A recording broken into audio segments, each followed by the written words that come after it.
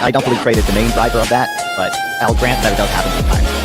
Who cares about bringing in money? Okay, the whole idea of running like a business. I don't really think it's something that you should take. No,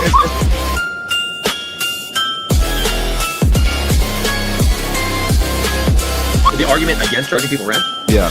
Yeah, I mean, typically the philosophical argument against that's a legitimate criticism, because, I mean, you look at why USA was even invented. So, I don't know. Like, I think a recurring theme or a recurring trend is that less and less government. I want personal responsibility. I want personal accountability.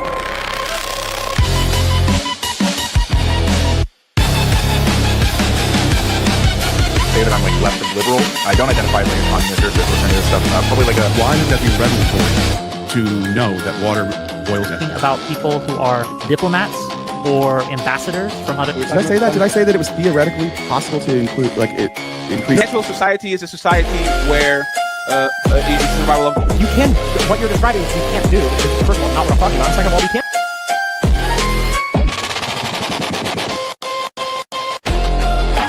So basically, like, even your Lord and Savior Donald Trump didn't do the best job. That nature, you refer to it as being conscious, or the conscious community.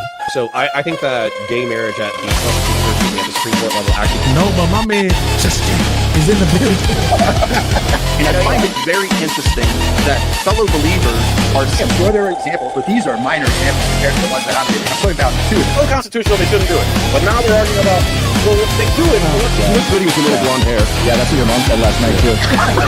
Let's ignore USAID. That's obviously upsetting you, and I get that. Because no, it's not upsetting me. There's a reason I'm successful. There's a reason why I'm liked. This is exactly why Democrats...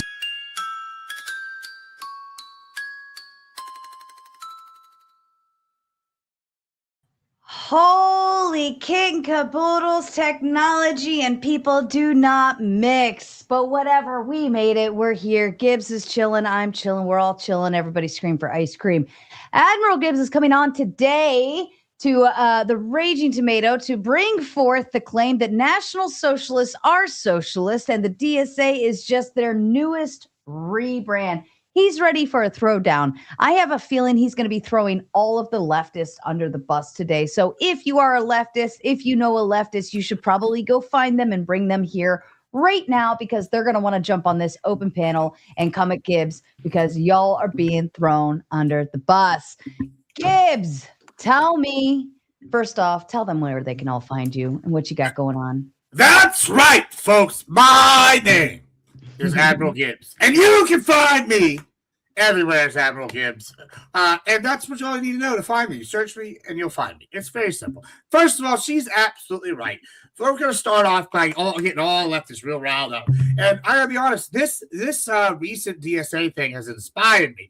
But really, the liberals are the ones who've inspired me this time. And I know some people amongst the conservative crowd here wants to say I'm a liberal sympathizer. But you know what? Yeah, who words for you? You're wrong.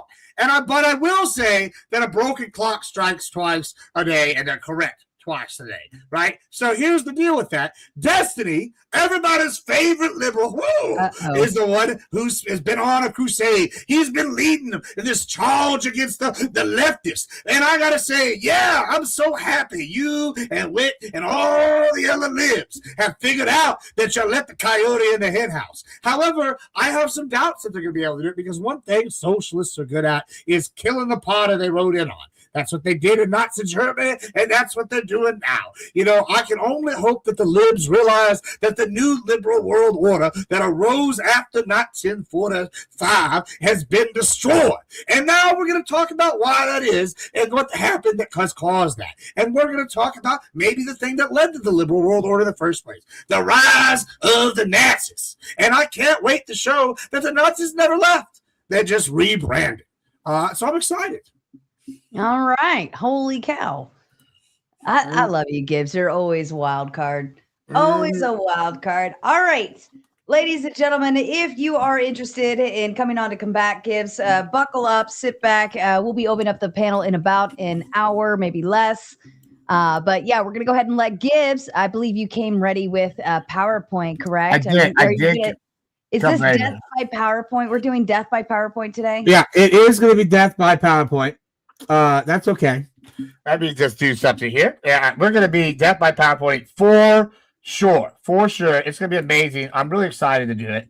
Now I just got to find our screen here. There we go. And we're going to do this. And we're going to do this. All right. And then let me share the PowerPoint. Right after I find the button. We're off to a really good start here. Every time we switch screens, something changes. All right. There we go. Share screen. There we go. National. Boom. Allow.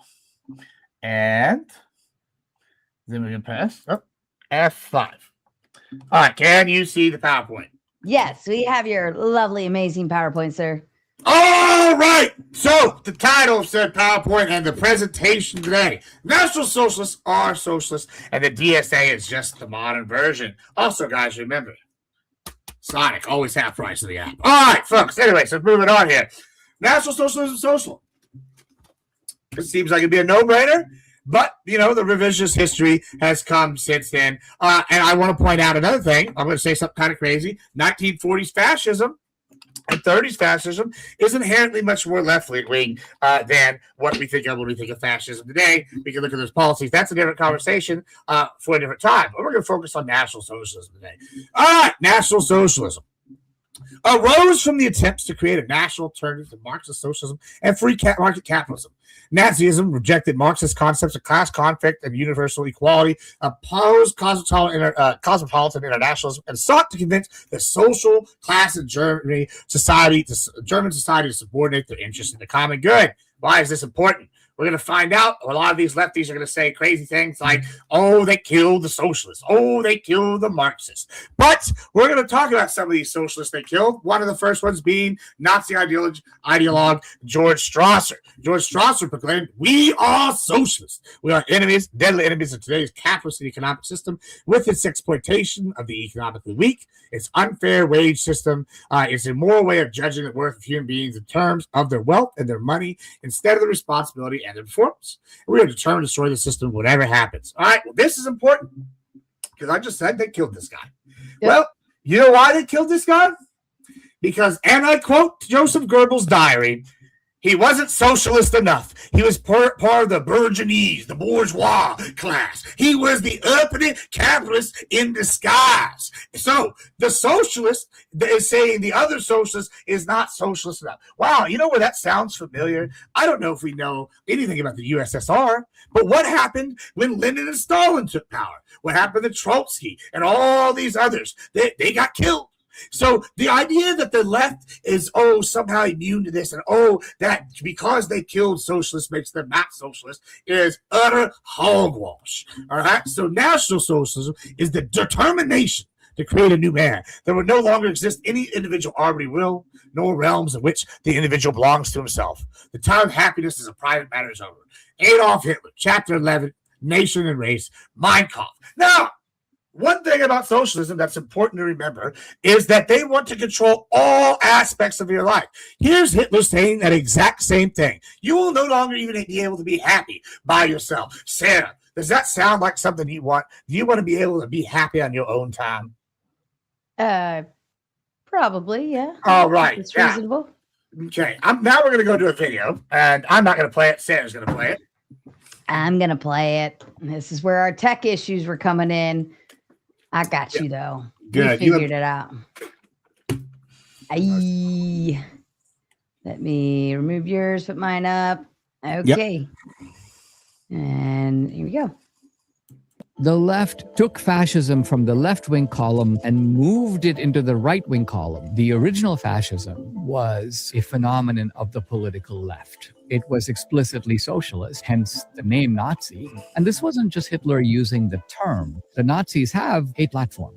It's state control of the banks, education, industry, the media. It's the left-wing agenda. So the Nazis, the fascists, they saw themselves as on the left. Everybody recognized that this was a phenomenon of the left. However, after World War II, people saw the starving, emaciated figures coming out of the concentration camps. The progressive intellectuals who dominated American academia realized that their own views were suspiciously close to those of Mussolini and not all that far from those of Hitler. They realized we have to redefine fascism and Nazism to remove our association with it. Now you have the utterly bizarre phenomenon where somebody can go up to Benjamin Netanyahu and call him a Nazi.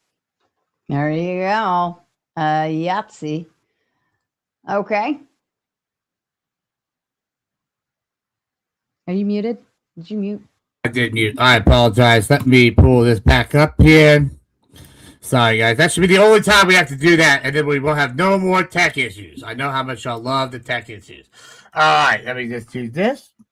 They love to make fun of our tech issues. Yeah, that's fine. You know, I want y'all to know, as streamers and all of y'all trying to be aspiring pro streamers, if you're using StreamYard, go ahead and just quit. Guys, nobody should use StreamYard. It's bad for business. But I digress because Sarah loves it, and it's whatever. You know, boomers and shit. It works just fine for me and everything that I need. But you hang out with all the boomers. I hang out with the new meta. That's all I'm saying. All right. You know what I'm saying? Okay, guys, here we go.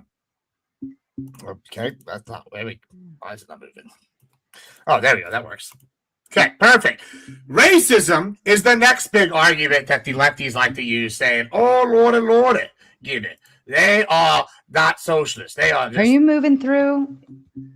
Huh? Your screen is still on the whole PowerPoint, not the whole PowerPoint. Yeah, we're not seeing the presentation mode. Oh my God, I hate this app so fucking much. Maybe it's just you, Gibbs. No, I mean I do these all the time, and I've never had a problem. It's just the how about now here? Share screen.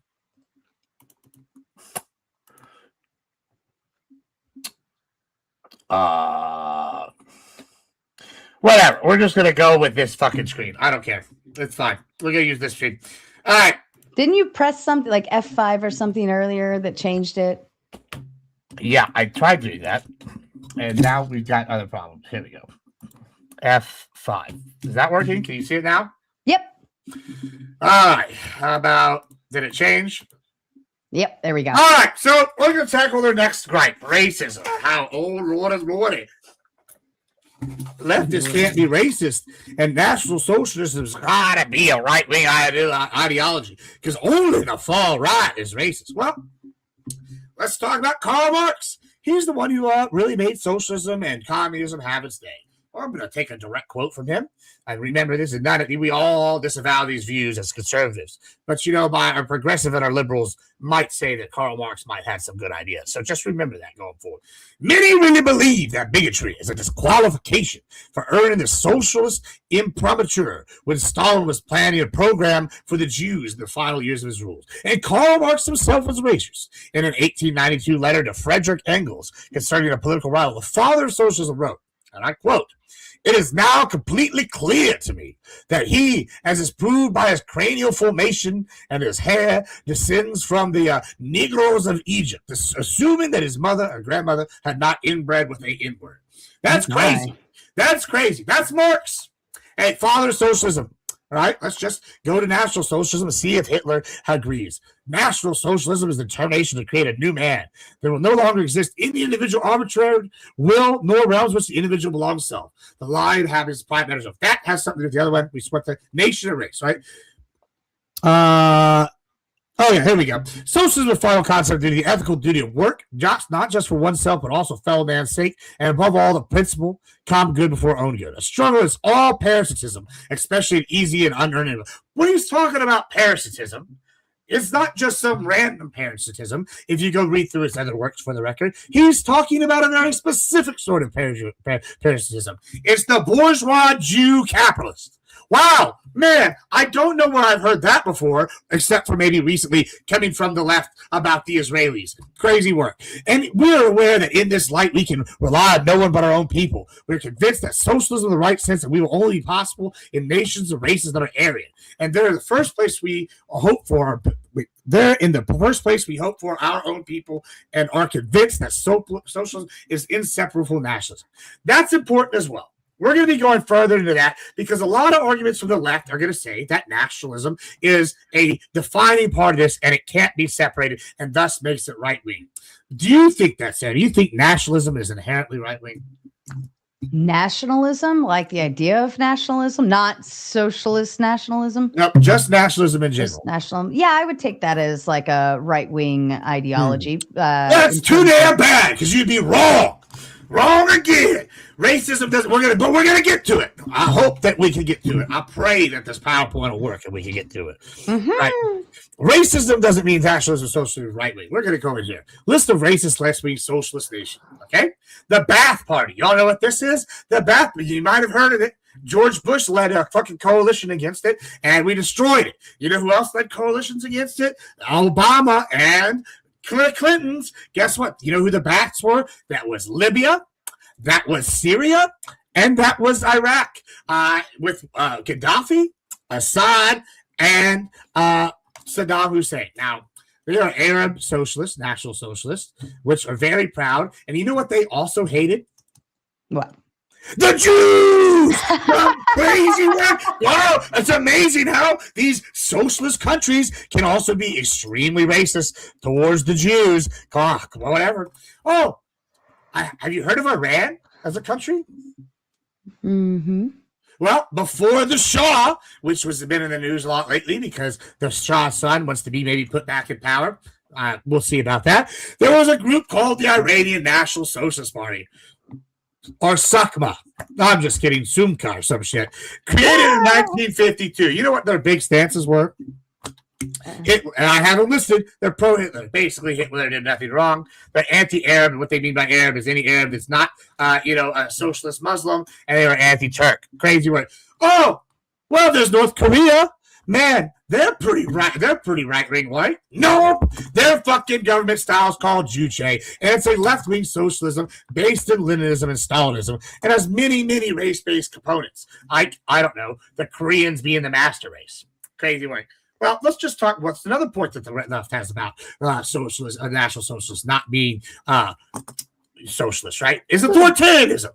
Oh, well, I'm just going to point out. I thought authoritarianism was what the lefties say the righties are trying to do. Well, that's crazy work because what we call this is revisionist history. This is why they keep saying socialism and communism, true communism, hasn't been tried. However, I would argue that they're fucking idiots. It's very simple. We can look at all four of these men, famous communist leaders. Now, I admit these aren't any socialists. We can look at, if you want, we can put Kim Jong-un up there and it'll be just as fucking good. But let's just start with Stalin. Would y'all say Stalin was an authoritarian? Stalin? Yeah. Okay. How about Mao? Yeah, that they're literally an authoritarian. And how about Pol Pot? I don't know who he is, but he is the dictator of Cambodia. Oh, well, you just said dictator. That's all I need to know. Yeah. Well, he's also got a kill count that beats out Hitler. So important to note that. And then oh my God, really? Yeah, crazy work. Also, that's a lot to top. Yeah, well, man, it's not he was saying because the gays were getting killed too. Then we have the Castro here. That was a good one. Castro, we all know him. What was Castro made famous for? Oh, he got charged by shooting political dissidents for Che Guevara. Oh, another left-wing authoritarian leader. Crazy work. So I don't know if we're sensing a theme here, but the left-wing socialists and communists can't be in power without being authoritarian. And we're going to get to that further on in this, but I just want to point out, so we've already dealt with two of their major arguments. The race-based stuff has got to be a right-wing. The father of their left-wing ideology, inherently racist, and Hitler matched up pretty on board with that. We're not even talking about any of his other leadership in the Nazi Party, but one for one. Authoritarianism is pretty much definitively, and like I said, we can put Kim Jong-un up here, and it would basically show the same thing. Authoritarianism is not inherently right-wing, despite everybody's protests. All right? Let's talk about economic policy.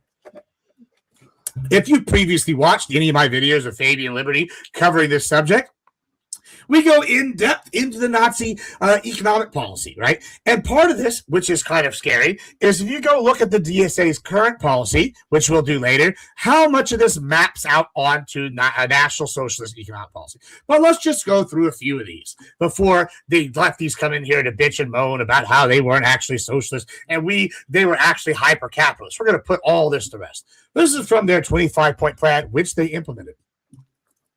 We demand the nationalization of all trusts. Does the nationalization of all trusts seem like it's pro-private property or not pro-private property, Sarah? The nationalists would be not nationalization of it. They basically eminent domain of trust with all your money in it. Is that like pro-private property? That's against private property. Oh, okay, cool. Just right? That would be correct. Yeah. All right. So we demand profit sharing in large industries. Does that sound capitalist to you? Where they demand profit sharing from a large industry? No, that's not capitalistic. Okay. We demand a generous increase in old age pensions. Oh, I wonder who's paying for that. Who does that sound like something that a capitalist would want? No. Okay. We demand the creation and maintenance of a sound middle class. The immediate communalization. Communalization. Oh, that's a bad word. That's definitely capitalist, right? Of large stores, which will be rented cheaply to small traders and people. And the strongest consideration must be given to ensure that small traders shall deliver the supplies needed by the state. Oh, by the state. The provinces and the 20 in order to make it possible for every capable and industrious German to obtain higher education. Oh, national education. Oh, that's kind of interesting. And thus the opportunity to reach into positions of leadership. The state's going to do this, must assume the responsibility of organizing through the entire cultural system of people. Oh, so they're going to ensure through the state, the cultural system accomplishes these economic policies. That's kind of interesting. That's capitalist, right? The curriculum of all educational establishments shall be adapted to practical life. The conception of the state idea, science, decision, must be taught in the schools from the very beginning. We demand that especially talented children of poor parents, whatever their station or occupation, be educated at the expense of the state. Does any of those policies sound capitalist to you? This sounds like the state is just managing what needs to be done. Like they're just managing. There's no entrepreneurship. It is straight up like we're just gonna set forth the procedure, we're gonna manage it, all of the operations, and we want you to bring in your goods and then we'll sell them for you. Oh, so not capitalist at all. Because then the state controls what it's being sold at. Right. And we're going to get into more of this. The state has the duty. Remember, the state, not the people, has the duty to help raise the standard of national health by providing maternity welfare centers, by providing juvenile labor. Oh, juveniles are working. By increasing physical fitness through the induction of compulsory games. You're going to be compelled to do this, guys. And by the greatest possible encouragement of associations concerned with physical education. Oh, so the state is compelling you to do this. That's very capitalist and not socialist at all. We demand that there be a legal campaign. So this is what they want to implement legally against those who propagate deliberate political lies and disseminate them through the press in order to make creation of a German press. We demand. Oh, so not only do they want total control of the press. Oh, wow, that's definitely not socialist or communist or authoritarian. Those aren't things that those countries do at all. Crazy. I can't see this. We demand freedom for all religious faiths in the state. Oh, okay, that sounds reasonable. Insofar as they do not endanger the existence or offend the moral and ethical sense of the German race. Oh, well, never mind.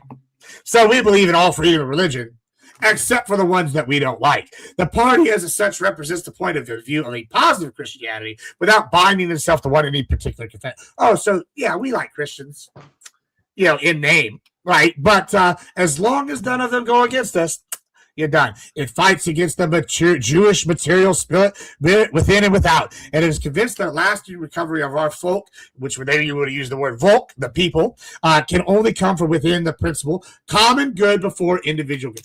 Ooh, so the common good, Sarah, is more important than individual good. Is that a slogan of capitalism? No. No, it's not. So, okay, let's move on. We have Nazi policies continued. Now, I just want to see how many of these that sound familiar. We'll rapid fire these. If the Nazis were for abortion, does that seem like a radical right-wing take? No. Okay. The Nazis believed that a strong socialist government controlled business through regulations. The Nazis used regulations to persecute Jewish businessmen. Regulations, that's something conservative capitalists, right? Like capitalists in general, like they like regulations, correct? Well, we do have some regulate, like we Right. have industry regulations, Right. but not outside of that. Yeah, but would you agree that when they do that, many, such as myself, would argue that less regulation is better and the more regulations are socialist in nature? Would you agree with that I statement? would agree with that statement. Regulation should only be in place for the safety of us, not for controlling everything else. Okay. The Nazis also believed in government healthcare. Oh, okay. They're providing healthcare for the state. Is that normally a capitalist free society thing, or is that something that countries leaning towards socialism do? That's a socialist thing. Okay. Government ran. How about Nazis believe in government ran education, controlled by the state education? We right now, the Trump administration is attempting to get rid of the Department of Education.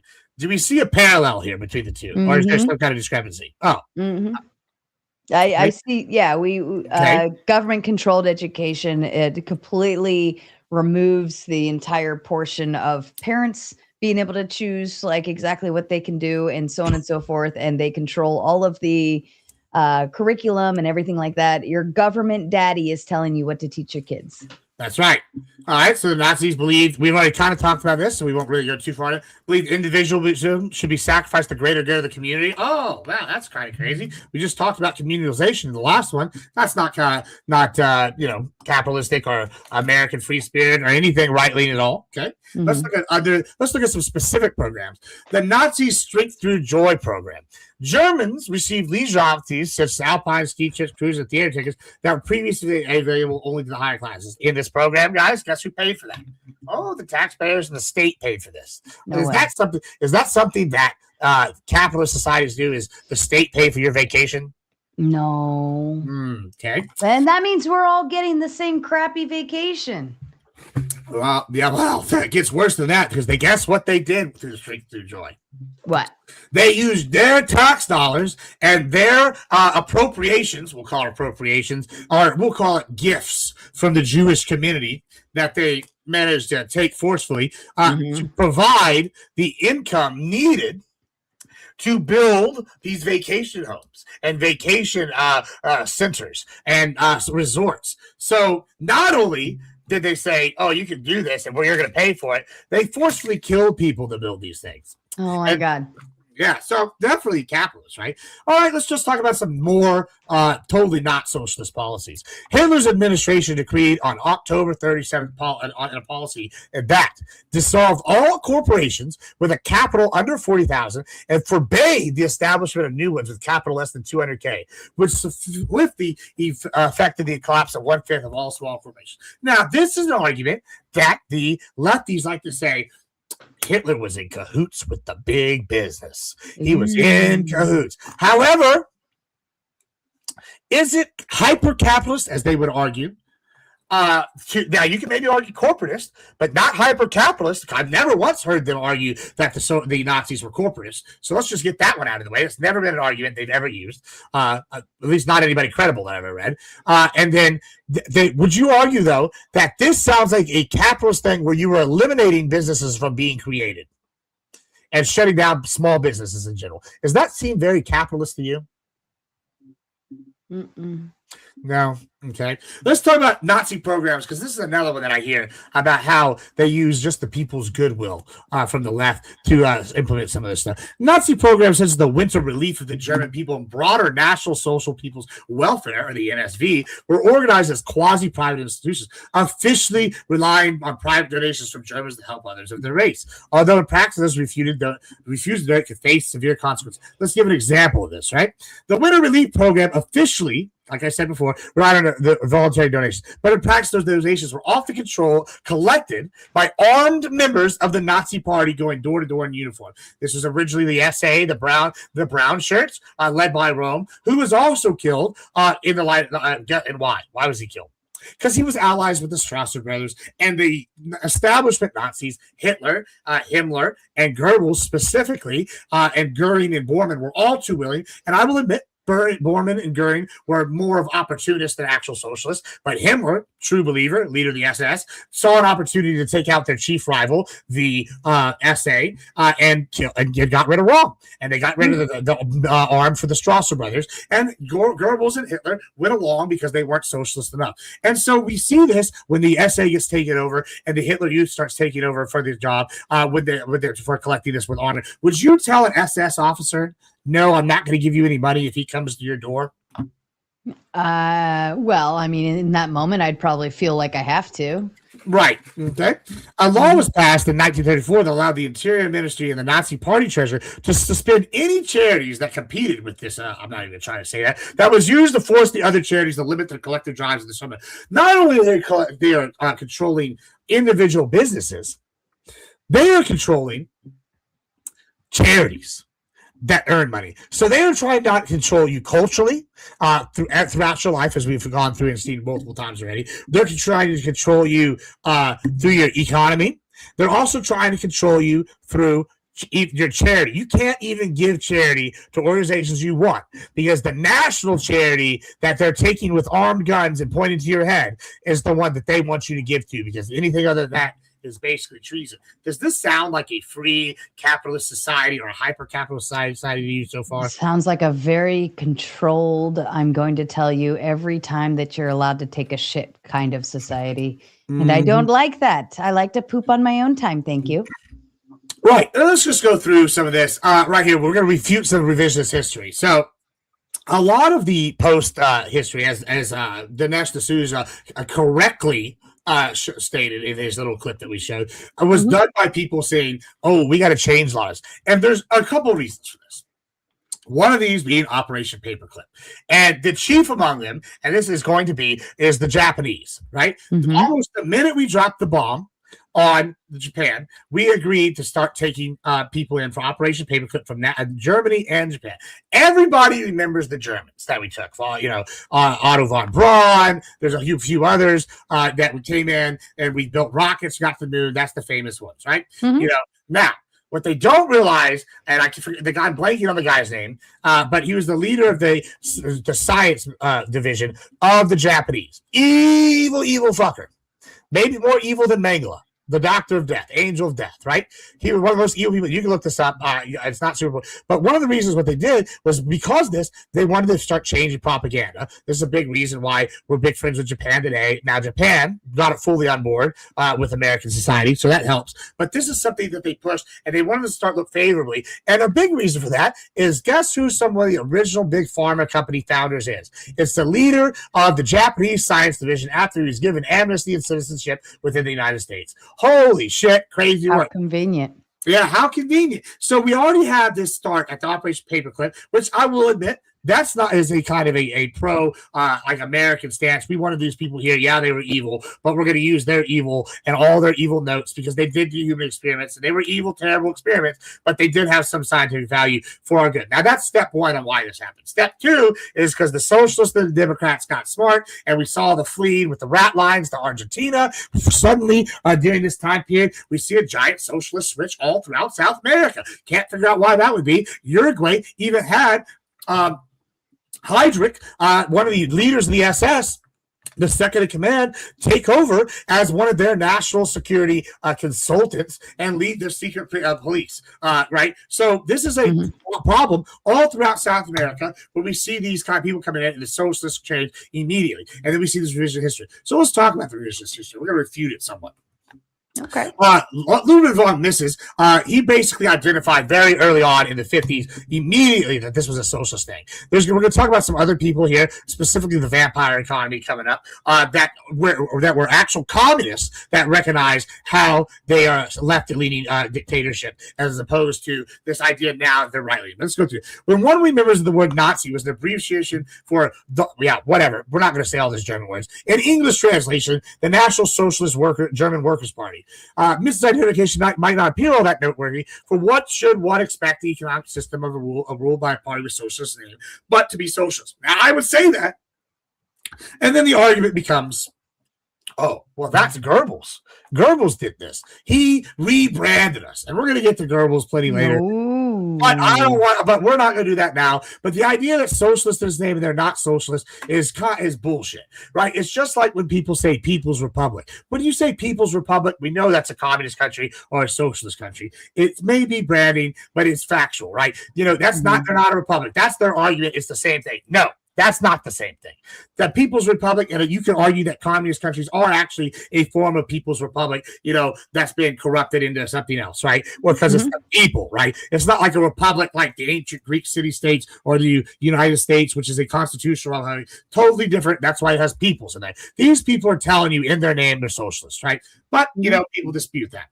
Right. So the basis of the claim that Nazi Germany was capitalist, as we've been talking about, was the fact that most industries in Nazi Germany appear to be left in private hands. What Mrs. identified was that private ownership of the means of production existed in name only under the Nazis, as we've talked about with the smaller companies, and that the actual substance of ownership of the means of production resided in the German government. Oh, shocker. For it was the German government and not the nominal private owners that experienced all the substantive powers of ownership.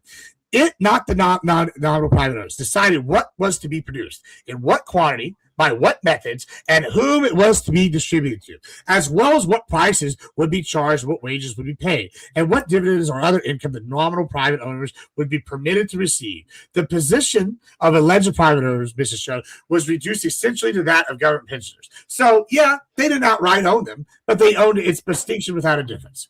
The de facto government ownership of the means of production, as Mrs. termed it was logically applied by such fundamental collectivist principles embraced by the Nazi as that of the common good becomes before the private good, and the individual exists as the means to the end of the state. If the individual is a means to the ends of the state, so too, of course, is his property. Just as he is owned by the state, that his property is also by the state.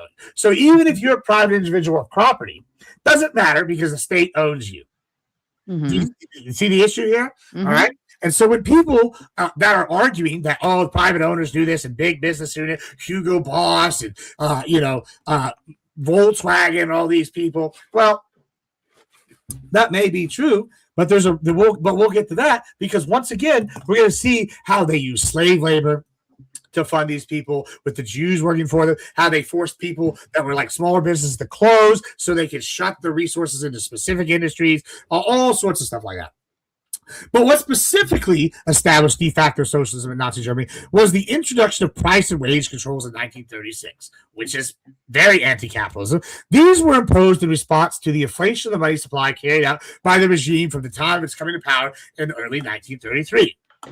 So we see from the start of them coming to power, they were trying to implement socialist policies. The Nazi regime inflated the money supply as the means of financing the vast increase in government spending required by its programs of public work. Oh, public works. Okay. Subsidies. Oh, subsidies. Wow. People just want to sell that as a right-leaning thing. How many times have y'all heard me come on here and bitch about corn subsidies, not helping the American farmer and helping big business? Oh, crazy. That's a big one, right? That's not helping the little guy as a entrepreneur. That's something that only helps people that are in cahoots with the government. All right. And rearmament. Rearmament. I'll grant that one could be anything. The price and wage controls were imposed in response to the rise of prices that began with the result of inflation. All right. And I have to say one thing. Sure. Sasquatch. There, that'll make him feel better. He just sent a Cash App for me to say his name. Go ahead. All right. Racial and political exclusions. While the party was not mandatory for ownership was strictly forbidden from Jews and political dissidents who faced expropriation or forced liquidation. That means they killed them. Okay. State coercion. Independent direction vanished as firms were forced into state-controlled boards and organizations, like the German Labor Front. Oh, what is the German Labor Front? That's important, right? The leadership principle. Workplaces were subjugated to once again, meaning managers were held absolute authority over workers, but owners ultimately answered to regime directives. So basically, you owned a business, but they had a manager that you had to report for. The state labor union in Nazi Germany. Oh, labor unions. Oh, well, labor unions are pretty good for socialists, right? They like labor unions. In Nazi Germany was the German Labor Front. It was established in May 1933 after the regime forcefully dissolved all independent trade unions. Oh, So some argue that independent trade unions are good for capitalism. I wouldn't, but there are some that would. They say it gives protections to individuals. It gives protections to business and stimulates the economy. I would argue against that. However, there are some liberal economists that would argue that's true. However, what happened after they did it? They arrested labor leaders and confiscated their assets. Oh, well, state took over. And so this is the key characters of the DAF. Okay. Compulsory membership. Virtually all German workers, employees, and even business owners were forced to join by the late 1930s. It boasted over 20 million members, making the largest mass organization in the Third Reich. Oh, so they got rid of all the other individual labor unions, and they forced you to join a national labor union. Wow. Oh, that's literally socialism. Like in all examples, every country that has a socialist or communist dictatorship has something similar to this, where they make you join their labor union or they join their party kind of service. Like you have to, though. Right, yeah, or you can't own a business. Oh. Germany did this where like, oh, you don't technically have to, but if you don't join the party or the labor union, guess who doesn't get any business? You. Dude, oh, was that capitalism? No, that's not capitalism. That's forcing you to be in the party by virtue. So the thing they do is very intelligent. They knew a lot of this was a hard sell to the normal person. So what they did is they implemented policies like these to where, yeah, we're not socialist, that's socialist. We're not as commies as Stalin. Oh, however, what they do is it's basically a difference without a distinction. They force you to do these things or you don't have any access to the market, which is socialism, right? They outlawed strikes. The right to strike and collective bargaining was completely banned. Wages, working hours, employment conditions were dictated directly by state officials. So even if you had a job and you thought you were independent, the state said when and how you had to work. Oh, that's socialism. And heavily favored employers and production quotas. Some organizations to keep workers content without raising wages. Oh, so you're not going to get paid for it. The DFA operated through the Street Through Joy, as we talked about, and the Beauty of Labor program aimed at improved in workplace cleanliness and factory conditions. Guys, you might work 1 million hours, but God damn it, your factory is going to be clean. All right, let's talk about a left-leaning individual who studied the Nazis and he escaped. Vampire economy? Yes. Ooh. Do they sell? Is it blood for blood? Is that what we traded? Yeah, they're sucking somebody's blood, I'll tell you that. Gunther Reimann, born Hans Diendick, is posted the Vampire Economy. It's a fantastic book. I definitely think you should read it. He escaped Nazi Germany, and he was an avid communist. So remember, this is a communist writing about the socialists, okay? Flood the regime. You can see all this. Core theme of the vampire control without full novelization. Here, the central idea is the Nazi state drained the productive economy like a vampire, hence the name. Private firms kept nominal title to property assets, but the state dictated nearly every major decision: production target, prices, wages, raw materials, employment, investment in trade under the threat of fines, confiscation, or worse. A frequent cited analogy for the book caption is Uber Bolshevism. All your cows will be taken away from you because you're a kulak under National Socialism. You're allowed to keep the cows, but the state takes all the milk and you're at the expense of labor of feeding them. Oh.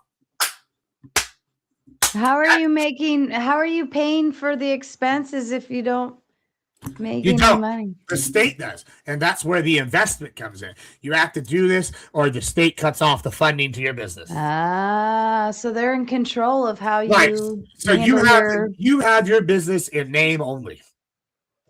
It's basically you're just a worker at that point. Right. And so the lefties and the DSA and all of these other revisionists and a lot of libs that don't want to be associated with any of this are going to say, oh, they were capitalists. But as we're going through here and you're seeing what the actual economy, and this is from a left-leaning guy. Remember, we've already covered this from the right now with Mills. Now we're covering this from the left with Reimann, right? So we're seeing this from both sides now, okay? Here's some more high points. Destruction of meaningful property rights. Courts lost independence. Rights became subordinate to the Führer principle and party needs. Business does not freely close to unprofitable operations, change prices, hire firewall, or allocate capital according to market signals. The state produced production is duly owned by the dream. So you basically, like I said, can only own it in name. Then they have regulations, price controls, and planning, detailed controls. And remember, this is a lefty saying this. We've already gone from the right. So he's also saying detailed controls covered raw materials, allocated by bureaucratic priority, opted for armaments or substitutes. Wage prices, foreign exchange. Oh, you can control foreign exchange, no foreign trade. Imports, exports, and investment. Shortages, black markets, waste, and efficiency followed because prices no longer coordinated supply and demand. Capital, which is the money and the value, was redirected by the state into war-related or political favor projects rather than profitable ones. So even if you wanted to be profitable, they took that away from you.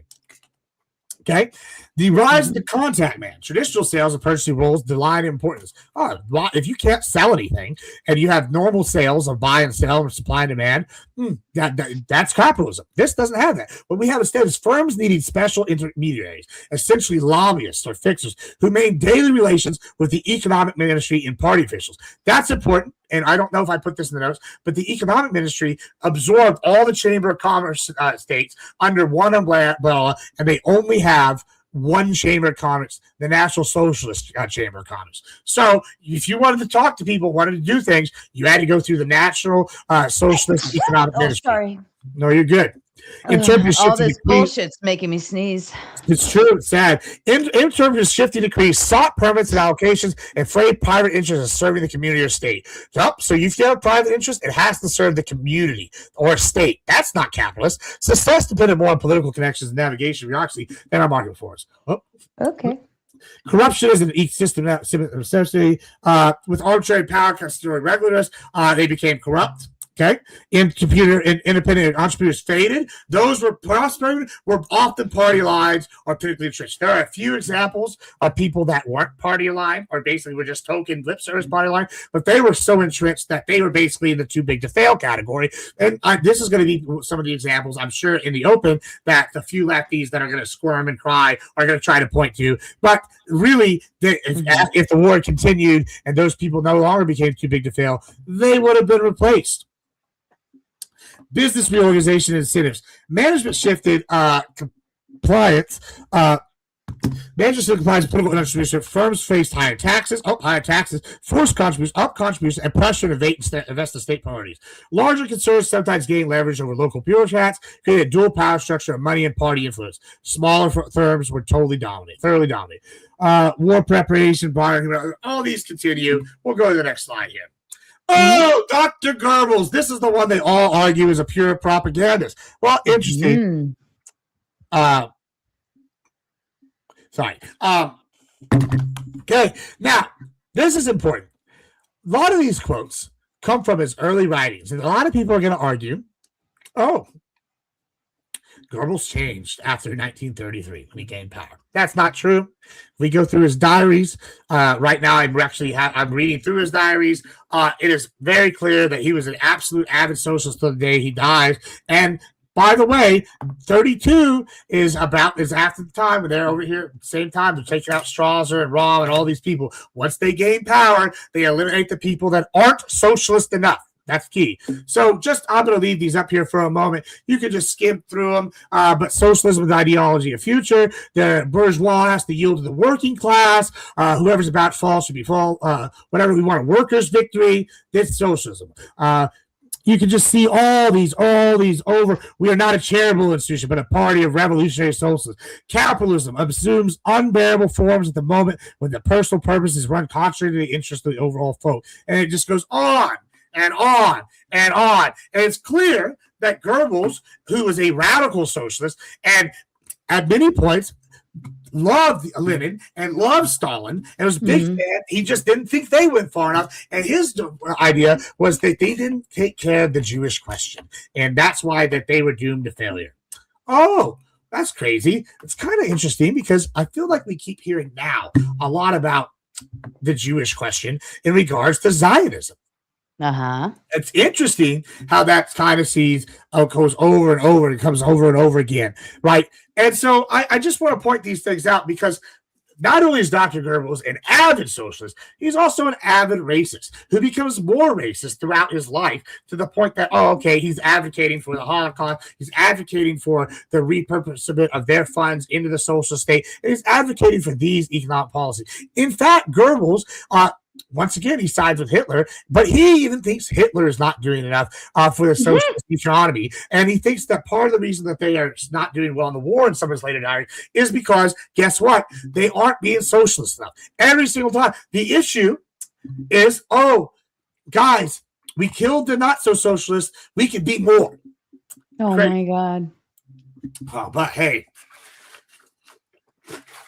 don't take it from me. Let's take it from a Nobel Prize winning economist. Oh, goodness. Yeah. I mean, hey, the economists, they might know what they're talking about. I think winning a Nobel Prize, means you're pretty credible, right? I think so. Wouldn't you agree? Yeah, F.A. Hayek pointed out it made socialism more palatable to many Germans who were unable to see Nazism for what it truly was. Listen, one thing the Germans were fantastic at, as I've discussed many times with Sarah, is marketing, as propaganda. Goebbels is an evil fuck. However, he's a very intelligent evil fuck. And there's a reason to this day in your political science class at major universities with presidential libraries, you have to do a deep dive on Goebbels' propaganda because he's the father of modern propaganda. And he did something key here. He pushed propaganda that he believed in. And that's the key thing here. You can always push better propaganda when you believe in the message. Okay? Mm-hmm. The supreme tragedy is still not seen in Germany. It was largely people of goodwill who, by their socialist policy, prepared the way for the force to withstand for everything they detest. Hayek wrote in The Road to Serfdom. Few recognize the rise of fascism, which was not a reaction against the socialist trends of the preceding period, but a necessary outcome of these tendencies. Remember, this is a Nobel Prize-winning economist. He's saying that fascism was actually left in the 40s. Now, fascism now, not so much. Fascism in the 30s, 40s was left-leaning. Mussolini, left-leaning somewhat. Not as left-leaning as Hitler and them, but left-leaning. Okay? Mm-hmm. This is the big one, and this is one that I know a lot of lefties who are uneducated and think they know because they've heard the propaganda lines their whole life get confused about. The second difference is that National Socialists were less concerned with directly controlling the means of production. What have we been talking about with all these policies, Sarah? What have we been talking about with all these policies? And how they run the businesses. Well, the businesses don't even have the right to run their own business at this rate. We're not even right. It's anti-capitalism. Like basically, you just own a title that says I run this business, but the government is actually running it and telling you how to do it, and you're just a worker in the business that you think you own. Right. You have direct control, and they don't. Mm-hmm. Right. Okay. Let's look at another economist. Because, hey, guys, I'm not saying it. Award-winning economists are saying this now, okay? In the 1940s book, German Economy, 1870, 1940. By the way, I have all these sources, if you can't see the links in here for a reason, so that when people want to call me out, unlike people that say I never have sources, Twitter, I'm looking at you, I do have sources. Gustav Stopler, an Austrian-German economist and journalist, explained that through National Socialism was anti-capitalistic from the beginning. It was also in a direct competition with Marxism following World War I. Because of this, the National Socialists determined to woo the masses from three distinct angles. Okay? Mm-hmm. The first angle was the moral principle. The second was the financial system. The third, it was the issue of ownership. The moral principle was the commonwealth before self-interest. The financial promise is the breaking the bondage of interest slavery. It's important because usury is a thing, and they blame the Jews and the banking for causing interest slavery on the worldwide capitalist market, which is crazy because we hear these same arguments today. These are all paralleled in modern Democrat leftist talking points and modern socialist Muslim talking points that unfortunately are seeping into the right. In fact, I'm going to give you an example. We watched an example at Modern Day Debate of all these people, specifically Andrew Wilson versus Dinesh D'Souza. During that debate, several times, they argued about who is the greater evil, etc., etc. However, I found it truly terrifying that someone that's supposed to be representing the Christian right was arguing that, the same argument that anti-American Muslim socialists like the Ba'ath Party have been using against the Jews for years. Interesting that it seeped so far into American culture that we are now paralleling 30s and 20s and 40s German philosophy and USSR philosophy regarding and proto-USSR philosophy regarding the Jews. And you always need a scapegoat, and right now everybody wants to blame the Jews in Israel. Why does that sound familiar? Because it's already happened before. It's already happened throughout history. So I urge you, when y'all sit here and argue against Zionism and the Jews, to look at yourself and why you're saying this. I don't actually have any fucking pro or con for the Jews and Zionism. I actually am a capitalist. I want to sell guns to everybody, and they just have to be on our side. So before someone comes and says I'm a Jewish dog or some shit, I'm actually genetically Basque. I'm literally a Neanderthal. All the way back. My lineage is the least Jewish you can be, so I don't know what you're talking about. But let's continue. Okay.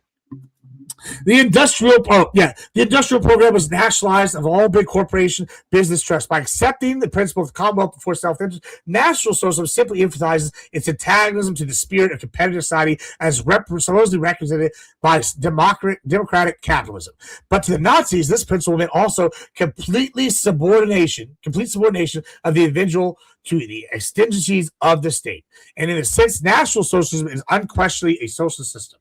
All right. Remember, this is a award-winning economist, right? So we're sitting here looking at two economists right now that have argued that they are so we've had a right-leaning individual, we've had a communist individual, and two economists all say that these are socialists. And remember, all these live closer to time. In history, we have things called primary sources. And the further you get away from those primary sources, generally it's considered less reliable. Now, analysis can be different, but these people are all people that lived closer to that time period and have said that this is actually what the case was, as opposed to now where people have revised history. And I even had this argument with somebody today, which is that socialism was a new concept, and we hadn't really determined what socialism was yet, which I want to say is utter bullshit. No goodness.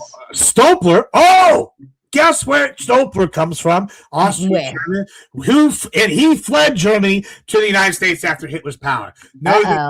Crazy. So this is the Germans telling you. This guy, another first-hand account, just like the communists, but this guy's not a commie, noted that the Nazis never initiated a widespread nationalization of industry. But he explained in some ways this was a distinction without industry. Holy shit! That's what I just said. The socialization of the entire German productive machinery, both agricultural and industrial, was achieved by methods other than expropriation, to a much larger extent and on a immeasurably more comprehensive scale than the authors of the party program in 1920 probably ever imagined. So remember, when they're first pushing out the 25-point plan and all these other things, they went way further than that. In fact, not only the big trusts were gradually but rapidly subjected to government control in Germany, but also was every sort of economic activity, leaving not much more than the title of private ownership, as we've discussed in depth.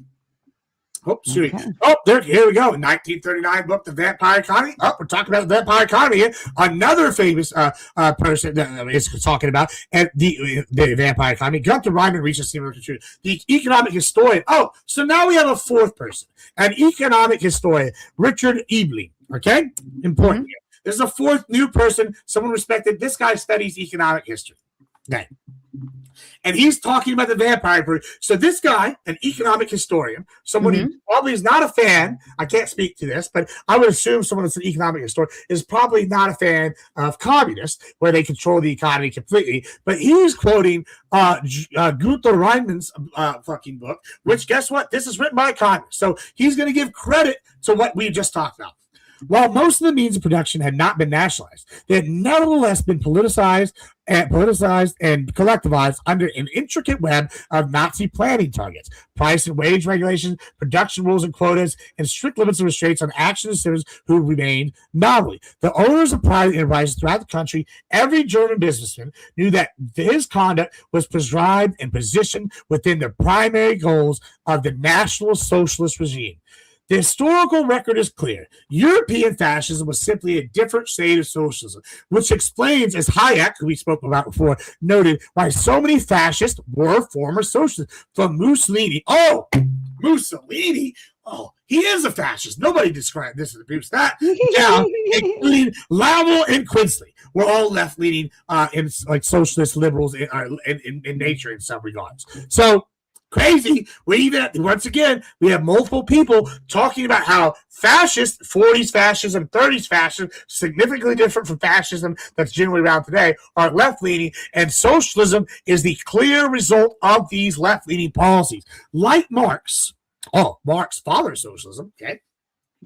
The Nazis loathed capitalism, and they saw the individual will and individual rights as subordinate to the interest of the state. It should come with little surprise that these different shades of socialism achieve similar results: poverty and misery. Socialists will continue to argue that Nazism was not real socialism, but the words of the famous Nazi propaganda minister suggest otherwise, right? As we've talked about with Goebbels, who firmly believed throughout his life, and we can look at the policies as we've gone through with the economist here. Okay? Now, moving on to the second half of our discussion. The DSA. The DSA. All right. The Democratic Socialists of America. Now, I want to stop and pause for a moment. Once again, I am very happy that the liberals have figured out that the DSA is evil. However, one thing they did, and I haven't decided what the best course of action is. I personally am of the opinion that we should probably team up with the liberals and force out the DSA. However, for us conservatives, this is a kind of a win-win situation, but a scary win-win, right? Because what we can do as we watch the liberal world order crumble worldwide is we can team up with them and force out the DSA and then handle the liberals later. Or we can just focus on ourselves, and then we can let the DSA and the liberals fight, and the liberals are going to lose because what have they already done? We've already seen that the liberals are unpopular nationally. They're losing ground. They literally put up Graham Plattner, who is a Nazi. He's got a fucking Totenkopf on his chest, or he did. He has. No way. You don't know about this? No, this is news to me. Yeah, Graham Plattner has a Totenkopf on his chest that he got in the military. Oh, well, they're going to argue. Remember how we talked about the SPLC-U, Southern Poverty Law Center, and I said they're actually Democrats, and I said they're actually evil fucks the whole time, and they said all these right-wingers are far right. They declared that the U.S. military was a hotbed for right-leaning hate groups, okay? And then now they're simultaneously saying that Graham Plattner got this in while he was in the military, and it was in an area where there were Nazis, and he didn't really know what it meant. Well, that's interesting. So y'all are saying simultaneously that the military is a hotbed for right-leaning National Socialist Nazi stuff, and I'm going to say it's right-leaning. I don't believe it's right, but this is their words. And then they're going to put forth a candidate who got a tattoo in the military with a Totenkopf on it. Crazy. So it seems like y'all are acknowledging in some degree this guy's not actually a right-leaning individual, even though he actually is a Nazi. And we have his text to these women where he claims all sorts of racist and Nazi socialist, National Socialist stances and policy. We already have the text. We can pull them up. It's not hard. And this is someone they pushed publicly. We have Madami. Madami is a pan-Arab socialist with ties to the Muslim Brotherhood. We have the Muslim Brotherhood. They're pan-Arab socialists. Once again, we talked about the pan-Arab socialists and Arab Spring having direct connections and coming from former Ba'ath Party members, coming from the Iranian groups back in the day, and other pan-Arab socialist groups all the way back, starting in the 50s after the fall of the Nazis. Where, guess what? Some of the Nazis moved to, because who was on the side of Hitler during World War II? The fucking Arabs. They were on the side of not, guess because why? They also hate the Jews. It's very simple, And they also hate, what else? The establishment capitalist West. Because why? They want to be the power. They are a perennial power, and anything they can do to destroy the West is something that they want, right? And so they're in cahoots. And we have the Democratic Socialists. We know that they have direct ties to the Muslim Brotherhood. As of right now, that's not even something they deny. Okay, so let's continue. Here's the Democratic Socialists of America, the new DSA policy platforms: eliminating the U.S. Senate, replacing the president and the Supreme Court with an executive and judiciary chosen by subordinate to Congress. Like a dictator. Yeah, amnesty for all immigrants, defunding the Department of War. Another one they want to do with the Congress is right, is put it all into one Congress House instead of two. Goodness. So we'll just keep going. Here's as far as the meme where they're saying they have 17 points that map onto the 25-point plan, but they, and I would even say those last 4 right there don't map onto the 25-point plan. But you know what they do map onto? What? They map onto history. What did Germany do as soon as they got power? They mapped on. They got it there. History repeats itself, right? That's exactly right. And if you don't know your history, you're bound to repeat it again because you didn't learn from it. Do you know the government of the German government was before Hitler and the Nazis took over after World War I? You know what they were called? What? The Weimar Republic, and they were leading out of the Reichstag. What happened to the Weimar Republic and the Kaiser and all them after Hitler and them took power? Did they all die?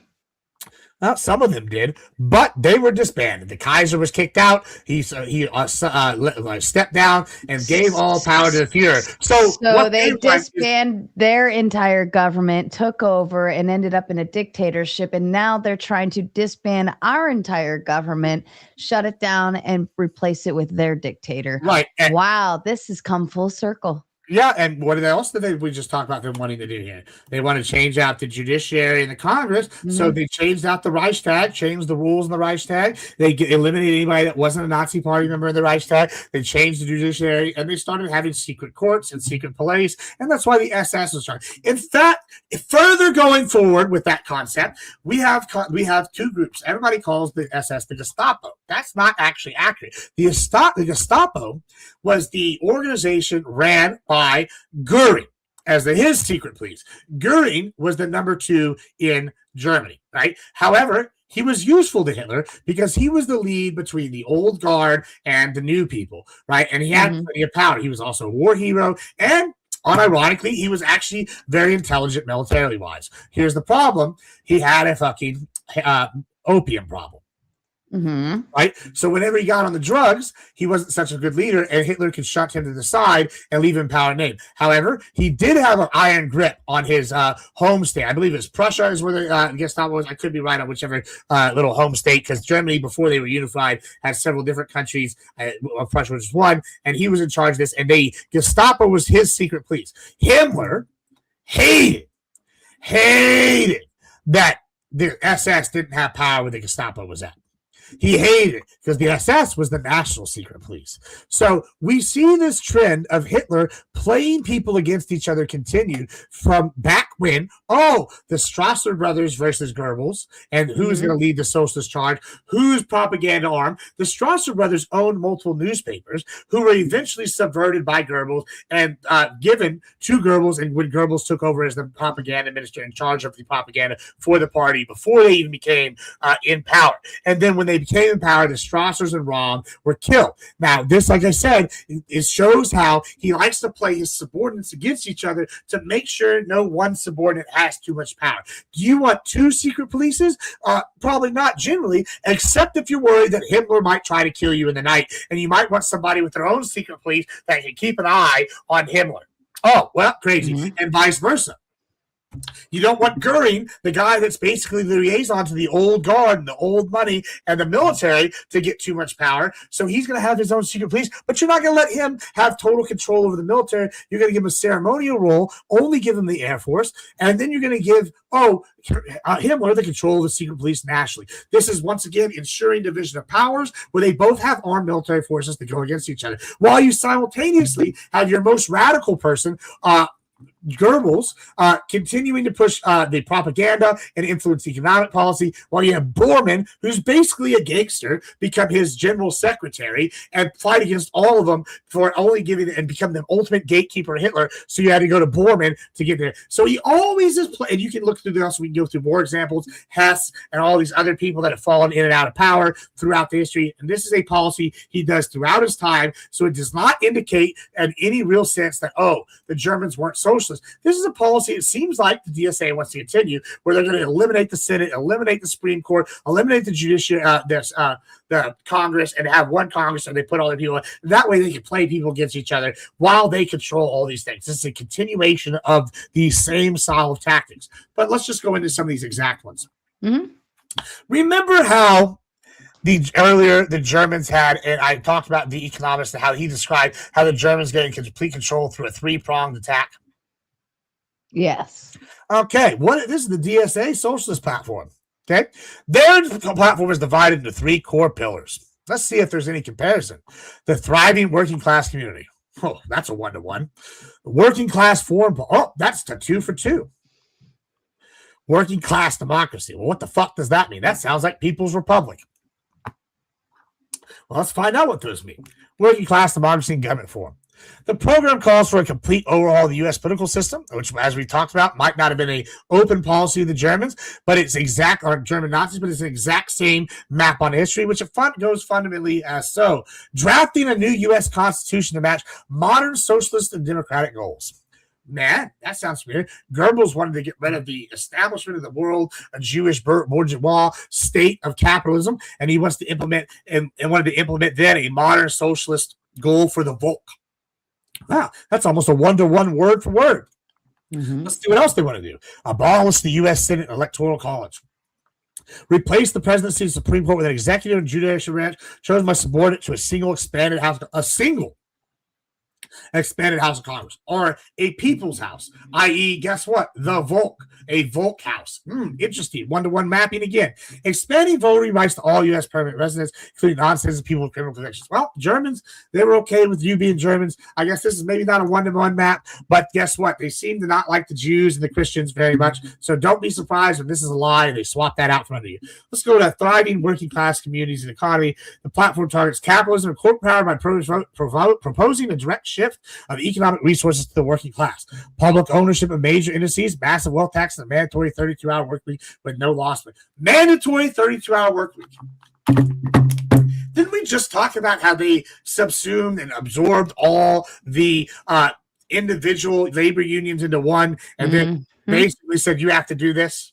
Wow, that sounds really familiar. It's crazy because I thought we're not just reading the same PowerPoint from earlier. Yeah, I know, it's shocking. Universal social guarantees, including government guaranteed health care, debt cancellation, free college, nationwide rent control. Oh, rent control. Man, that sounds interesting. That sounds almost the same as price controls, regulations, having public works programs, like the Peace Through Joy program, where they use physical labor and required physical labor to build vacation homes and work. And so basically you're going to have all these things guaranteed by government. Let's talk about criminal justice transformation, including the elimination of cash bail. Why would you want to eliminate cash bail? Are you worried that people are going to be able to get out? Political prisoners aren't going to be available? Interesting. Ending mandatory minimums, demilitary police departments, and halting ICE detentions. Well, the reasons why I want these things, and socialists, if you look at Goebbels early in their career, in the 20s and 30s, one of the things he did, and a big issue that he had with the Strasser brothers, Hitler, and the Munich itself, because Munich is where the Nazis gained most of their power first, is because he wanted to be a radical. He wanted to destabilize the government. Well, what do we see right here? Once again, this isn't a direct 1-to-1 policy, but this is a direct map to how they acted, which is destabilize the German government, start causing problems with Pushism, with the brown shirts and the SA, and then basically, once you destabilize the government, you cause the problem, only you can save it. Well, wait, what about the amnesty thing? Would that be something that happened before too? Because I know amnesty's on their list, their to-do list for the DSA. Well, the amnesty part is part of the destabilization of America. Oh, because if you give all the criminals amnesty and you give all the illegals amnesty, then these people commit crimes that taxes the resources, et cetera, et cetera. So when they get in power and they implement these programs, then they crack down, they're the heroes. It's the age-old tactic. You create a problem, you solve it, you're a hero. I'm going to create a problem. And then I'm just going to watch it burn. Right. Let's go. The DSA also hates the Jews. All right. And I might have gotten a little bit. We got very good at making political cartoons. So we've got one here. 1930s Germany. Huden Ross boycott Jewish shops today. Zionists out from the river to the sea.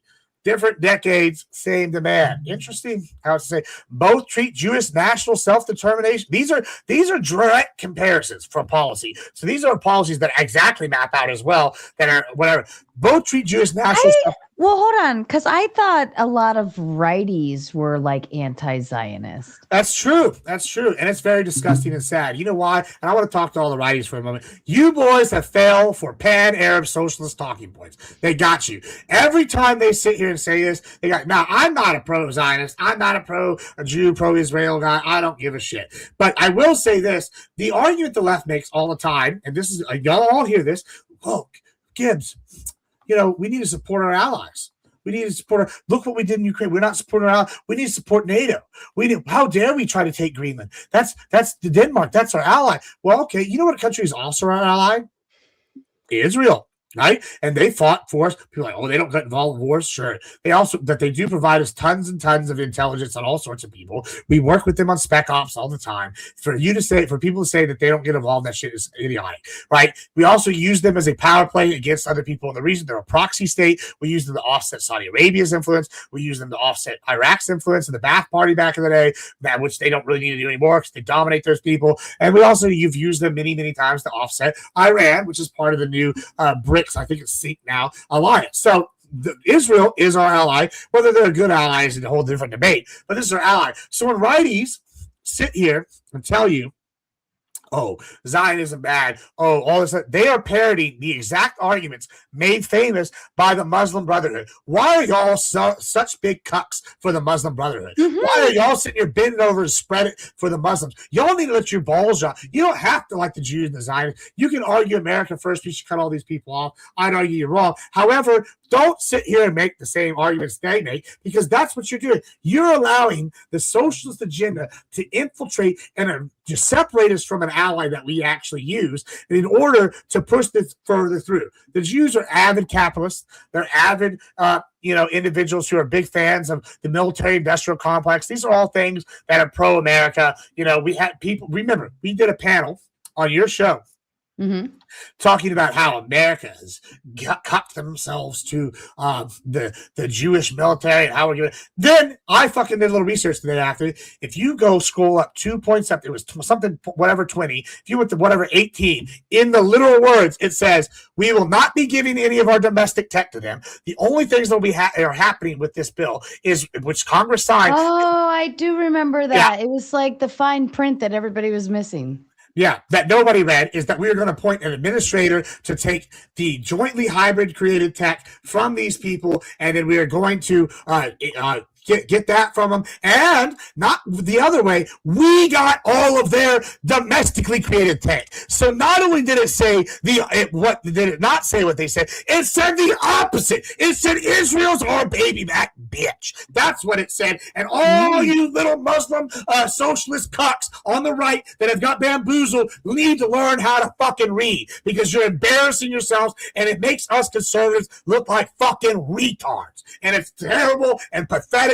And I hate you for making conservatives look bad. You need to fucking let your balls drop and learn how to read higher than a fourth grade level. So, once again, I'm sorry. I just hate fucking socialists, and all these conservatives are given power to them. But let's just go further in this. Let's talk about the DSA, though, because we don't need to argue with the conservatives. We need to talk about the evil socialists. Let's talk about the DSA.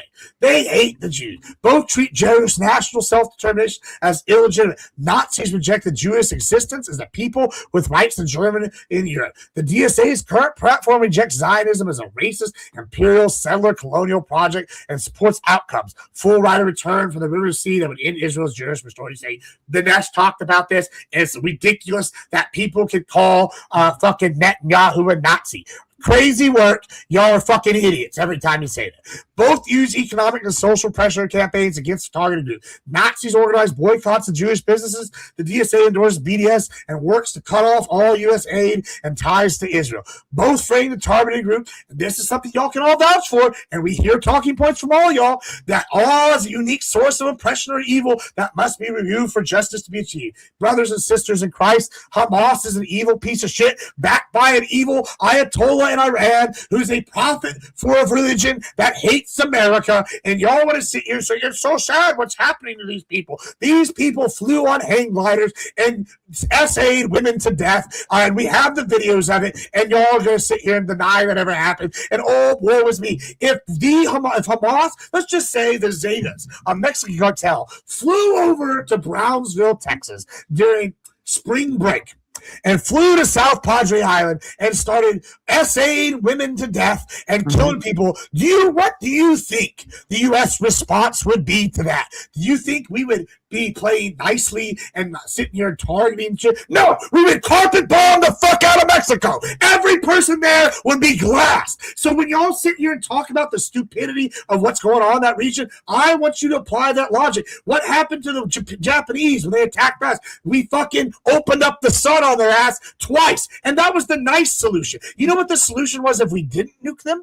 You know, the policy that we were going to implement is we were building on Okinawa, and we were going to bring all the bombers that were in the Atlantic theater to here. That was thousands, 10,000 American B-17 bombers. We had the next one, next version. I forget the version of it. The one that the Enola Gay was that dropped the nuke. We had those bombers, which are even bigger, the Stratoforters. And then we had the British bombers, which were could carry more payload. And I don't know if y'all know this, but Japan was mainly built out of wood at the time, and the reason why we didn't implement that, and if we were worried about implementing that, is because we couldn't make napalm fast enough. The plan was to napalm the country from one border to the next and make sure that they created a firestorm so large that the population of Japan ceased to exist. This is a documented thing. The guy who was in charge of this actually ended up being a leader and implemented doctrine going forward for the United States in all wars, and that's part of the reason why we were so fast on our wars during the Gulf War, is because we implemented his strategy because, and I quote, he said, I don't think that the U.S. politicians and public have the stomach to get the job done quick enough to get like here in these countries after watching what happened with Vietnam. So the same guy is also the guy who wanted to build all the shit on Okinawa. So, and we implemented those things. So guys, when people say it was so mean that we did this, just remember, you don't fuck with the USA. We were going to fucking napalm Japan to fucking kingdom come. They were going to get to see the mandate of heaven in real time. So I'm just saying, like, all these things are crazy when we actually look at them in a historical context. Let's go further. Both have treated support for the opposing position as grounds for exclusion or discipline with their own rate. Nazis purged dissenter. DSA resolutions have made public support for Israel's right to exist or defend itself potentially expellable. We have seen this time and time again. What is happening to Bill Maher? I go do a show on Mondays with Prime K's, and I fight these ultra progressives all the time. I've never heard more hate towards Bill Maher, who's basically a boomer, center lib in my life. They are calling him Israeli cuck. We hear all the time. I'm sure I'm not reading the chats right now, but I'm sure people are calling me an Israeli cuck. I'm hearing this all the time. It's crazy work that just because I'm not sitting here saying Zionism is a fail, I'm getting that me or Bill Maher or all these liberals or center right conservatives, or they have movements like MIGA. It's crazy that all these people are trying to purity test on the Jewish question. The Jewish question. Wow. Where does that come from? That comes from the National Socialists and the Marxists because they're worried about what they're going to do to the Jews. But let's continue a little further. We're almost done, folks. I promise. The use of, I know it's death by PowerPoint. You hate it. But guys, y'all need to step your game up and have more of the PowerPoint and have more presentation because you look like idiots when you yell shit like you're a partisan hack and you have no fucking data to support that and you can't analyze anything. I need y'all to start looking into history so it doesn't repeat itself. Let's talk about some more similarity. Use the socialist branding. Both put socialist in their name while pursuing highly centralized, top-down political control rather than the classical liberal, purely marketed approaches. Okay, we've gone into that quite a bit. Collectivist framing. This is important. Both prioritize group identity and collective goals over individual rights when the two conflict. Politics is framed as a struggle between a virtuous collective and designated ignorance. Recently, there have been several books and political theories positive and several published papers put out talking about the rise of what they're calling the moralistic left. And I've talked about this before here, but not very many times, so I'll forgive y'all for not hearing it. But this is one of the first times in history where the moral high ground for a long period of time has been held by the left, where they go, oh my God. You evil Christians are so bigoted. Because usually the church or the mosques or the religions are the ones restricting a moral high ground. But if y'all all know, Christians have been persecuted in the United States by the left, who've said, sit here multiple times, how morally bankrupt we are. How dare you attack the LGBTQ? How dare you attack the poor immigrant? How dare you? So once again, they're framing this as a collectivist framing where they have a moral obligation and a right to sit down and look on poverty. You know, the only other time where they've done this moral high ground shit is, once again, the National Socialists and the Communists. It's amazing how these similarities keep popping up. Okay? Ideological litmus test and purges. Wow, that's important. We've talked a lot about Nazi purges, both important for strict ideological conformity, dissent on core issues for Nazi space nation, for DSA, capitalism, imperialism, and now Zionism can lead to expulsion marginalization. Oh, wow, that's a crazy coincidence, wouldn't you say? Anti-capitalist rhetoric. Both have attacked finance capital. Wow, that's crazy. Guess what both did? They called it powers of Zionism now, or the Zionist thing. How often do we hear about the Rothschilds and their Jewish connections and they're all these things? These are all pan-Arab talking points. What are we talking about? Big business and elites. Oh, the bourgeois. Oh, we have the elite billionaires. Oh, same thing, different time, same different words, same meanings. While still working with state power and certain private interests with the Oh, man. I wonder what billionaire has ties to Nazi Germany, and also is a private interest that works with the leftists in the modern times. Is there? Can y'all think of any? Can you think of anyone, Sarah?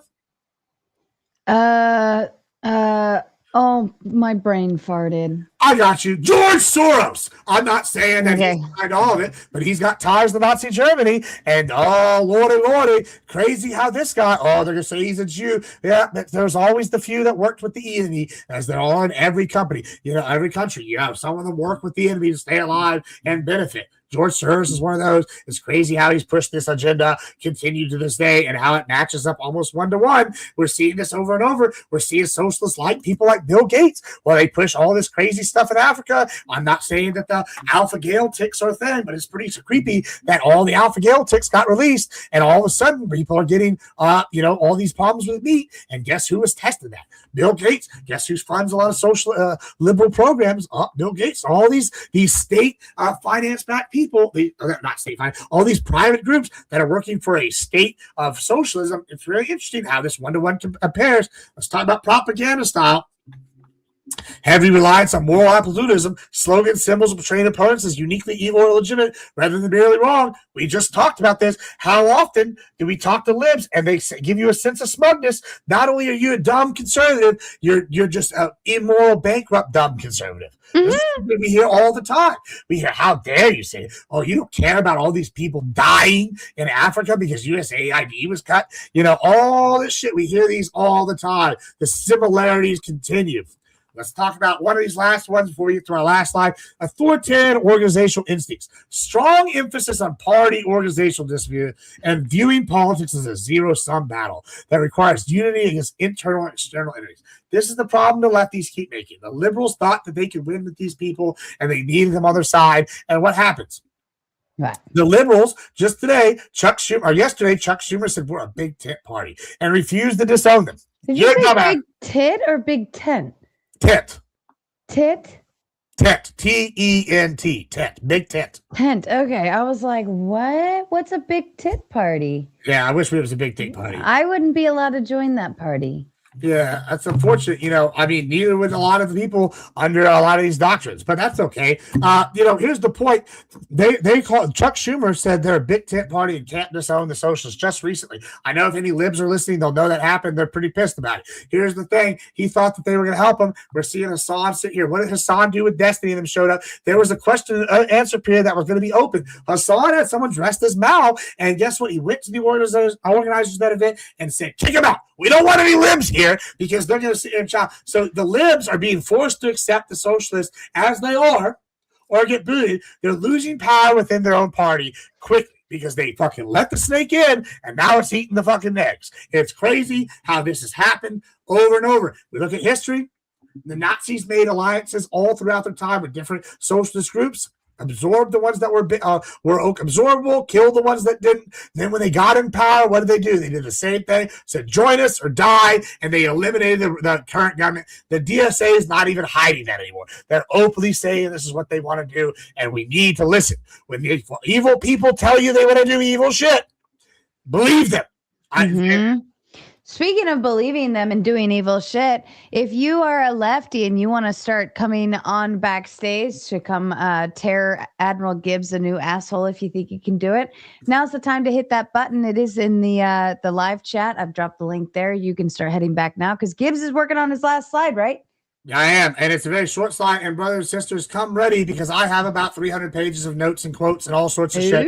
So if you don't have your shit, this is something I've been working on for a decade. So I don't want to hear like y'all come in here. You better come in here ready to go, rip roaring, and it's going to be a good time. So finally, last slide.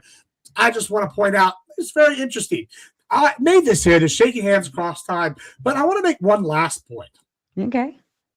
Do y'all remember the swastika up here? Where does the swastika come from? That was, oh no, I do know this. Hold on. Oh my God. Because there was a whole thing behind what it like popped out of. I'll give up. Well, the swastika comes from Eastern theology. It's a happy, peaceful symbol. Some talk about it coming from Iran. Some talk about it coming from India. There's debate exactly. These are all similar regions. Here's what's important about it. Hitler adopted the symbol, inverted it, and put it across all of their stuff and the branding.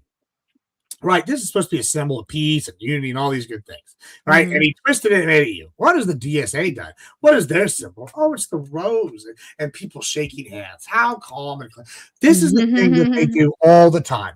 They adopt an unassuming, happy image that people are associated with. What's California associated with? Roses. The Rose Bowl is in California. They call it the granddaddy of them all when you talk about college football. You're going to play a football game, one of the premier conference games, the college football games you can go to in a bowl game was the Rose Bowl. I think it's still the Rose Bowl in the college football system, but it's the granddaddy bowl, the Rose. DSA, a lot of support in California. So guess what they do? They adopt a symbol that most Californians are not going to think too much of. Most people are not going to think very much evil of the rose. What's wrong with the rose? The rose has historical connotations. I can tell you what's wrong with the rose. It's got thorns. There you go. It fucking hurts it's pretty to look at, but it hurts to touch it. So to me, they're telling you exactly what they're about to do. It's pretty to look at that little piece of paper that says like equal this for everyone and everybody's going to have free healthcare and bullshit and like ridiculous stuff. But the minute you actually implement it, it's going to fucking hurt. Yeah, and I think a good example is I hope Fabian Liberty joins us because Fabian can vouch for this. The Fabian Society, what is their logo? Do you know? No, I don't know that. It's a wolf in sheep's clothing. And Fabians are very avidly libertarians. Why? They want to work within the society to get change towards libertarianism. Now, this is a opposite on the political spectrum, and I'm sure that Fabian's not going to like them comparing them to the DSA, but in this sense, they are similar. It's just like you said, it's a trap. They're telling you what you are while they're trying to subvert the current system. The Fabian Society, they're going to push more for libertarian and free capitalism stuff, which that's a good thing. Versus the DSA is talking about destroying us from within. They're going to sit here and look pretty, and they're going to say all these nice, affluent words and say all these happy, moral society policies. But in reality, they're very dangerous plant that will stab you the minute you try to fucking you do anything with it and prune it. So that's all we got for this. Did anybody die watching the PowerPoint? I know death by PowerPoint can be rough sometimes. It hurts. I know. Are we gonna make it? How's your audience doing it? Did they survive that one? My audience loves the PowerPoints. They like PowerPoints? Oh. Big fans. They like the PowerPoints. My audience is a big fan of evidence-based shit. They don't like to make They don't like to make points about shit without having to. In fact, I'm willing to ask my audience. A lot of times they go, someone says something in chat. What do you know what I say? I say, source me. And they'll give me 3 sources for the things they say because they know I'm not going to talk about it without having a source that I can read myself a lot of times when we're arguing. And I'm not saying that I go in chat for all the time, but sometimes chat will make a point. I know. Guys, educate yourselves. Get sources. Stop doing talking points. And next time y'all want to accuse me of not having sources or being a partisan, or like not knowing the overall history like we did the other night, I want y'all to take something. Remember, all of these issues that happen are always much bigger, and they're based in history. The immigration crisis that happened with Morocco and Spain is the product of a larger overall thing. The problems in the Middle East is the product of a larger overall thing. All these things, the liberals, the lefties, all these people have made deals with pan-Arab socialists. They made deals with socialists of other kinds, and now the dividends are paying off for the socialists, and the liberals are realizing their error. And that's what's happening now, and I want y'all to realize this is not something that happens overnight. In Germany, it started. Goebbels and Hitler, they started it right after World War I. You had the beer hall putsch, and you have multiple other putsch, and you guess what you have? You have these people, figuring out that's not the way to do it, and they start working within the system, and over, and they build up. This is, once again, not an overnight thing, but they're doing the exact same thing where they gain power incrementally, and they move in, and they take over the parties from within, and once there, they burn the system down. Fair enough. All right, we got yeah, take your time. I'm going to read the super chats because they all like me anyways. They want to talk to me.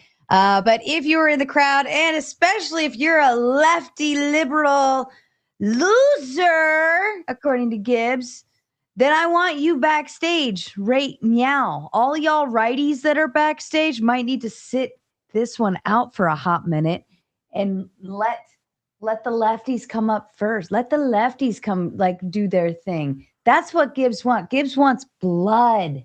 He wants, come on, Ty, get up here. You must wait. No, Tiberius, get your ass up here. I already know your stances. You're kind of over the line there. I think you need to come defend yourself. Yeah, I mean, to be fair, I want to hear it. I mean, I also don't mind. I know that some of these righties are going to be upset about the Zionism take, but that's okay. Oh, yeah, I forgot about that. Okay, we could have the righties up too.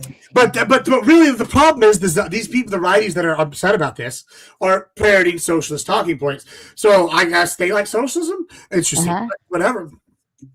All right, fair enough. We got Ayatin. She made me make a goal just for her.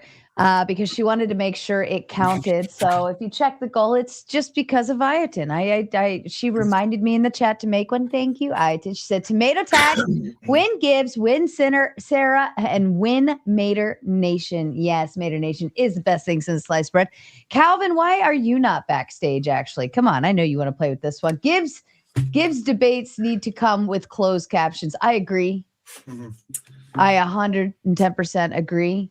Listen, it's a respect thing. We talk fast because time is money, and people that talk slow don't respect your time. Yes. No, I agree with that to a degree.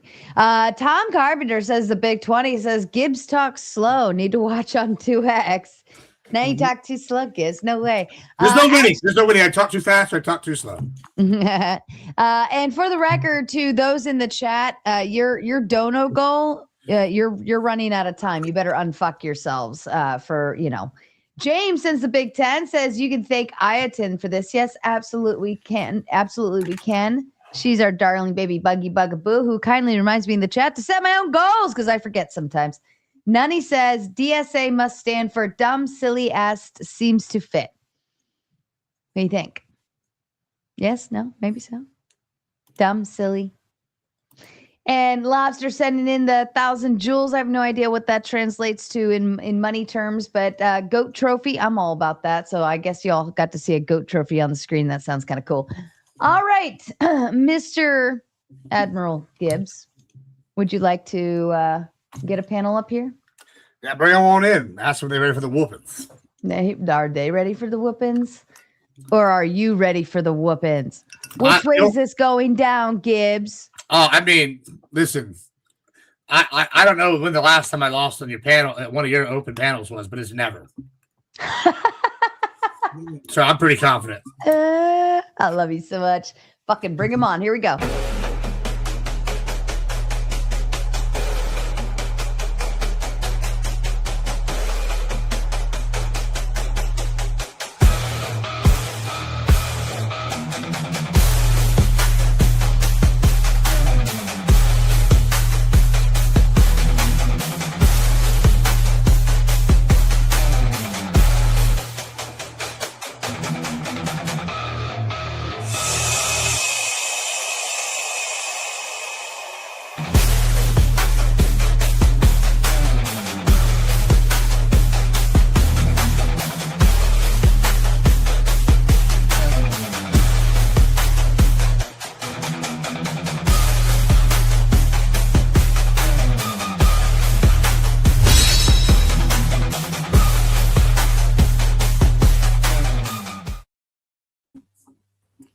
All right, gentlemen. I got two more in the back. Oops, sorry. I won't put you there. I'll put me there. What?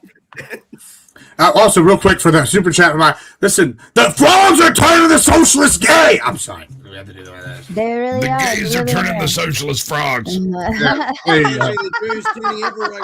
were talking about the vampire economy. We should have been talking about the vampire slave colonies on Mars. Lord and Lord, brothers. We're going to suck all the blood out of the housing industry. There's nothing we can do about it. There's too many immigrants. Every time you turn around, they try to take another $1. Oh, goodness. All right, you all get it out of your system. Now everybody's muting up, except, of course, whoever I call on. We're going in round robin style on asking Gibbs question and poking some holes. I do have two more we all know Spin's a fake right-winger, but I think he's really a Democrat. But we got two more back there, so if any of you are fucking up, I'm just going to boot you and bring somebody else up. But then, of course, we move into the full gauntlet mode later. All right, Mr. Caledonian Elixir, welcome, sir. I hear you've caused me a lot of problems. Apparently, I'm just to be blamed for everything that you've Apparently, we also look alike. All your fault. Yeah, all your fault.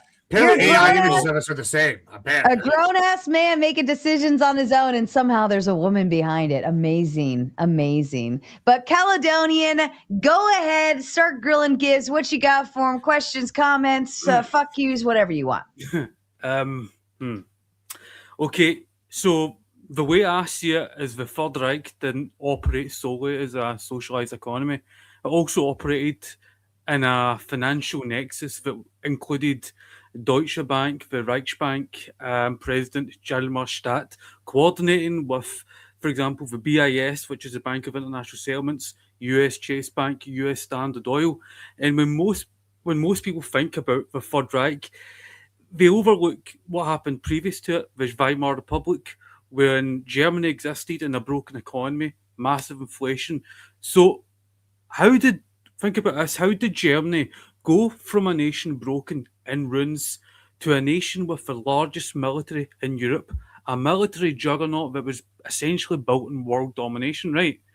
Well, it was because just a few years before, the US financial institutions, with its apex nexus in Basel, Switzerland, the BIS, coordinated with a cartel of central banks to invest in the Third Reich.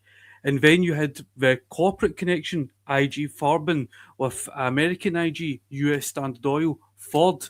And it was this banking nexus, not socialism, that built the German army, that built the Third Reich, and it enabled it to steamroll into US capitals. And all that gold, all that treasure, that was sent to the BIS, that acted as essentially as a middleman, paying down German reparations. Right, so my first question is, right, what was the dominant part of the German economy under the Third Reich?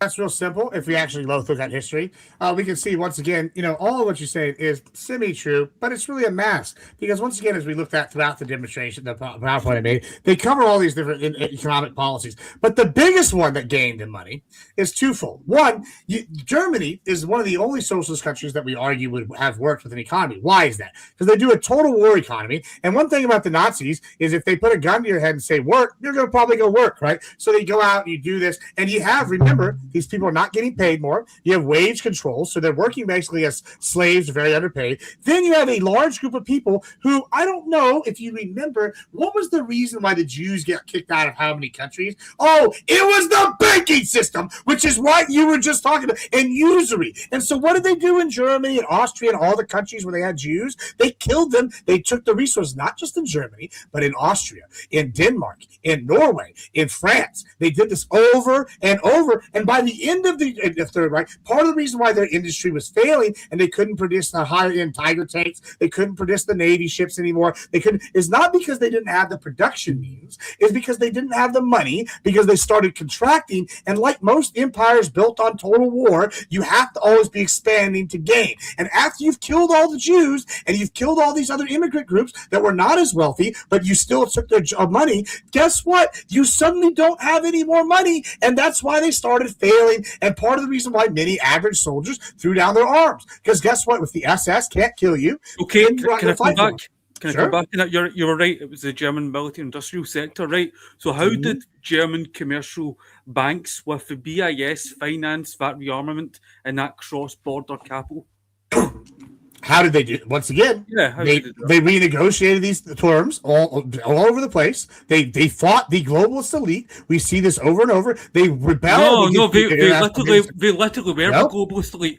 Heijelmer Skat had No, they all did not. these connections with like Who American were also IG. Nazi. Yeah, like Sorry. who? Like You know, Ford, right? Like you had Ford, Henry Ford. Morgenfeller, Mhm. yeah. Yeah. And were they both potentially Nazis? Ford was for sure. In Yeah, fact, Morgan he argued. Rockefeller, Oh, these and he, sorts. well, Ford and Prescott Bush threw a coup, Yeah. right? So and they this were was- and they were this was nationals. a- So this you're was a arguing. pre-war You're, banking what nexus. what you're arguing is that Nazis in cahoots in other countries Yeah. were helping fund their military-industrial complex while simultaneously taking the money from the Jews, the banking system, no, I'm and not saying implementing that. it. I Well, didn't say that's that. what happened. I mean, No, it's no, I'm saying unarguable that- what happened. I'm saying I that have four Nazi economists. I Germany quoted. was How established. reality doesn't represent.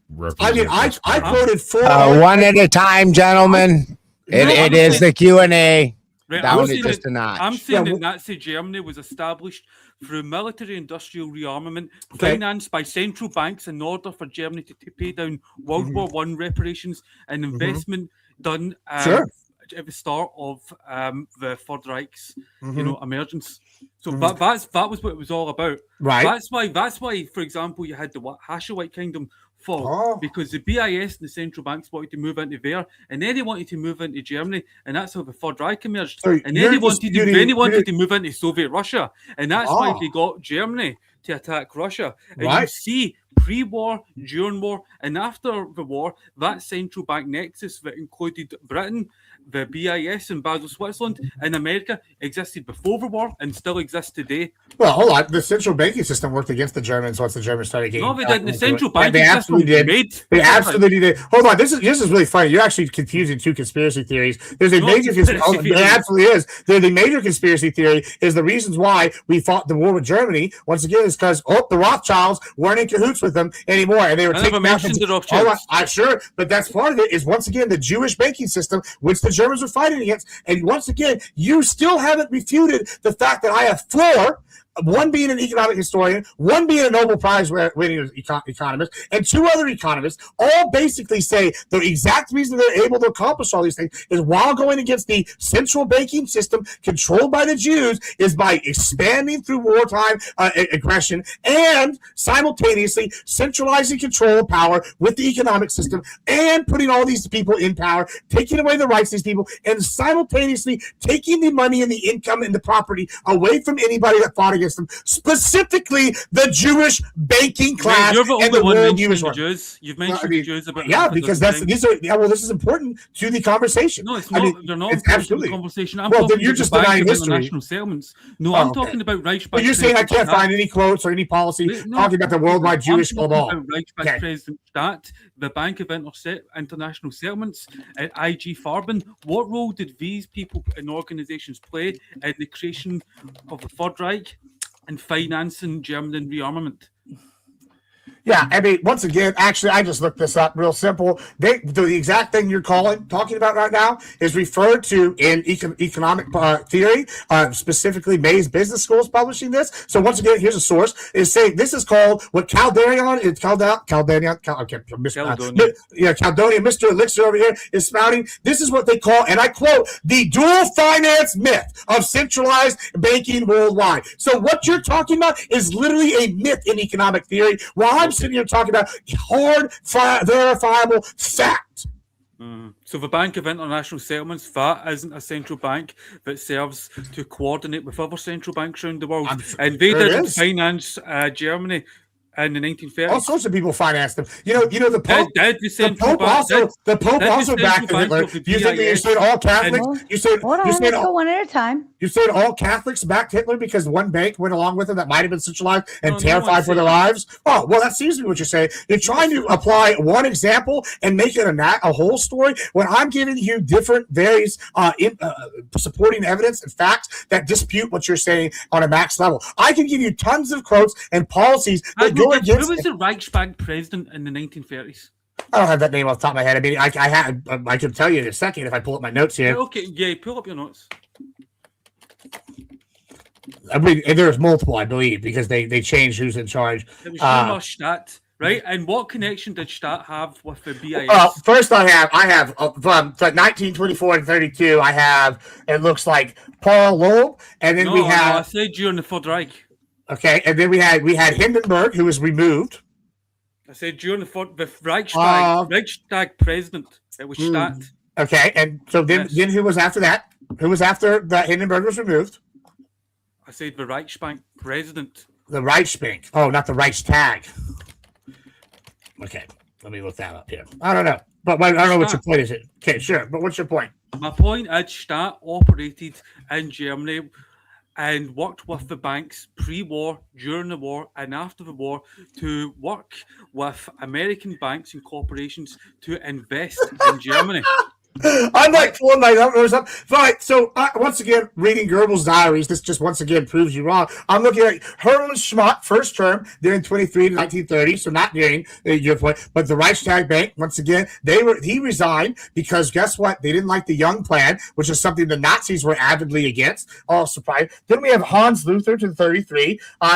He failed because of the Great Depression, so I'll grant that one. Oh, then we have Reich Schmidt. That's what you're talking about. Oh, he wanted to do. Oh, interesting. These are the quotes. He backed the deceptive metho bills and backed the state's early nationalist economic policies, and he was dismissed in 1939 due to the escalating disputes over military spending and disputes with Hitler's inner regime, specifically Himmler and Goebbels. Interesting that the same two people pushed him out that have been avid that they weren't socialist enough the whole time. So this really kind of puts an egg in your salad, brother. I don't know what you're talking about. No, they literally invested and financed German rearmament, and you got to question, ask why did they do that? Yeah, because they're why did Stadt and a country. cartel of central banks set up the BIS in order to invest in the Third Reich to start rearmament? Why did they do that? Yeah, well, it's very simple. It's very simple. All right. What has it got to do with socialism? Well, it does have a lot to do with socialism. We're talking about a nexus, a cartel of central banks. How did the United States? When was the closest time for the United States to get into socialism? Was it under FDR? It was under FDR. How did we get powerful? We invested in public works, in armament programs. Oh, wow. Lordy, you're repeating the exact same plans that the socialists were trying to implement here. So you're once again the things you're pointing talking to about central banks, not socialism. I'm talking about socialism. Maybe you're here for the wrong panel. I don't think you know the difference between socialism and central banks. I do know this. I'm pointing out that the policies you're talking about prove my point. Between a cartel of central banks and socialism. A cartel of central banks would be a cartel, but a big group of banks getting together to implement certain laws and regulations to implement benefit banking and banking laws. Would you agree with that statement? And it was that cartel that invested in the rearmament of the German military, wasn't it? Sure. Was it? Did it make them money? Was it that cartel of central banks that invested in Nazi Germany to essentially fund the rearmament? Was it? Was Hugo Boss a private company? No, answer the question.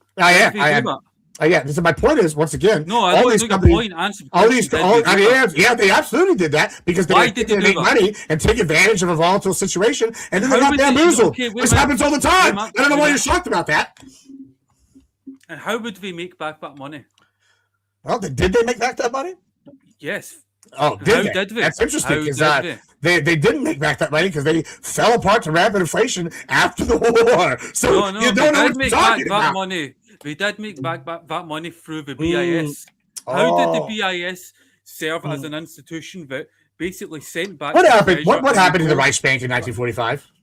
What happened to what happened. Many Well, things that's happened. important, right? Oh, Germany's estate collapsed in 1945, didn't it? so the Reichsbank, the central worldwide authority, are part of this cabal of central worldwide banks, right? That you just No, I didn't say the Reichsbank. No, you did just say that. You said it was the liaison, and now, guess what happened? They fell apart. They fell apart, and they're gone. They don't exist. So it sounds like, once again, this is all arguments of convenience and nothing substantive. Because once again, I've laid out multiple points over and over again and facts. Yeah, it wasn't convenient because it fell apart. They didn't make any money. There was no more money to be they made. made a lot of money. IG Farben, American IG, American Standard Oil. These people made a shit ton of money. Yeah. I mean, Standard Oil made a lot of money because they're selling to everybody. That doesn't prove your point. That doesn't make them not socialists. The whole point of this panel is the Nazis were socialists, not that they fucking used the system to get what they wanted until they couldn't. They weren't socialist Nazis. I'm saying that the Third Reich basically was built by a banking nexus that funded the rearmament, that invested in Nazi Germany in order for Nazi Germany to invade and attack other countries that would pay down the reparations. You know what? I'll even grant all of that. Here's the problem with your argument, right? I disagree with a lot of it, but let's just grant all of that for the sake of argument. Here's the problem with what you're saying. Even if you're 100% correct, what I have been arguing this whole time is that the Nazi Germans, they got into power through doing one thing. They get in there and then they immediately use the system that's in place to implement their system by de facto power, right? So they may have used your system that you're talking about. I disagree with the way you're describing it being used, but let's just say they did it. They still use that system in order to implement socialist policies and socialist economic gains, right? And That's so true. well, then what are we arguing about? I told you what, I'm different with you. The Third Reich essentially was built by a banking nexus in order to fund rearmament. So the whole purpose of the Third Reich was for Germany to repay the reparations that it owed because of World War I and because the transition from the Weimar Republic to the Third Reich happened because Germany owed all these central banks throughout the world a sum of money that they couldn't pay. Sure, and the only way they could repay down that investment was to invade other countries. And that's what they did with their gold and their loot and their treasure. They repaid all those other central banks. Right, and I mean, you're right. I would agree with that. That's the most part of your analysis. I agree with completely. But here's the thing, right? And this is kind of why I keep saying this: they're the only socialist country that's ever worked because they went to a total war economy with your armament plan. And then what did they do? Once they stopped being able to gain ground, they started falling apart. So, I mean, even if I grant you all the part where you disagree with me, it's still like a distinction without a difference because it leads to the same outcome. Do you see what I'm saying here? Like, because my whole argument is they used the system that was in place, subverted it, and put the socialism in place to replace the current capitalist economic system that was controlled by the Jews, in their opinion, right? And so, even if they did exactly what you said, which I mean, we could get into like the weeds if you wanted. Like, the end result is socialism. And let's one more quick response from Caledonian, and then Gibbs. You'll have a final word, and then we'll move on to effigy. That way, we can get everybody in, and then of course we'll do open panel later. I just want to say I think there are parallels with the US political system in Nazi Germany, right? The Third Reich, but not because of socialism, but because that same banking nexus that funded rearmament, that created Nazi Germany, that same banking nexus exists today. And it's still integrated with the US financial system today. And we're talking about Chase Manhattan Bank, we're talking about the BIS, all of those institutions that built the Third Reich, they still exist today. And that's a threat to the US, not socialism. Well, I would agree with that. It's a threat to the US, but I think it's part of the reason we're heading towards socialism gaining power with the Democratic Party. But we could get into that more, I think, in a bit. Perfect. And speaking of banks, chat, you still have a dono goal that you do need to meet, or else after we do this Q&A, we're not going to make it to the gauntlet, and I'm going to go get some other work done that I got to do. So it's up to you. All right, effigy. I know you got so much to say, especially you going hog wild in the chat. So what you got for us, sir? I do. I have a lot to say, and I'm just going to say it. I was going to ask Gibbs some questions, but I don't want to get Gibbs galloped like Caledonian Gibb. We're still in Kel's lines now. So I'm just going to slap this thing out here. So first of all, this is like the only one revising anything Gibbs here is you. As far like they're just some questions, basic questions you ask. You don't really have to get super deep into it. Did they preserve private property and corporate ownership in any fashion, or did they abolish it? They preserved it, even if you had to be a certain race or whatever. They preserved it. After they took power, was there a mass privatization or was there a mass nationalization of assets? There was a mass privatization. The Nazis sold off a shitload of companies, a shitload of steel mills, a shitload of shares of major companies. They sold that shit off to private hands in their party. Privatization. Did they retain profit? Where did they sell it to? Where did they sell it to, Effigy? They sold it to private hands of party members. Oh, okay. Just making sure I heard that right. Yeah, not members of the government, party members. There's a big difference. Like, definitions matter. So also there was a retention of profit motive and capital gains, like Caledonian just mentioned, a shitload of companies, IG Farben, Krupp, Siemens, Diamond Benz. They all had profits. They all paid out dividends. They had profitable state contracts.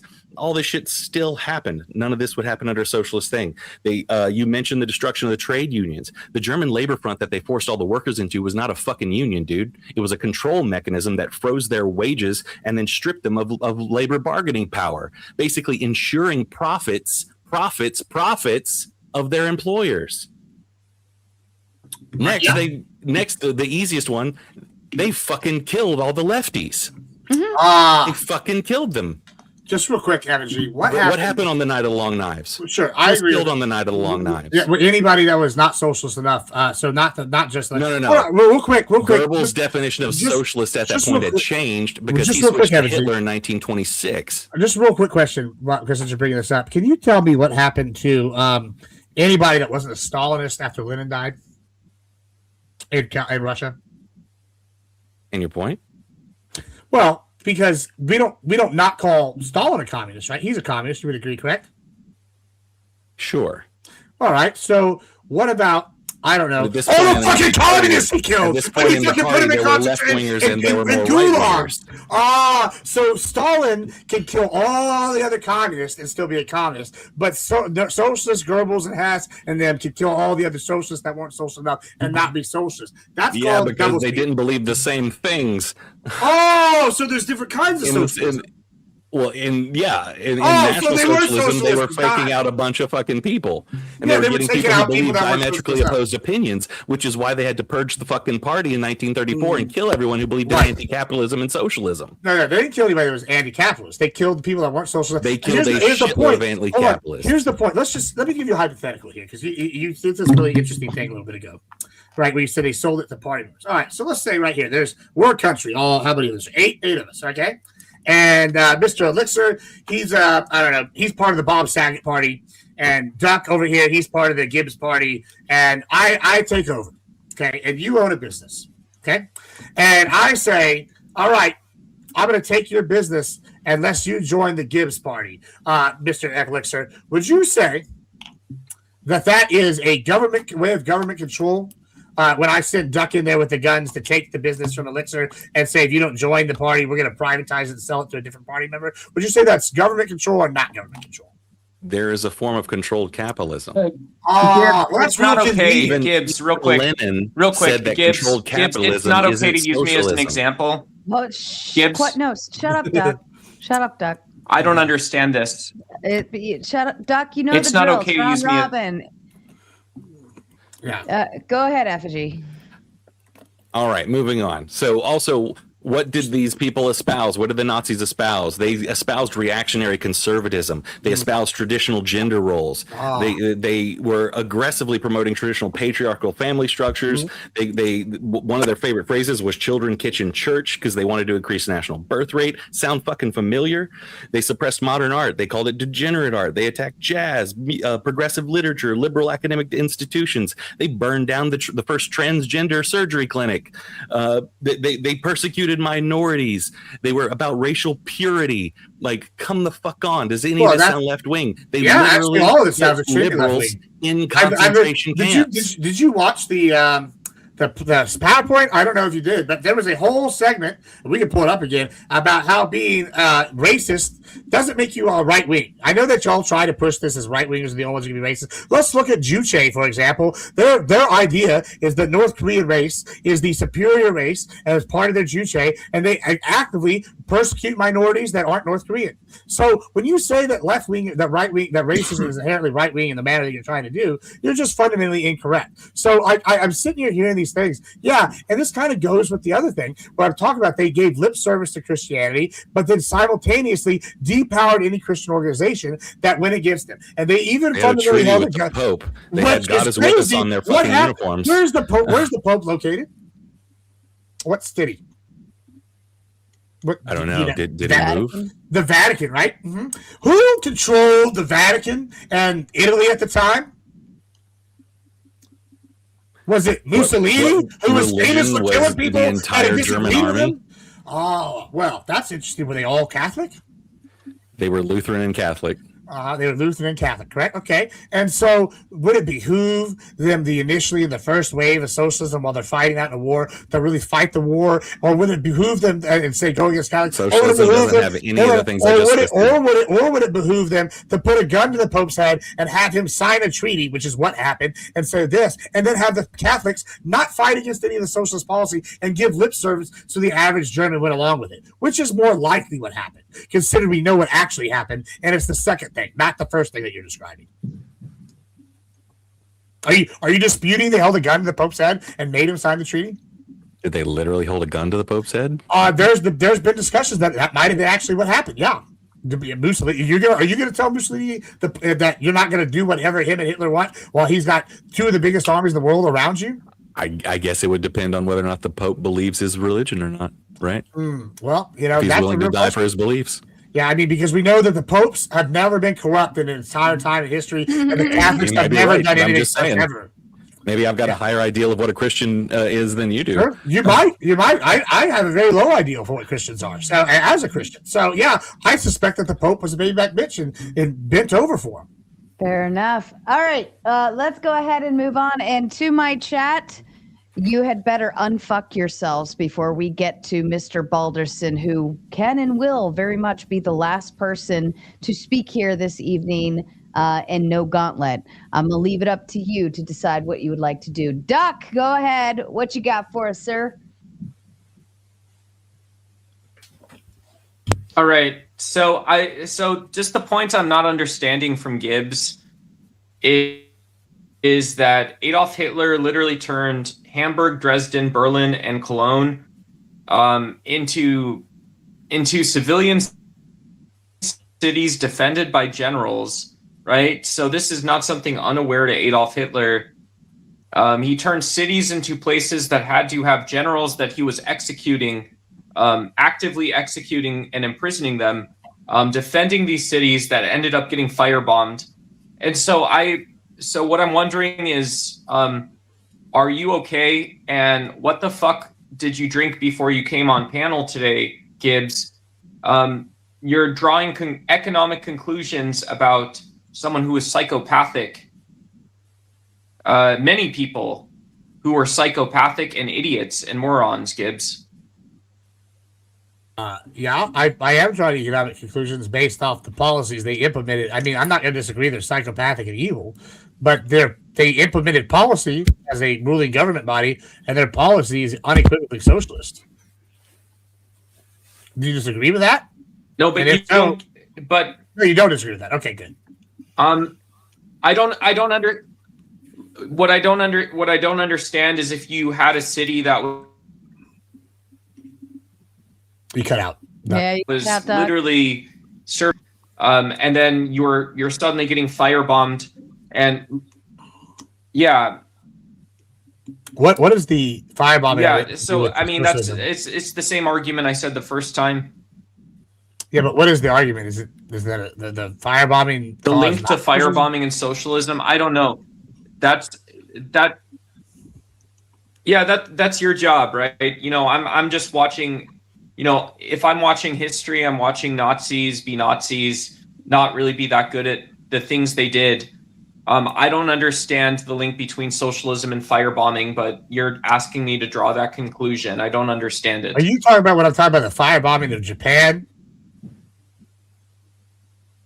Are you confused about what I was talking about there? Because those are separate things, and I was talking about why revisionist history came to be. I am confused. People did, so we were threatening to firebomb Japan further to the point that they ceased to exist.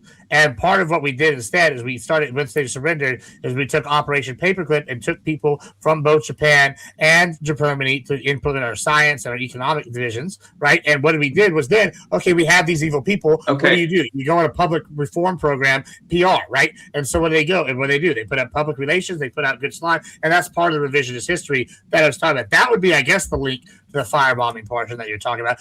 Nobody fire. I mean, as far as they did. I don't know how I would call what they did in Germany firebombing. That was they didn't really have wood houses. They bombed them.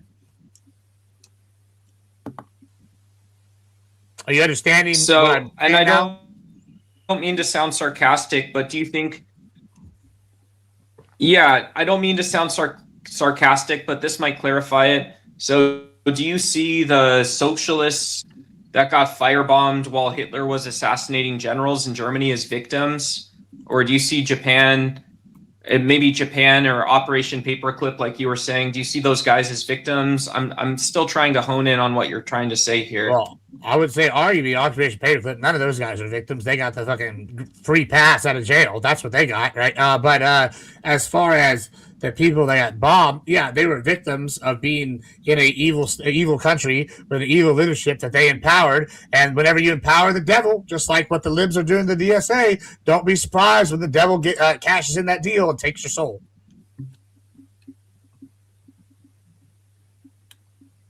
Okay. All right. Yeah, but we do know again that like Hamburg, Berlin were major cities. So that's my point is that you're talking about somebody that couldn't stop major cities from being under control of Nazi generals, executing those generals, and then getting firebombed. That's the kind of room that I'm in. And just to be clear, that's it as well. Okay.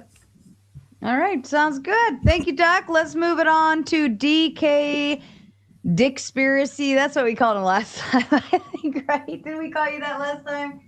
But DK Spiracy, go ahead with your question to Gibbs or comment. All right. Okay. So first of all, it was actually the Jews who declared war on the Germans. It was not the Germans who started the war. The Jews had been declaring war against the Germans for years, worldwide, internationally, before the war started. And you're trying to say it's the Germans that You're way too far away from your mic, bro. Nobody can hear you. Dude, come on, man. That's a known fact. That's a known fact. So basically, you are lying to everyone in the first place. See, that's something you can't actually even go against. You know for a fact there are headlines worldwide, internationally, with Judea declares war against Germans. That is an actual thing. You cannot dispute that. Right. Point number 2. You made some silly comment about how if people aren't pro-Jew, they must be pro-Muslim. Nope. Fuck both of you. That's not what I said. No, that was what you said. And what I said was, because they weren't for Israel, they must be pro-Muslim. No, that's not what I said. No, what I said was, in the middle of your complete rant earlier on. Sure, I can give you my exact quotes. Good. My exact quotes were that y'all believe a pan-Arab socialist talking point, and y'all were Muslim cucks and bitches for believing the pan-Arab socialist talking point. Those were my exact words. No, they weren't. Oh, they weren't? Clay said those were my exact words. So I guess other people heard me. Saying what were your exact words. Those were not your exact words. They were pretty much my exact words, is what I just said. So now they were pretty much your exact words. You got pretty much and exact in the same sentence. Okay, well, I said it multiple different ways in the same exact sentence. But right? No, it's not. That's not pretty much exact. All right. What is confusing to you about this statement? the conservatives that are anti-Zionist and are put for the reasons of anti-Zion genocide and war and shit are pushing pan-Arab socialist talking points. What about that sentence is confusing to you? Because I said that several times with that wording or exact words. That's not what I wrote down, brother. Well, I can't help that you need to get your hearing aids. You can't help that I wrote down what you said. Okay. I mean, listen, I do know there's this cool thing called AI, and after this, we could use the AI to transcribe it, and it's going to say exactly what I said. That talking fast means you're always right. I didn't say that. I mean, listen, brother, I'm sorry that you got confused on my wording. Talking and talk over people, it makes you right. No, it doesn't. It just makes you a fucking mouthpiece. Uh-huh. That's right. Right, point number 3. Okay. You brought up something about Soros funding who? You said Soros funded the Germans. No. That's Soros not what I said. was a Jew who That's what I said. He worked for the Jews. No, I literally said that. He worked for the Germans and helped knock on his neighbors and raid other Jews' families. That's what I said. He didn't do it, because if he didn't do it, someone else would. Are you watching the same show as what I just did? I literally verbatim said that. Yeah, but that's the Jewish mentality. Like, if I don't steal off someone else, who are you arguing with? I've got to steal first. That's literally you saying the thing I said, and then you're saying I didn't say it. I'm saying it as Jewish mentality, my friend. The Jews will steal off everyone with the mentality that if I don't do it, someone else will anyway. Guys, are we living in real time? Our mentality. I have to steal first, because otherwise someone else will steal. All right, I just. Why do you think everyone is a thief like you? I literally I just want to reiterate that I literally said verbatim, and this is where once again, we can go back and check the tape. I said Soros was a Jew that worked with the Nazis, and he's pushed Nazi policy through donations worldwide, specifically and especially in the United States. And I'll summarize a little bit because I said a lot more about it. Full of shit. He promotes Jewish policy and Zionist shit. He doesn't promote Nazi anything. And by the way, the word Nazi. Wait, you just said he was ratting other Jews out, right? No. By the way, the word Nazi comes from Ashkenazi. You projected your own derogatory term onto a different group of people. The Nazi comes from the National Socialist Workers' Party. No, it doesn't. The Germans never called themselves Nazis. The Jews called them Nazis. When y'all were asking what I did before this panel, y'all need to ask him what he was doing. Time in a couple of minutes. Listen, I've taken ecstasy before, and it seems like you're having an hallucination. Oh, goodness. You're right. You're not. You have All right. so much that's wrong and correct. And this sounds like a good one to move off of. DK, thank you for your kind contribution. Darth Thorains, what you got for us? Am I coming in loud and clear? You are very clear too, actually. Okay, so yeah, Mr. Gibbs, that was a boomer ass take. For example, this is propaganda from like 2016, and let me give you an example. Mr. Gibbs just stated that George Soros collaborated with I'm not sure if I'm allowed to say that word. Can I? The N word. Nazi? I mean, I've said Nazi many times. I hope we're able to say it. Okay. So yeah, this is like propaganda from like back in 2016. Now, Mr. Gibbs talked about he has resources. Mr. Gibbs, present us the resource in which George Soros collaborated with the Nazis. If you just listen to DK Spears, he just told you what he did. That's not true. Now you present your resource. My resource is where was he born? You made it the fuck up. No, I didn't. I could. Yes, you did. How about AP News? How about AP literally News? A myth and a hoax from 2016. I remember this bullshit. Well, this has been a common theme for many years. AP News. It's bullshit. We've had AP News has reported many times that he was somebody that was in. Where's your resource, man? You understand what AP News is? Associated Press. Here's the fact. He was fucking 14 years old at the time of the Nazis. That's true. Which makes us incapable of him actually collaborating with the Nazis. Well, that's not true. This is a dog shit hoax myth perpetuated of fucking baby boomers. No, let me ask you a question real quick. All right.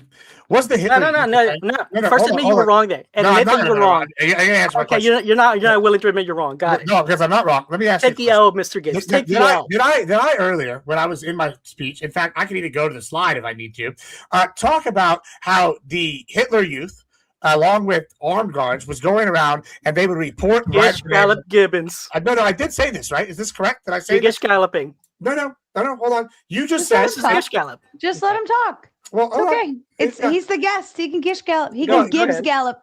Yeah, well, it's real simple. This man just in here. He said he couldn't do anything. He was 14. My statement about source was, as DK reiterated and said I didn't say for some reason, was that he was a Jew who was in occupied Hungary, right, by the Germans, and I said he basically did anything to survive, which up to, and many rumors, including some reported by the Associated Press, which is a reputable news agency. Sorry, I got to correct you on that. All I'm hearing is that you're admitting that you're wrong, Gibbs.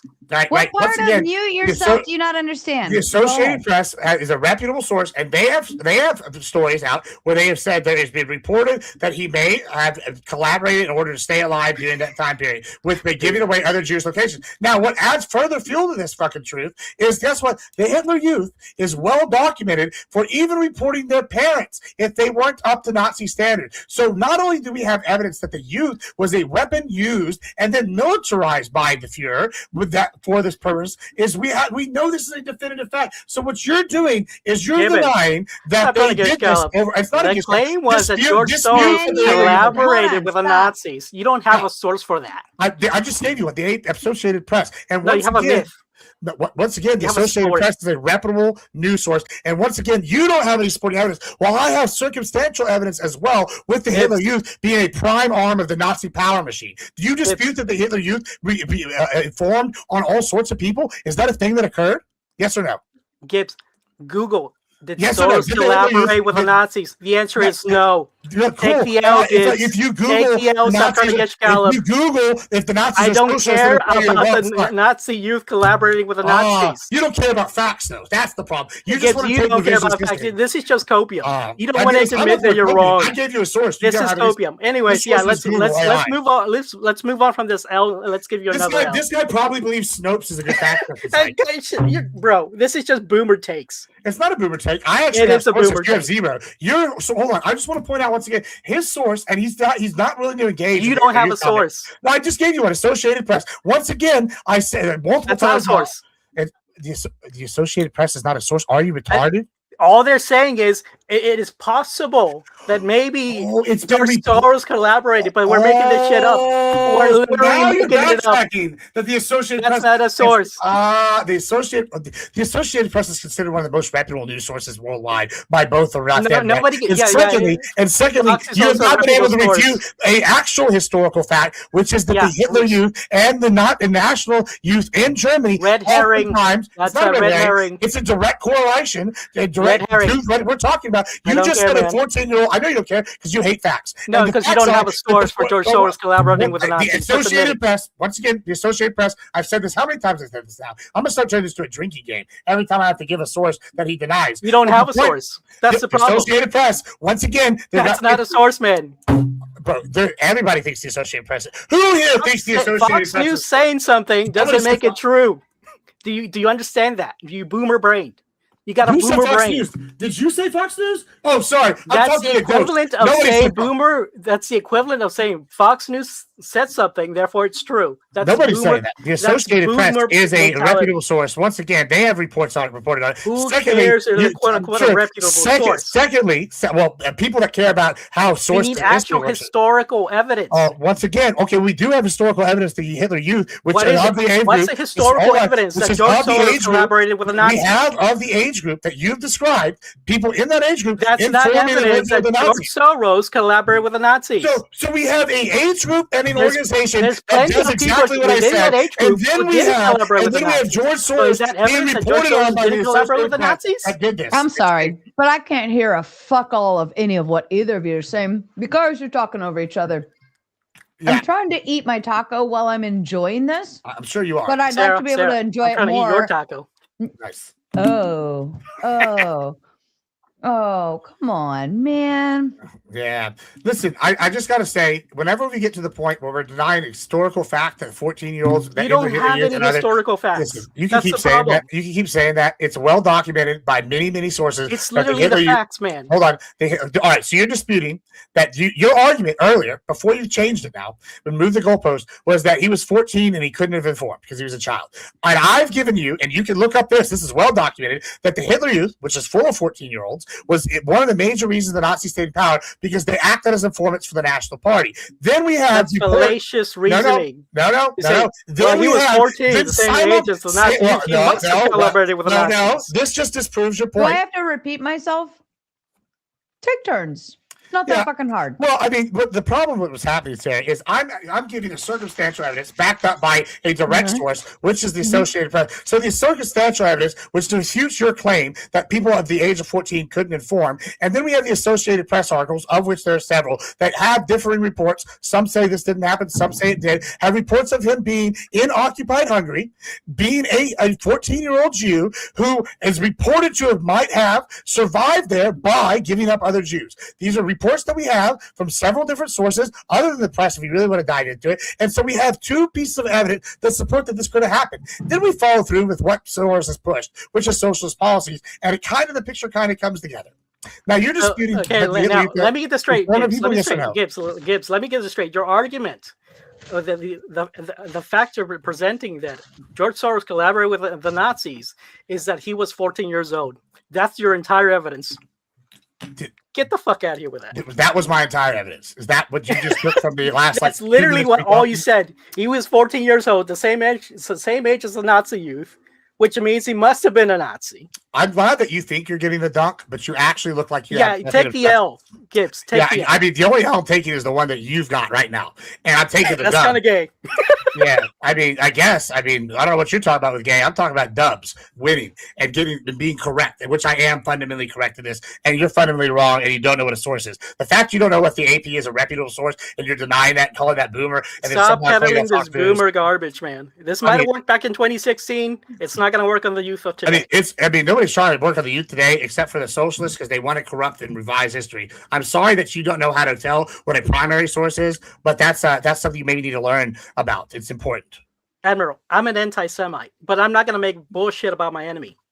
Yeah, I mean, I don't care about whether you're an anti-Semite, if you're anti-God, if you're anti-whatever. The point I'm making is learn what a source is, and then learn what circumstantial evidence is. You learn what a source is. Sounds like a good time to move on. All right, thank you, Darth. I appreciate you, Clay. I'm actually surprised what you got for us. Oh, don't be surprised. Me and Gibbs don't agree on a whole lot. Hope my mic isn't. Is it too? Yeah. So I need to lean in. Yeah, I don't know what's going on with my mic right now, so I'm gonna try to lean. I'm gonna switch microphones. I'm gonna walk away. I can hear you. Go ahead. Okay. Hopefully I don't get yelled at though. In all seriousness, please don't yell at me, Gibbs. I might yell at you. I'm doing like this the whole time. And, as long as you don't tell me that I said something and I didn't say it. You know, whatever. I've heard 3 times already. I'm actually gonna say this. I was wondering what model you're using for your political theory here, because I'm not finding it like what you're saying on like the standard model or any of like the other models. So I'm kind of wondering how do you model your left right? Is it left right only? Is there like an axis where it goes X Y? Is it D'Souza? Are you talking about are you talking about my model for what I determine is left and right? Is that what you're asking? Yeah, exactly. Politically.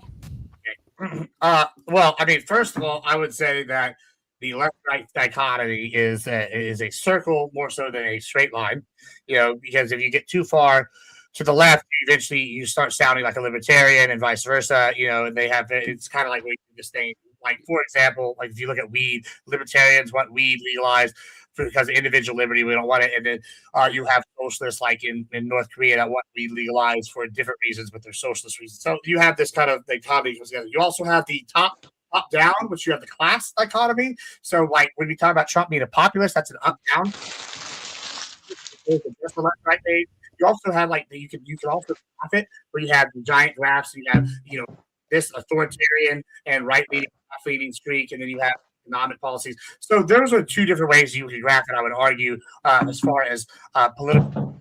As far as are you asking like specifically why I'm calling the National Socialist left as opposed to So I mean, the argument I'm making is that you get where I'm going with this, because essentially with this, your mic keeps going in and out. I don't know why. Yeah. I think it's because I switched here. Are we good now? Oh, It's the roll around mic. Yeah, we're good now. Yeah, sorry. Okay. So essentially, like, because I'm wondering, like, because the standard model doesn't do the doesn't do that. It doesn't. So I know D'Souza, essentially the way that he proposes things, essentially the way that I understand him, he just essentially takes everything that's authoritarian governmental and just throws it on the left. And that's everything that's liberty and freedom and capitalism, he just throws it on the right. He would be wrong if that's what he was doing. I don't think that's essentially what he does. Well, sure, I would disagree with that as well. I mean, a better way you could look at it, like if you look at like a military junta, which is a dictatorship, and oftentimes, which is a military dictatorship, most of those are right-leaning, right? You also have like the Lord's Christian Army. They're not a government, right? But they're a big, powerful terrorist organization, right? They would be like right-leaning authoritarian, right? There are plenty of examples of right-leaning authoritarians all throughout history. That's not what I'm going.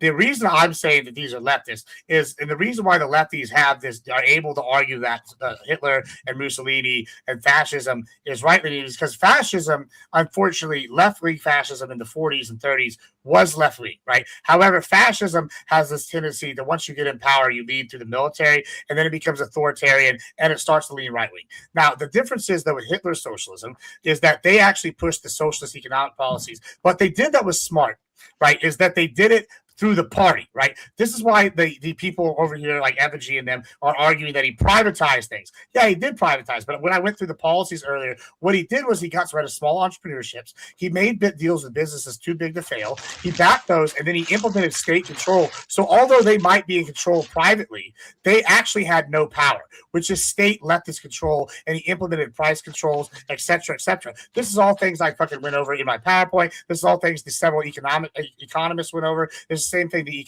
economic history stated. So the idea that they aren't left-wing is actually a fairly new thing that starts happening around the 60s. And that's whenever we see Operation Paperclip really go into full effect with Otto von Braun and the rocket program and the race with the USSR. And we see, what's his name here? I'll pull up his name right now. I just looked it up. His name is, Shiro Ishii. And if you know anything about Shiro Ishii, he founds one of the first major biopharmaceutical companies in the United States. So what we did was we had these evil fucks, and the government, because the U.S. government has never done anything shady like rebrand evil people before. I mean, ever. They've never done anything like that. Is they've rebranded these people, and like tried to kind of paint a softer image, especially when they had Democrat liberals like JFK that wanted to get to the moon at all costs. You don't want to say you have the Nazis running NASA. Right, but you actually have the Nazis. Let me ask you this: do you see any form of socialism sitting on the right? Sure. I mean, I would argue that Trump is, in some ways, has some socialist tendencies. I would argue that there are social democracies that are like a cross between they have socialist things like the Nordic models, where they're social capitalism. But I would argue that the difference between those is, like with Nordic socialism, right, where it's a capitalist thing, they have like one industry that's privatized, and then it funds a lot of the programs. Like Texas does something similar, right? We have oil, and we take the money that's taxed from that at the tap, and it funds and it funds the higher education in Texas. Everything goes to Texas A&M or Texas UT, and then if everything's not spent by those two schools, goes to the rest, right? And that would be socialistic in nature in some regards, right? However, and that's right-wing socialism in some way, but that is the way they do it and implement it is much different. They're not like making the Exxon join the Texas Republican Party to like, or they're not going to be able to work here, which is what the Nazi Germans did. One more, okay. Do you see capitalism being on the left at all? Or is there any use in on the left side of the model for capitalism? Well, right. Well, absolutely. Here's the scary part about the socialists, right? Is they absolutely have to use capitalism, right? One, because socialism doesnn't work in a post-scarcity society. That's a whole different debate. But two, if you look at China, which is a good communist, they have a hybrid economy, right? So they are trying to move towards. They tried really going far left. Didn't work because two reasons. One, I think it's bad. We're not post-scarcity. Two, the global system is capitalist, right? So if you're trying to be a major country, you're going to have a hard time doing a full socialist thing when the entire world as a globe is capitalist in nature, right? So they have moved towards a hybrid economy. And in Germany, I'll give you an example. Yes, they're socialist, but they still had a hybrid economy of sorts because they couldn't implement full socialism until they conquered the world, right? So this is kind of the battle. I'll say this for my closer because I'll let the rest of the panel go. But I want to say this essentially, like I believe that a lot of the issue comes in the modeling. I believe that your model for you works because you've examined all of these different ideological political platforms, and you've plotted them according to where they sit in I believe socialism and capitalism and where they meet on that spectrum. You're kind of pointing that there might even be an axis there, because if it's a circle, that means it's a graph, right? And let's say that one outside of the middle point you can reach like one, right? That would be the totalitarian of the whole circle, but somewhere on that plot point exists. That's where I was kind of going with all of this. I mean, you could absolutely be like a benevolent socialist as well. I mean, that's not like there's all sorts of different versions of these things. Like, and this is the problem I have when they talk about, like, if you look at Strasserism, which is a form of Nazism, Strasserism is significantly different than what the Nazis push, right? And Effigy argued that, he killed the socialists. Well, Goebbels argues in his diaries that they killed Strausser and his brother because they are not the same sort of socialists they are, right? And so my argument would be, yeah, that's fine, and you can argue about the graphing. The issue that I'm having is I think that the left has co-opted the academic system, and what they've tried to do is reframe what things are. Right. And so when we're talking about this, and this is why when I'm talking about my graph and all these things, I try to talk about verifiable economic policies that we can look at. And so when we look at certain things that are inherently socialist, like state control of the economics, sure, this is what they do. They don't necessarily, you might own that business, but if you don't own if they own you, then you're not really a capitalist. Yeah, actually, that's kind of where I was kind of going with the final there is like we can agree what is and isn't good, right, for society, right? We'll do moral, ethic, principle, whatever. But I also kind of agree with the ability to graph it out, because a lot of people work with the visual aid. And so I think it's beneficial to do that for some people, because if I don't see it, sometimes I don't understand it. And I believe that doing that, they would have been like top left on the traditional four-plate graph. They would have been on top left. They would have been on the social. They would have been on the social program. The left authoritarian. They would have been in the same categories like Stalin, in my opinion. Yeah. So like with the death by PowerPoint. And here's another thing I wanted to make sure to say. That I know you've probably watched a promotional video for how to use PowerPoint and all that. Mm-hmm. It's 5 things. 5. Remember 5. You've got like 100,000 up there. 5. Remember that. 5. And then also, just to finalize all of this, Darth, that was absolutely horrible timing on the whole joke there. I mean, you gotta really work on that, bro. Even to your credit though, Clay, Goebbels would agree with you. I should have just used one words on the thing and then talked about it afterwards. So you're right.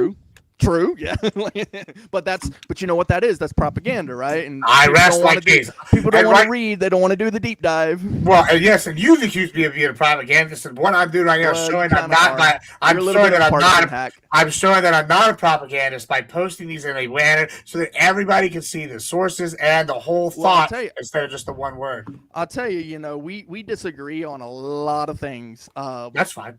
But you're definitely entertaining, and you're very explanatory. Yeah, I mean, I don't take offense to fight with you. It's always good times. I know you can take a joke, so that's good. Well, all right. I I love you, Clay. All right, spin. Let's get you going. What you got for us, bud? Oh, I've just got a couple comments. Who was that complete and total fucking idiot that was just up here? Dark or whatever the fuck his name was. Darth Thoraines? Yeah. No, the AP is Dickspiracy. more credible than you will ever fucking be. Dickspiracy's still up here. Oh, okay. Oh. Yeah, Darth Thoraines was the one that was up here and then left.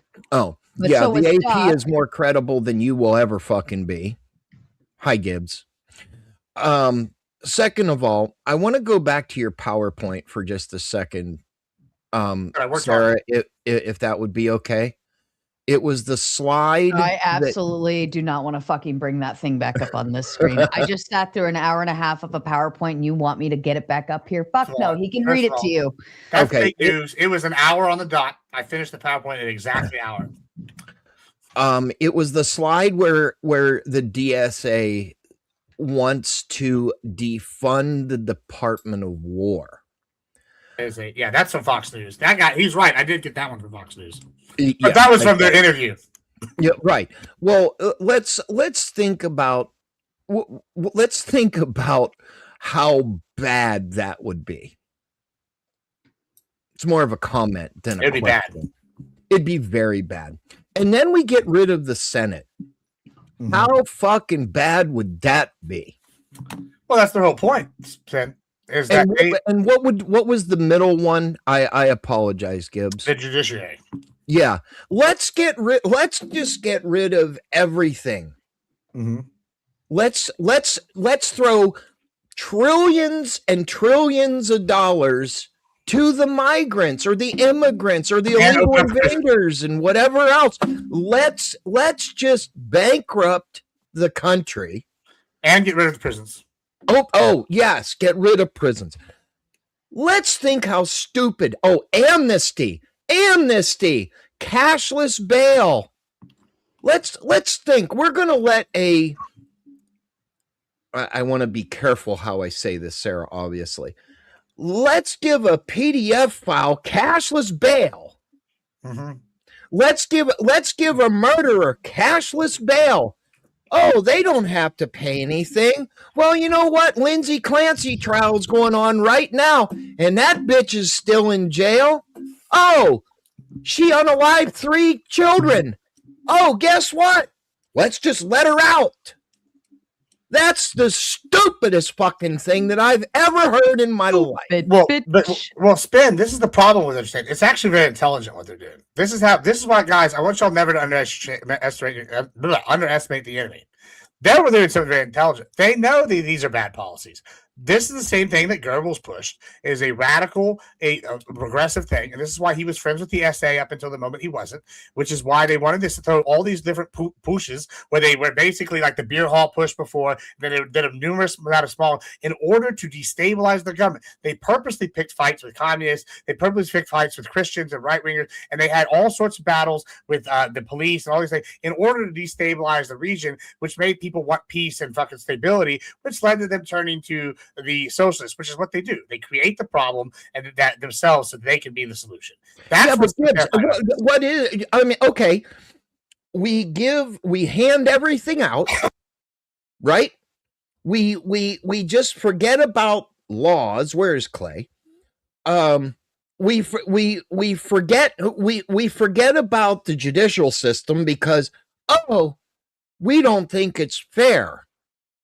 We're going to give pardons to everybody. Oh, you know what? I went out and sold illegal things to people and it unalived them. So guess what? Oh, it's okay. Here's a slap on the wrist. What kind of policy, or what other than people like Effigy and all the other libtards, what is that going to solve? What is that going to say about America? That, oh, let's just come to America. We can do the most heinous crime, and guess what? We got a pardon for it. That's exactly what that slide was saying. Give everything away. Give everything away. Have no consequences for anyone. For anyone. What does that, what, in your opinion, Gibbs, now this is a question, it's probably rhetorical because you and I think the same way. Why the fuck would we just, I don't know what the right word is. Why would we just give everything away, Gibbs? In your opinion, what's the point? Well, what's the point of having any budgets? What's the point in having any get rid of the president? That's the other one. Let's see how that fucking works for you. Guess what? Whenever you've got every foreign nation coming over here and taking the fuck over, guess what's going to happen? You're going to be like North Korea. We're going to be like every other dictator fucking bullshit that we could ever fucking imagine. But this is what they want. They want universal health care. Well, you know what hyperinflation is? Guess what'll happen? Hyperinflation. All the taxes are going to go up because of you fucking morons. That's all you fucking people are. Go look at the Talk the Fucking Tick videos. Go suck off people, whatever. Stop your bullshit and live like a normal fucking American should. Shut the fuck up. I'm done. Spurg over. Also, inflation was a tool that the Nazis used to gain power. So just throw that out there. After the rampant inflation of the Weimar Republic, they still used it as a tool. So interesting. Yeah, but Gibbs, hold one more. I'm sorry, Sarah. Can I have just one more minute, please?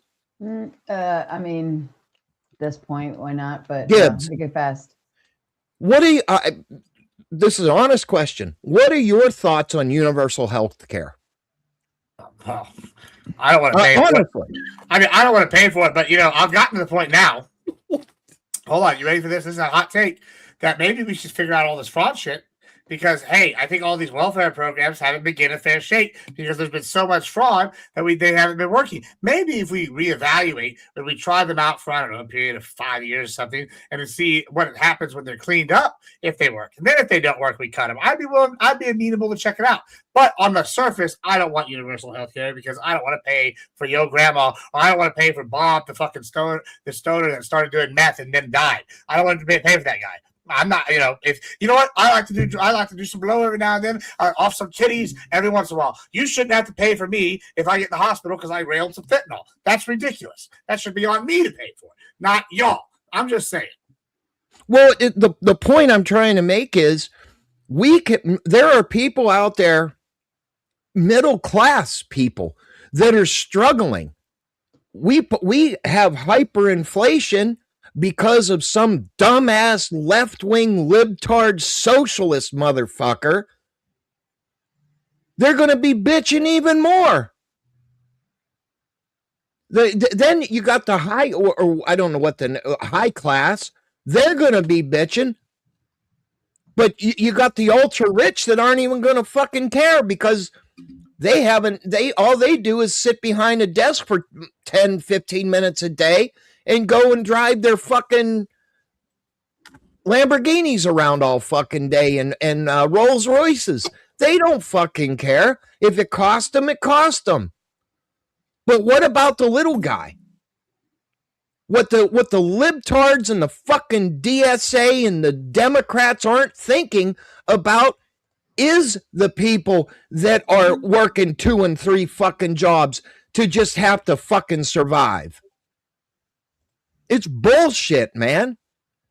Yeah, man. All I'm right, done. rant over. Kraut to you, sir. And just for the record, to the chat, you will have to maneuver into one big fat red dono on my screen, or we're not moving forward to the gauntlet. I can tell you that right now. We are already up to almost 3 hours, and it's sad where you are. I'm not going anywhere after this, after Mr. Benjamin has his turn. So somebody better unfuck it, or else we can all just go home. Go ahead, Kraut. Hey, how you doing, sir? How's my mic? Good. How you doing? Yep, it's good. Yeah, man, I believe in socialism, man. High taxes, let the government control who works and who gets stuff for sitting on their lazy ass. Obviously, I'm being sarcastic. No, socialism is a disease, so I don't disagree with Gibbs on that. However, I like to disagree with other conservatives because people accuse us of being an echo chamber. Gibbs, I have to push back on the George Soros thing that you said. Was your claim that he was in cahoots or working with the Nazis?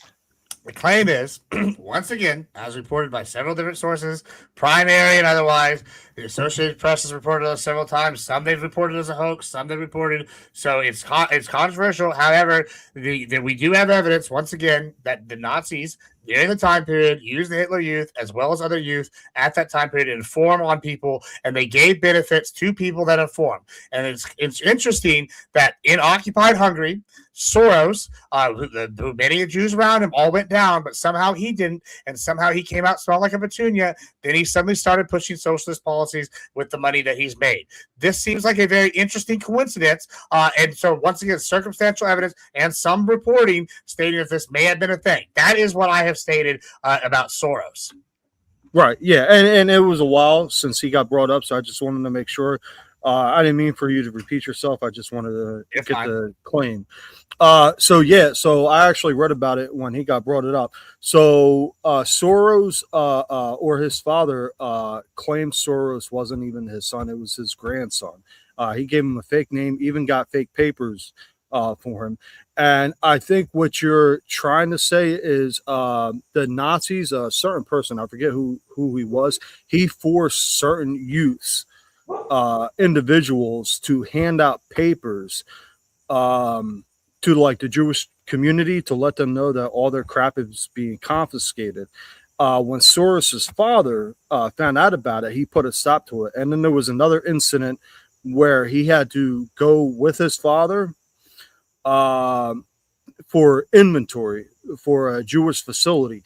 But the Associated Press, you said yourself, there's conflicting evidence. So I wouldn't even bring that up because some say it happened, some say it didn't. However, the Auschwitz, if I'm pronouncing that right, memorial also denies claims that Soros was involved in a positive light. Like he wasn't involved in the Nazis voluntarily.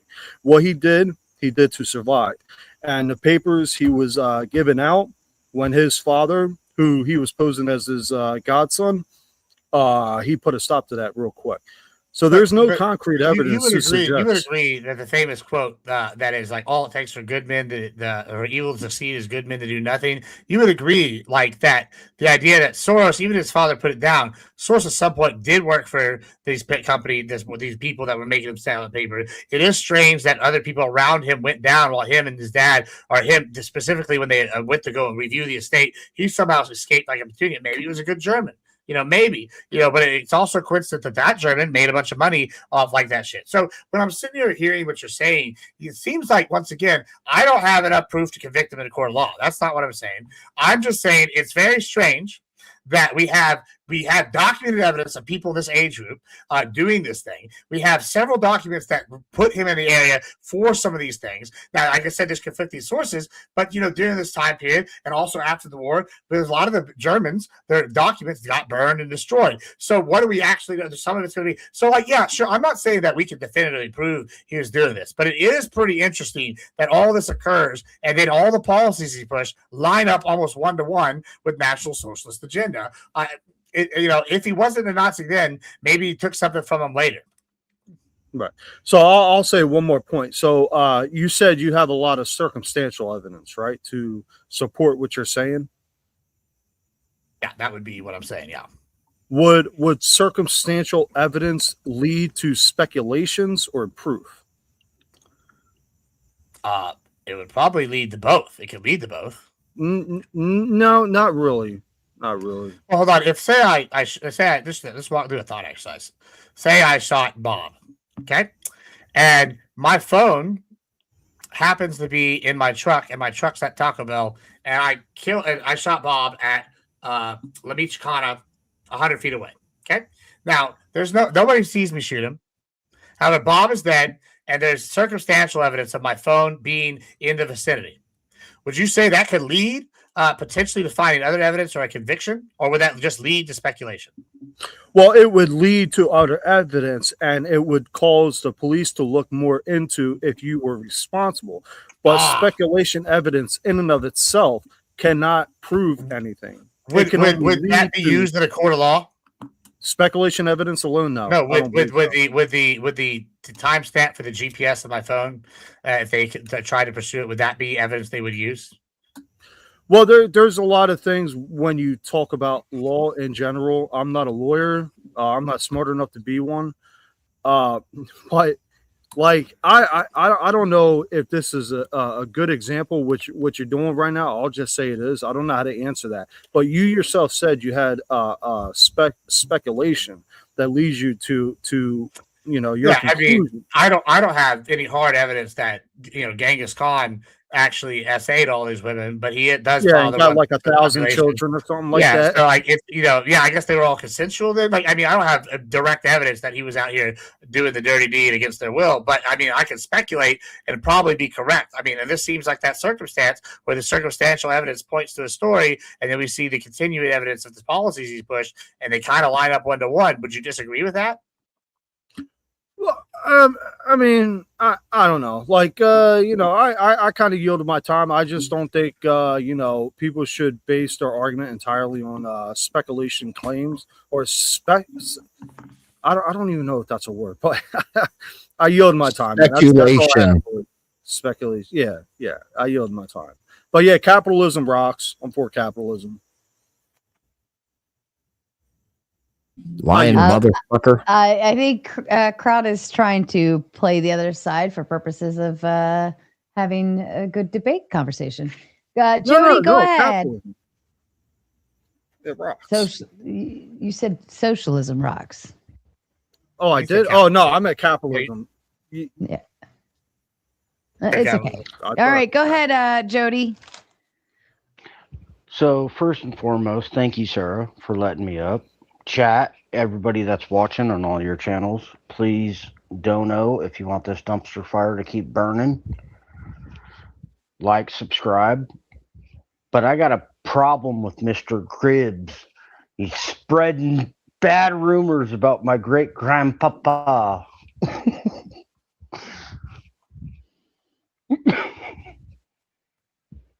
Where are we going with this, Jody? Come on. My patience is thin tonight. Well, I guess for the most part, Goebbels was a bad guy, right? Everybody could agree with that. But he was also a genius. He literally, the Third Reich wouldn't even be a thing without Goebbels. I agree with that. And it completely changed the way that war was played ever since. Yeah, I'm not related to him at all. He's a piece of shit. But it's the same thing like Werner von Braun. Without him, what about NASA? You know what I'm saying? He completely fucking changed the way that war was played. Everybody, it's kind of like, I guess,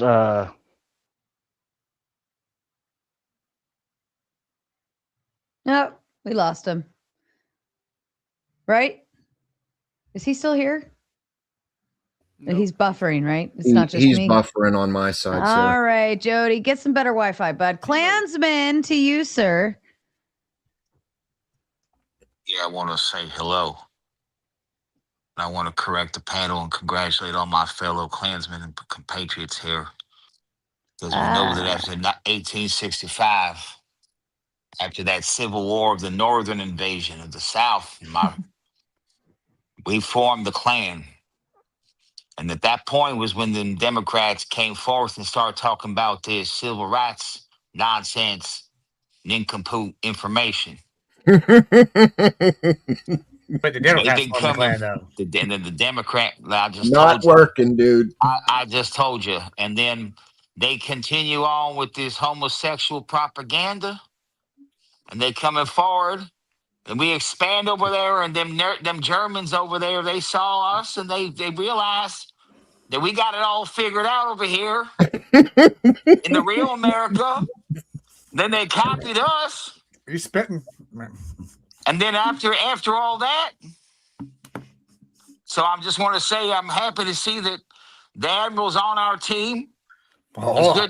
It's good to see other Klansmen like this angry American crowd over here. We got 4 Klansmen here. So I'm glad to see we got great representation on this panel, ma'am. Thank you very much. I yield my time. Thank you, Klansman. Saint, did you have anything to add in?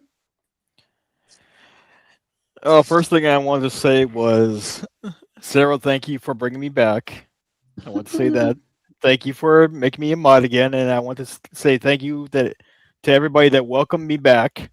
So I want to say thank you. Gibbs, there may not be any concrete evidence that Soros was a sympathizer, but would you agree that his actions after the war and everything would kind of say that he's more agreeable to the left? I would definitely say that. I mean, like I've said that several times already, in fact. Yeah. Okay. And then would you say that America, we kind of do have socialists maybe programmed in our government?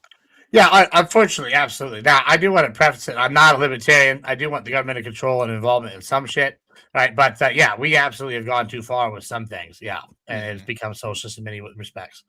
Mm-hmm. Well, that's all I want to ask. Yeah. And, so it's we have lots of socialist programs. That's all I want to ask. So. All right. All right, Jody, finish your thought. It's all good. I apologize. I got a really bad connection because I'm on fire everywhere around me. So I don't want to drop again. I apologize. It's a I just wanted Wi-Fi. I just wanted to troll Gibbs a little bit, make it funny because I watched the whole PowerPoint. And I wanted to say, like, he's absolutely right on so many things that I didn't come up here to debate. I came up here to agree that the DSA is exactly how you presented it. I mean, you did go a little radical in some aspects, but I think everybody hates the DSA. Even the hard left doesn't even like the DSA. So I don't really know why anybody would come up here and debate besides your PowerPoint, which I could understand. I could understand the banking system, why people would want to debate that. Well, the problem is the lefties don't want to debate that the DSA is social is like the same as the Nazis. They want to say the Democratic Socialists. And I posted an interesting status on Twitter the other day.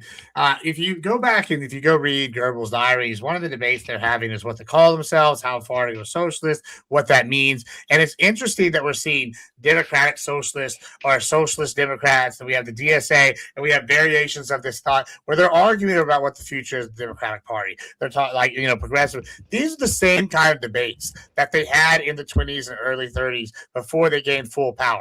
And I shared this on Twitter. I encourage y'all to go look. It's probably one of my more recent tweets that did very well. But this is something that's very concerning. And the problem is the liberals have for so long They've sat here and argued that this revisionist history, the Nazis aren't socialists, and then they let the people that are the Nazis in the hen house, and now they're starting to understand what kind of evil they're actually dealing with. And I'm encouraging the liberals to come out on the side of the conservatives for once and fight this evil. Now, if they don't, they're going to fall apart, and it's going to benefit the conservatives either way. Hopefully, the liberals, I'd rather fight the libs, because at least they're capitalist in some degree, as opposed to the full-on evil socialists on the other side. But if they lose, it's still a W for the Republicans. But like I said, it's not as big a W as if we get rid of the socialists and then have to deal with a weaker liberal Democrat Party.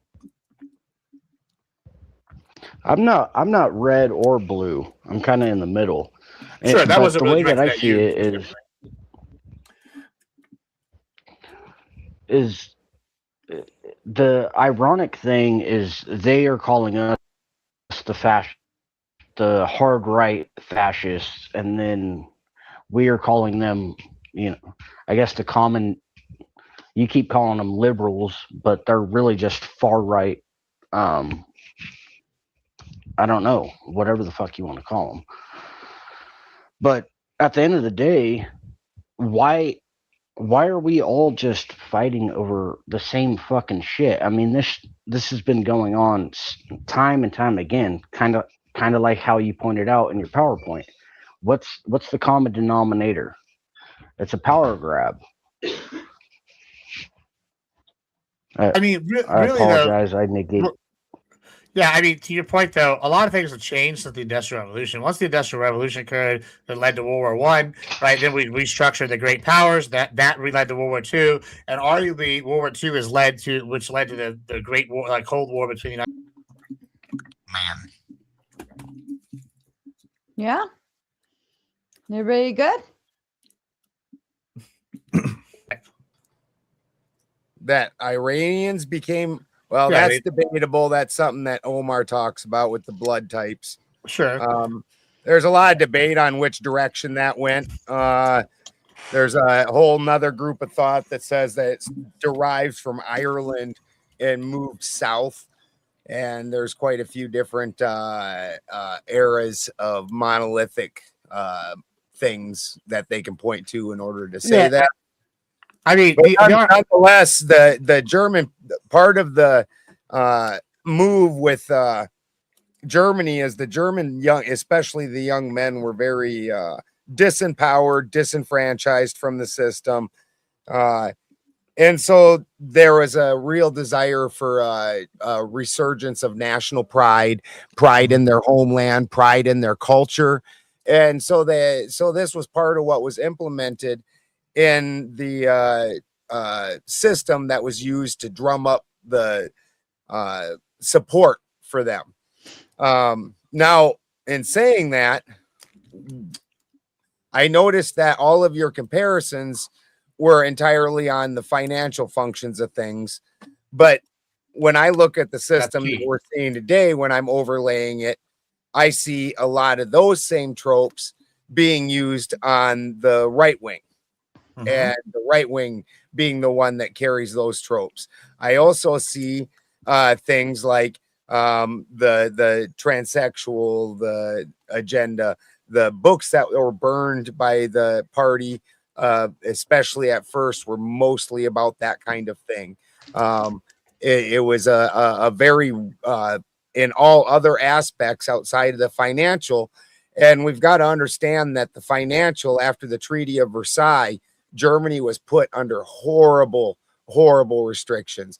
There's a reason that those young men who the reparations, those young men had nothing, and there's a reason that kind of thing was a selling point for them on the financial side. So I really see a mixing of the two systems in our system, but I can't see where you could just straight point to the left and say that they're just like that, when honestly I would have to overlay components of both, almost like the Clintons, where you're like fiscally Nazi but also socially Nazi. Is that the deal right here? Well, no. Firstly, in response to the thing, once again, the Indians did use it extensively. The Iranians also used it, and arguably they may be Aryans. And sure, the Nordics did Hitler try to have a resurgence of the Indian culture in Germany? Or was it? That's Or what was I'm it? saying. The I would organic argue, sure, the Indians, the Iranians, and the Nordics all use it, and they all mean fairly similar things across the culture. Which, like, did I they think- have? Is the SS runes and the Oh, Othala that's all Nordic. rune? I would agree that's all Nordic. Which I don't know what that really doesn't was refute that what all you're saying, though. built into that culture? Was Germanic culture that they were trying to bring it was back to Germany? I agree with that. Yeah, a Germanic culture. It was an idea of the Aryan race. Which a lot of their stuff is similar to the Iranian Aryan and the Nordic Aryans. Yeah, both of those are similar. They did take some of the concepts from India, right? Because India did have some that particular concept concepts that Hitler implemented. A lot of those, the cult. There are numerous examples, especially with Himmler, where he takes ideas from Indian mythology and Indian spirituality, as well as Far East mythology. Now, I mean, I don't really know that that's really going to refute anything specific, but yeah, sure. I mean, I'll grant that they're mostly Nordic Aryan white symbols, and they were trying to push the idea of Germanic, a return to a Germanic race.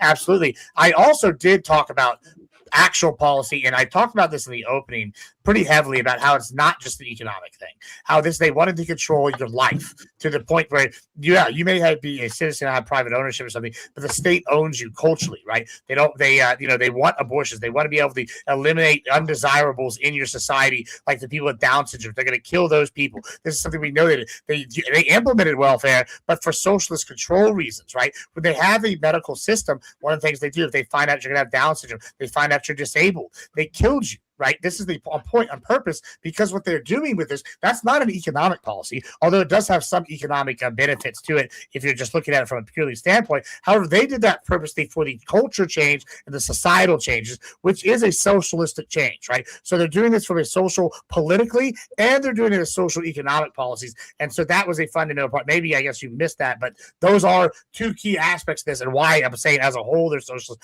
not just economically. And it's pretty important that you talk about the culture aspect and the way they wanted to control the lives through propaganda and policy. Did you literally go to money that was given to people and then say not economic? No, I said when I say that, say I have a Down syndrome kid. If the government forces me to kill him, is it going to be easier for me financially or not financially if I don't have to take care of this disabled individual? Obviously, it's going to be easier. That's a side benefit that's economic, but that's not their main goal with that policy. Their main goal was to implement 100% the goal with that policy. No, their policy, you just said it. Their policy was to bring back a more powerful Germanic Aryan race. They believed that anybody that was weaker was not part of this, and thus they wanted to control your life culturally and socially and force you to kill. It had the side benefit and financially, because that child will and financially, socially and all three. That child will never be productive. Right, so it covers all three of that through a socialist lens. Yeah, so yeah, I agree. You seem to fail to notice all the other ways that the social is entirely our right wing, and that lays over one for one socially. How is any of that? Do you know very many right wingers that want to kill Down syndrome kids for like economic reasons or for political reasons? Is that a right wing take, or is that a leftist authoritarian take like that the communists use? No, that's just that's an actually a very old take.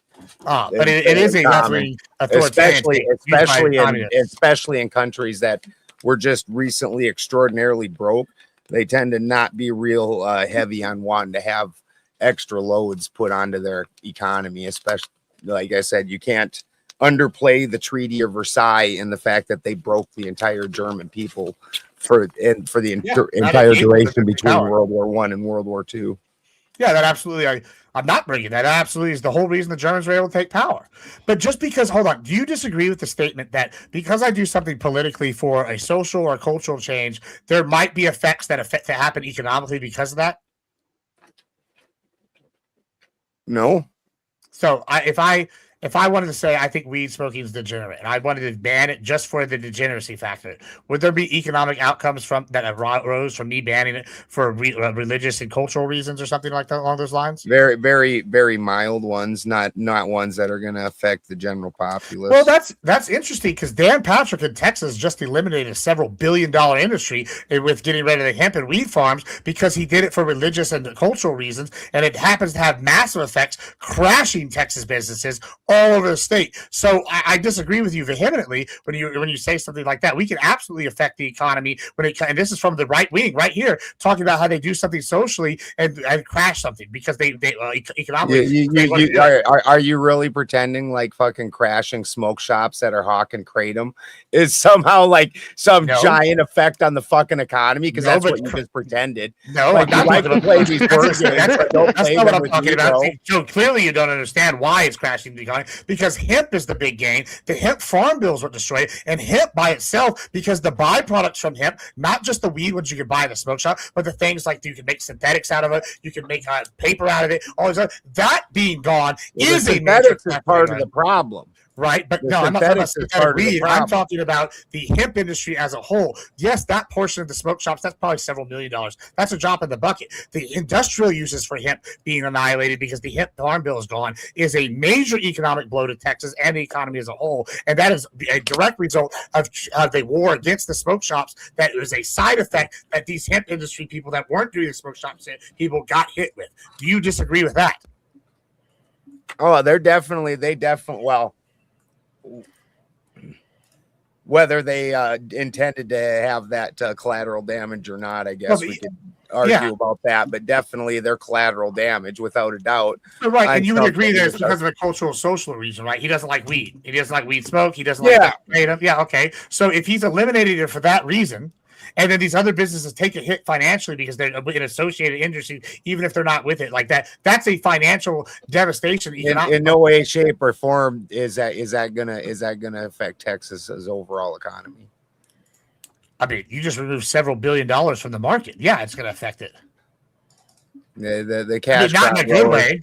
The cash crop growers are going to grow other cash crops. What are they going to grow? Are they going to grow coastal? There's no money. I don't know what your particular cash crop is in Texas. I'm not from Texas. Cash crops are different everywhere. It was grain, and guess what happened to the grain market? It got crushed by the corn market because corn subsidies in the corn market crashed. Now, and corn is bad for the ground. So guess what? They can't grow the grain. So what do they try to replace it with? Cotton. You know what cotton's also really bad on? The ground. And that takes a long time to sit here and rotate. And so guess what? They switched to hemp, which is not as bad on the ground and much quicker and easier to make a turnaround on. And when you have the cash crop of hemp be totally devastated, you're going to kill all these mom and pop farmers that aren't owned by, I guess it's Bayer Pharmaceuticals now, when Monsanto sold out. So not only did Dan Patrick destroy local mom and pop farmers, he played right into the hands of big tobacco and big alcohol with this policy. And maybe argue that's why he did it, but he argued that he was doing it for religious and conservative reasons. So yeah, I would argue that cultural policy can absolutely destroy economic policy,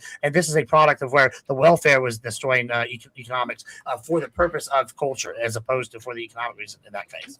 Hold on, did you just cry around about the subsidies, which is what the farm bill really was, and then say the subsidies is what's ruined the grain markets? Yeah, the subsidies absolutely ruined the grain markets. The farm bill, was a subsidy, but the bigger issue with the farm bills was allowed the growing of hemp, but it was outlawed before. Nonetheless, you're all of this is just an obfuscation in order to get away from the fact that socially it was entirely right wing. Like I said, including the books that they're burning, the return to national fucking pride, the return to fucking actual family structure, all those social things. While I can agree with you financially that they were doing social, the reasoning behind it, I might not agree with you so much on, but then socially, it's entirely a right wing propaganda. And you're trying to avoid that with this entire spiel that in little trip around the merry-go. Can I read you something that you just took? Would you agree Joseph Stalin is a left-wing communist? Would I agree? He's I didn't hear you over the call. A left-wing communist, maybe the most famous left-wing communist, Joseph Stalin. Yeah. Okay. Joseph Stalin, this is his view on families, according to Changing Soviet Family Values, 1920 to 1930s. This is from them. This is what he said about families. Joseph Stalin viewed family as a vital tool for state stability, reversing early Bolshevik experience by promoting traditional family values, outlawing abortion, and rewarding large families to boost Soviet population. So we have the most left-wing dictator in history pushing traditional family values. Are you pretending like they didn't have a complete collapse of their economy because they lost all their young workers and didn't have to do that? Like they didn't. Like I don't care what. Whether it's right wing or left wing or any wing, like anybody can't figure that the fuck out. It wasn't the party. It was literally why didn't they we just don't make have breeding no farms? kids to do the work. I mean, if they wanted to, they could have just made breeding farms. Instead, he fucking pushed the traditional family value. Why is it that these left-leaning leaders like Stalin push traditional family values? Same with Hitler and Goebbels. Why would you spend the money to have breeding farms when people will just do it for you? And then they take care of the kids and pay for them and all that. Having traditional values that makes zero sense. Well, no, I mean, you're really proving my point whenever you're saying, oh, this is inherently right-wing, except then the leftist government does it in order to get shit done because it's effective. That doesn't really prove that it's a right-wing take. That proves that anybody can do this, and the lefties will use it. And that's why I don't disagree that can be a right or left-wing take. Oh. You keep trying to fucking here we go down the fucking mulberry bush. You said this about the traditional right-wing values. I didn't say that. You keep trying to avoid the overlay that you know's there. So you keep pretending, and then you do this really weird fucking mealy mouth shit where you pretend like you don't see the heart of it, and we go along this little fucking trip for like 10 minutes where you talk a lot. But I do remember the point. I'm making good points. No, hold on. You just made the point that these values were right wing. That was your point. Then you just turned around and said, as a whole.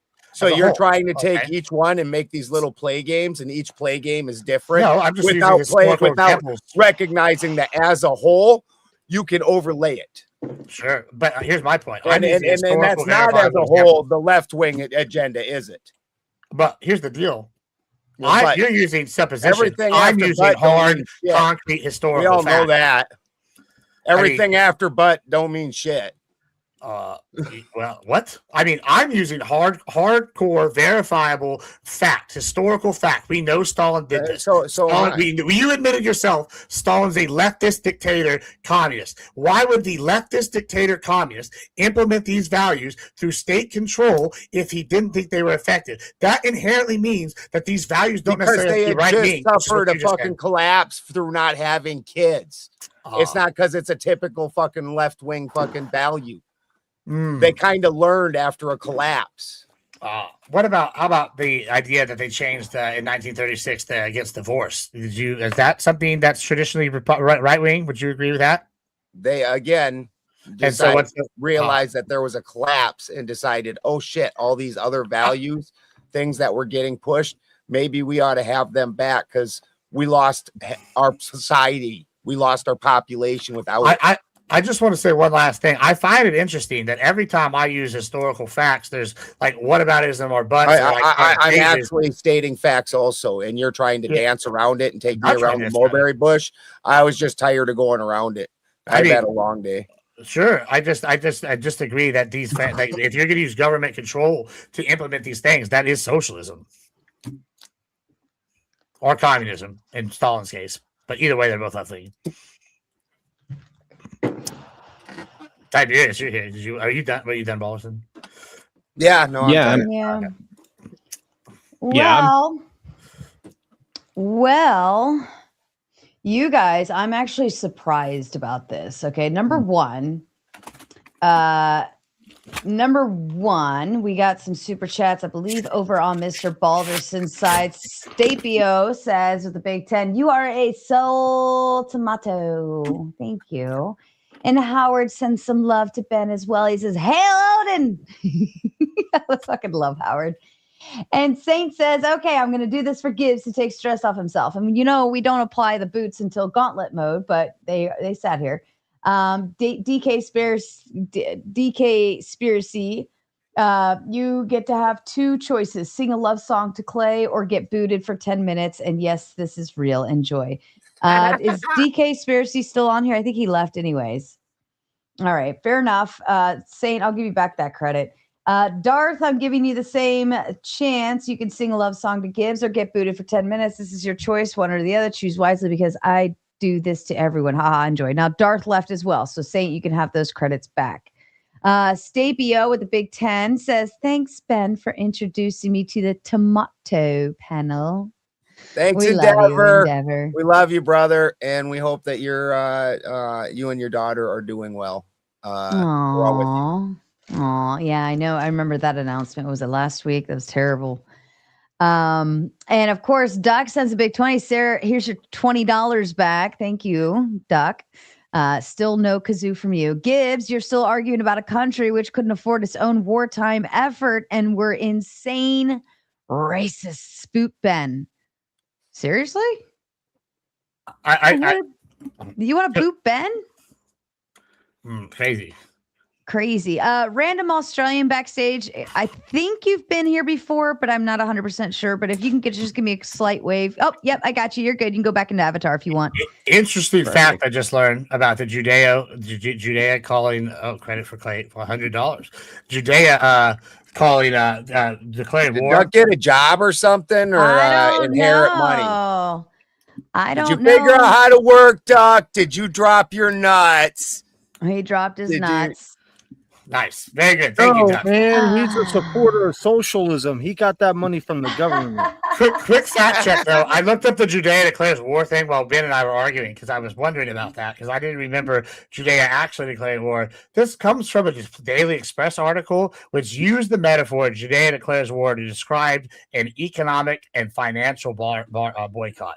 The article itself actually detailed trade boycotts and merchant actions, not military maneuvers. So interesting that turned into what are we talking about, Judea? Well, before you get into that, conspiracy. if you're watching over on the Raging Tomato, anywhere else, we're gonna shut down that site because Duck, of all fucking people, I'm so shocked right now. I'm kind of curious. Maybe Duck's high or something, but he actually sent a big fucking red dono. So He shout out just to sent Duck. another fucking one, Sarah. He did. So I'm going to be shutting down everything else, and I will raid you over to the Gauntlet. We will kick off over there. Before you send us over there, Mhm. I just want to say to Duck, in all seriousness, like, yeah, bro, you definitely surprise me all the time. This obviously is another one of them. I'm super appreciative. I know Sarah is super appreciative. We're all appreciative. We get to play tonight. Obviously, that's really, really cool. Really awesome of you. And then a credit for me, which is really, really awesome, bro. And I'm glad you were able to come up to argue with Gibbs, because that was fun to watch as well. We all clash, bro. So thank you. And yeah, and also I want to say this. Yeah, I'm glad you stood up against the kazoo thing. I'm gonna say that because I did the same thing with the yodeling thing. And Duck also says, save Ben from my own boot. $40 boot credit for the hostess with the most. So I get to boot whoever the fuck I want. I just booting everybody. I'm going to bed. All right. If you're watching over on the Raging Tomato side, we are raiding you over to the Gauntlet. We will see you over there. If you don't know where you're going, catch the raid. Otherwise, look at on YouTube at the Gauntlet Debate. We'll see you there. And I guess I didn't think it was gonna happen. I was like, this ain't happening. I'm going to bed. I got shit to do. I'm gonna get some work done. Whatever. I guess Doc decided he wanted to prove me wrong tonight, huh? How much more do you got to do in that fucking room? It seems like you've been painting that motherfucker for a month. I only Also, if I painted can make it a like request. once. When we go to the Gauntlet, can we start with Tiberius? Since you got Yes. Yeah, no, we are, because he popped in next. So yeah. I don't have anything to add. Gibbs asked me to be here. Well, I thought you were going to take umbrage with my That's take. what you get for coming. Yeah, That's no what she shit. said. And the Emperor just popped backstage. He's hanging out back there if you want to boot anyone. And yeah. Also, quick announcement. Tomorrow night we have, or I guess tonight now, we have Captain Tazariak coming on. God is a racist. I have informed all of the Christian friends that we've made along the way, so on and so forth. And Totally yeah, cool. yeah, Make him a lefty? That's gonna be a wild one. I wouldn't say he's a lefty. He's not. He's a Hebrew Israelite. He's the leader of the Hebrew, or he's one of the top dudes in the Hebrew Israelites, right? A terrorist Yeah. organization. I think he's the number two. But he's the number two. also, Saturday night is what are you doing, Jody? Oh, Saturday night we are going to have a little Mater Fun members only. If you are a member on the Raging Tomato or the Gauntlet, you will be able to watch. And it's open panel, whatever. We're just going to chill and bring your beverage of your choice, and we're going to have some fun. I don't care what we do. I just don't want to talk politics and religion. Okay. That's my only wish. All right. It is our 16,000 subscriber party and our 17,000 subscriber party. So we are getting a double whammy, which I'm so fucking excited for. Holy shit. And so we're going to do that. And the only thing I want is just we don't talk about politics and religion. And that's it. Because I do this all day, every day. And it's the one day I get to say no. Okay. So I don't care if we sit here with our thumbs up our butts.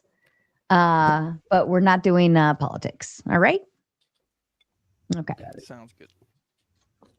Well, I have something for you, Gibbs. While we're Lean in, Clay. I have something for you, Gibbs. Unless somebody else wants to chime in, somebody like a lefty or something. Oh yeah, Tiberius didn't have anything to add, did he? No. Oh, is Random Australian just got up here too? And Random Australian. Tiberius, you don't disagree with any of my analysis of the economic and social political takes of the region and Germany and national. I'm surprised you don't have take any umbrage with any of that. Whether I do or not, I don't care enough to say it. All right, fair enough. Hey, Sarah, I'm exiting the panel. I got work in the morning. I don't know what the hell I'm still doing up. Night, Crow. Yep, take it easy, Ben. Sarah, thanks for having me. I don't have any closing statements other than the fact that people are idiots if they claim capitalism caused the Great Depression. People are morons if they support full socialism or any type of socialism for that matter. Just read, man. Educate yourself. Capitalism fucking rules. You can't have socialism without capitalism. You can have capitalism without socialism. Go with what works. Lazy people need to get off their ass. If you want capitalism or socialism, move to New Jersey. Can I chime in for a sec? What? I just noticed that Omar's in the back. I'll give him my spot. Oh, that's very thoughtful. Because he went to bat for you today, and Andrew was a little cuck and fucking cut him short. Oh my! Yeah, I So I'll did. give him Yeah. Yeah. That was hilarious, bro. He had nothing. I mean, really, drag. Lean in, Clay. Double Fist had nothing. I'm gonna put that out there. Yeah, I gotta lean in. I'm glad Kraut didn't get off when he exited the panel. That's What? true. Oh. All right, Jody, you want me to tuck you backstage then? He said don't leave, but I think he just deserves his shot because he didn't really get a chance to explain. He already made a video. It was a good video too. That fucking video's hilarious. It is. Yeah, the theological strippers. Like, it's fucking hilarious. I don't know what club he's talking about. Wait, what are we talking about? Oh, well, I think I'm getting asked for the same thing in the DMs right now. What are we talking about? The Christian strippers? Right. The strip club that had no stripper. Okay. Well, that's crazy. Okay, I don't even know about that. I know how people have been telling me shit, and I've been wondering what they're talking about. I don't know if y'all know. I'm just gonna go ahead. I feel like Dragon Fist got confronted with his having attended a strip club and getting some titties in his face, and he said he did not. He said there was no girls even in the strip club, and that he just smoked hookah. He was all men. Let me just okay. I don't really care. I want to. You know what? Here's a notable quotable. Y'all can quote me. I know there's some people watching. Yeah, I'll tell you what happened. And I don't give a shit about. No offense to Sarah, love you're a lovely woman, Sarah. I love you. You know, I don't really have a problem with Dragon Fist. I don't really have a problem with Sarah. I don't have a problem with Crucible. This is all fucking fight. I care about one thing. That's beating the left and helping Papa Gibbs' fucking finances out. Those are, I guess, two things. And I see those really as one thing because they don't matter. Now, I will say what I saw in Vegas, if this is just because this is just crazy work. For the record, I'm a very big degenerate. I like to be a degenerate. It's fun. So when I tell you this, I want y'all to believe me. I fucking hate strip clubs. I find them gross. I don't want to be fucking paying strippers to dance on me, whatever. I know some people enjoy them, whatever. We were offered to go to the fucking strip club because Shapiro had the hookup. And he did have the hookup. Good power patch. And he did us something very nice. He bought us like a couple of hookahs and got us in for free. Very cool, right? Yeah, and there was a bunch of fucking Latinas walking around. Some didn't speak English. Some were very attractive. Some smelled not so good. Girls? Yeah, Latina girls. Is that girls? Yeah, a lot of women. There was like, I don't know, at least 8 of them. There was more women than there were patrons there. Yeah, there was like 6 of us in there total. So like, yeah. Oh, you mean like every other strip club in America?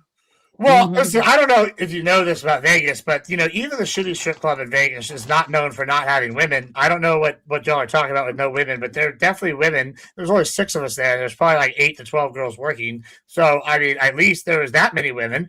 As far as who sat down and smoked the hookah the whole time, I got lap dances for everybody. I bought like $100 worth of lap dances and gave them out to everybody. And then I sat there and smoked hookah, and I was the only one who didn't get a lap dance, as far as I know. So I didn't get one either. I gave my tickets to the boys to Well, use. that's on you. As far as I know, The truth. Yeah, and everybody got lap dances, as far as I'm aware. I guess maybe Sarah didn't, but I paid for them all, and I'm the only one who didn't get it. Which, once again, as a degenerate, I'm not saying this to make myself look good.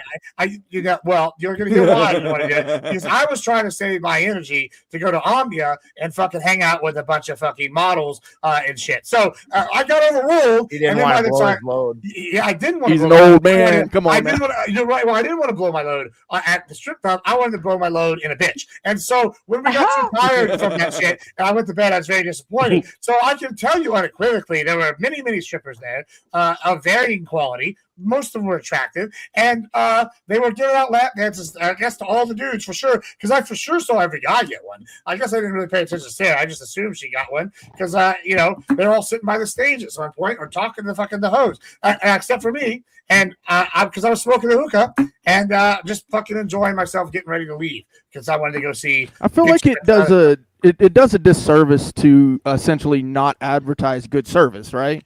Well, I'll tell you what it really does a disservice to. This really does a disservice to my fucking degenerate rep. When I'm the one saying I'm the only one who got a lap dance, and everybody thinks of me as the ultimate degenerate. So I just am saying I have nothing to benefit from my chat, from y'all's chat, for lying about this. And once again, I don't know if this fucks anybody over. Don't really give a shit if it fucks anybody over. But now I'm getting DM'd about this by a whole bunch of people, and it just happens to coincide with all y'all talking about it. So that's the facts. And if anybody wants to argue with me about it, so be it. But I also don't give a shit about any of this because this is not the battle I want to fight. All this fucking crucible, non-crucible, Andrew, Sarah, Dick versus Little Dick versus Jesus. I don't give a shit. I don't give a shit. This is not my fight. I care about my fucking money, and I care about the goddamn socialists taking over this fucking country, and we're worried about the bullshit right now. So that's my fucking 2 cents. White Knight confirmed. Yeah, White Knight confirmed. That's White Knighting, boys. Woo, we got a wild definition of White Knighting, I guess. I don't fucking know. And backstage, we've got Shaman and Lone Wolf hanging out. All right, Random Australian, did you have some thoughts about socialism? Good, bad, ugly? No, it's cool. Either way, the other people can come up then. I just got peace for everyone. Peace and respect for everybody that gives respect back to everybody because we're all people. We all got, like, you know, the same emotions. We need food. We need the sun. We need water. So anyway, thanks a lot. Have a good time. Except socialist. Except for socialists. And Garage Lift Oneer sent the big 20, already kicking us. I will apply that to the dono goal. I didn't put the dono goal on fast enough, but I will recognize it as an add-on to the dono goal. So thank you. You are already 2 in out of your 10. And Emperor, what you got? Socialism, good, bad, ugly? Well, I'll go ahead and just open up with this. It's so funny that you have this topic because I kind of did something similar on my live just a moment ago. The question was, is it America versus the world or East versus the West when it comes to culture? So this is something I'm thinking about. A lot of the Eastern cultures, they're all socialist, communist, and Islamist, and all these ist, and they're Marxists, and all these ists and isms. Over here in the West, we kind of put those ist and isms to the side to live in a more cohesive kind of way where we can get along with each other no matter what ism or ist you are. Now, they don't like this. The ism and istist don't like the fact that we're over the ism and isms and the istist. We're over it. Here in America, we are people. We are the people. And our government serves us. And we have allowed the government to put a strap on and bend us over multiple times. And I'm over this shit. And any of you that are going to continue to take this from the government, you're not American. And I'm proud to be an American. Most people are afraid of Americans. Period. Because we're the business. We're the bee's knees. We are the most powerful country in the world, the globe, whatever you want to call it. Because we have common sense. Flat spin. And if we lose common sense, we're gonna lose the war. Well, here's what I see in my take on that. The rest of the world wants to conform, or wants us to conform to their ideology, and that is the problem. We will not. Can I pose a question? When you say East and West, and we say, I listen to everything you says, good, but when you say East and West, how do you dictate what's East and West? Like East and from that's where and why, West from where? Yeah, that's why I started you're with from a desert or not. You. No, yeah. All I was saying, we have desert, and well played, Mr. Balderson. That was funny. Except Well 1/3 of played, America's desert, isn't it? What do we have all Well, over? yeah. It's not even about either. that. That's like Nevada and shit. Okay, it's America. Hey, Omar. I live in the desert, sir. Okay. Hey, Omar, check this real quick. Yeah, The main question was: is it America versus the world, I got you. I'm just. or posing is a it the question. West versus the East? Because I I believe got you. America is the face of the West, and I got everybody's trying to put the Western culture solely on Americans, and they want to group in Israel and whoever is our alliance. you. They want I to got group you. them in as Western, but a lot of them don't even have Western beliefs. If you look I'm at adding on Islam to what you or said. Israel, Hold on. they have Eastern beliefs because they're from the East. That's not really West. That's where I'm going. That's why I'm trying to True, pose a Israel's a question Western to add on to colony. what you're saying. So when they said East and West, originally it was from wherever Rome was, and then it moved to England, right? So when we say Middle East, from England, right? And the question is, when we say the isms and the ists, but what about Americanism? And what about what about capitalism and capitalists and Americanism, right? And so this is the thing that regardless of anything, we don't escape the isms and the ists. We just apply our own, and we don't apply it to ourselves. Over there, they're not applying it to themselves either, So they're They over are. there. No, they're not. They're over. You think a Muslim calls himself an Islamicist? No. They call themselves religious. All they do is they basically are being hypocritical. They're trying to put labels on us that belong to them to make us demonized. That's what we're doing too. That's what I'm trying to say. Where everyone, brother, what I'm trying to say is everyone's doing it to the other. To the other, we have names and titles. To the Romans, anyone who was not Romanized was a barbarian. You get it? So, and then those barbarian countries would be France, Germany, England, and now those became the elites, and everyone else is a barbarian. The question is what exactly does America mean, and are we redefining a new version of what it means for us, or are we adapting and continuously keeping the old way? You know what I mean? Like, are we letting other countries such as Israel dictate what we are? That's the question. You know what I mean? And I know what you mean. Yeah. So I'll touch on that a little bit too, because let's say that we are being influenced because as Americans, we are international, or we accept international people. We have them come here and we have conversations with them. We accept their culture. But if their culture is not aligned with ours, that's where the clashes happen. Now, is it becoming the East versus the West? Let's say their culture on the East. We can take China, for example. When Chinese people come here, do they act like China or do they act like America? We'll leave religion out of it. Yeah, some do, some don't. For all of them, I agree. Yeah, so that's why I'm saying, like, is it the East versus the West? But here's another thing. Why would they come all the way over here to implement their stuff if they have a perfectly fine place to do that at? Because America is the best country that has ever existed to date. But why would they want to change that? That's what I'm asking. Why would they want to come here and make it like their country? No, it doesn't matter what. This is right up there with they hate us for our freedoms. No, they hate us. So it is America versus the world then. They hate us. They hate us because they ain't us. You mean? Yeah, exactly. Damn. No. If they can't have it, nobody can. I never agreed with Effigy whenever he just said last fucking panel he agreed with me. Now he said no. What was now this I'm answer agreeing with to? him. What was this answer to, Garage? Does anybody know what this answer was to? Yes.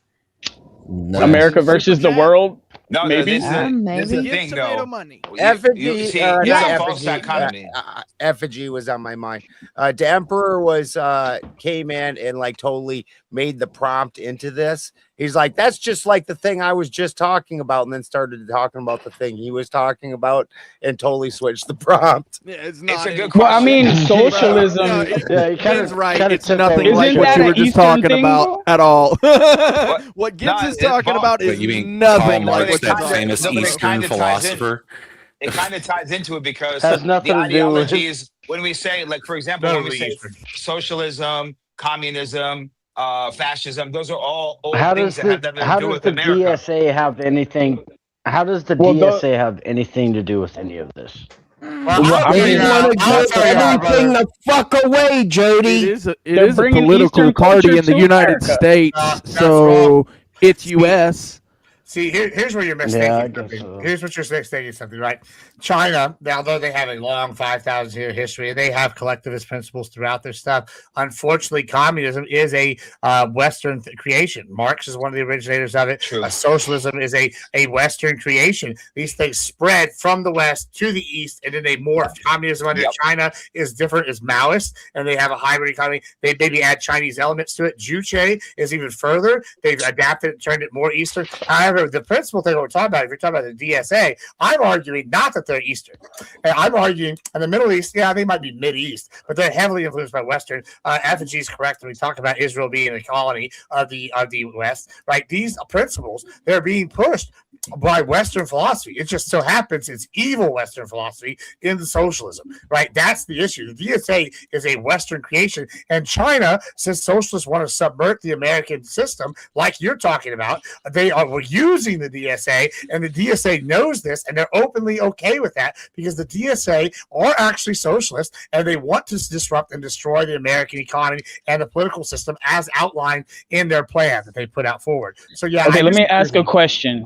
Real quick, Gibbs, even if I agree with everything you said, you have to also remember the foundations of the three religions, those were all Eastern. So even if those social structures and governmental structures were Eastern, from democracy in Greece to socialism or communism in the Eastern creation, the religions, if America is a Christian nation, Christianity came from the motherfucking Middle East. So that's Eastern.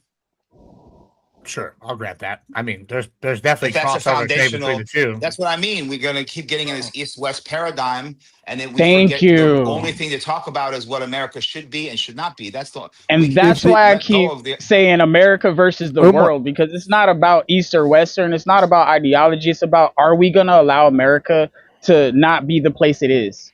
Well, if Israel's a colony, would we let Puerto Rico control America? But they group all that into America. All that's little Satan, big Satan. It's all America, right? No, that's the framing. Listen, That means Iran- rebel, by the way. Listen, man. We go over and travel the world.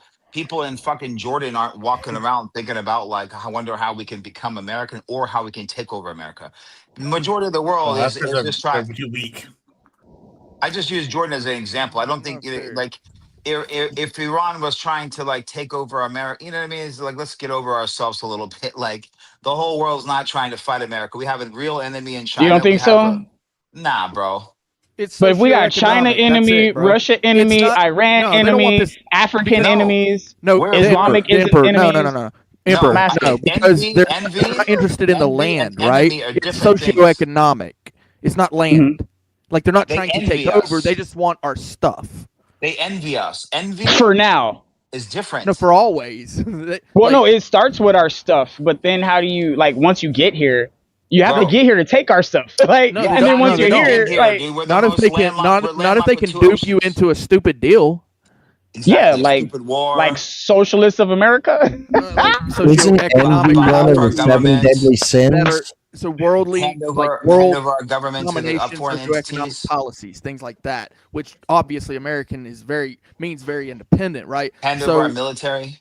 Yeah, the idea that they're wanting our land, like that's not really like they have homes that they've already built. They have mansions over there, right? That some of them live in, and they don't want to come over here, like maybe to visit and vacation because we have a free country. But they don't want like if they want it, they know how. Who are you talking about that doesn't want this? They're just going to be interested in buying it, purchasing it through our stupid policies.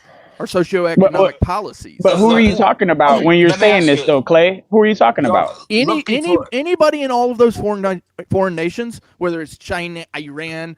Okay, so if they're Russia, screaming "Death to America," then you include them too. They just want to come here to visit.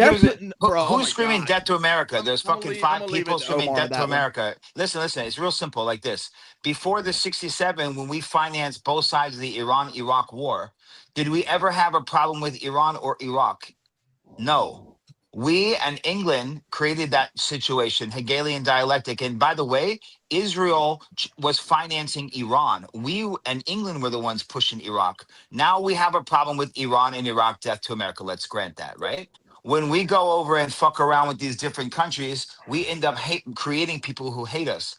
This is common. This is fucking normal. When Rome ruled the world, bro, when Rome ruled the world, everyone envied Rome and wanted to be like Rome, but the countries that Rome fucking destroyed and pillaged hated Rome. Both happened at the same time. Yeah, but it's absolutely America versus the world. Any country where we go get involved in, like physically get in there. Vietnam. You think Vietnam loves America right now? Yeah, that's called an invasion.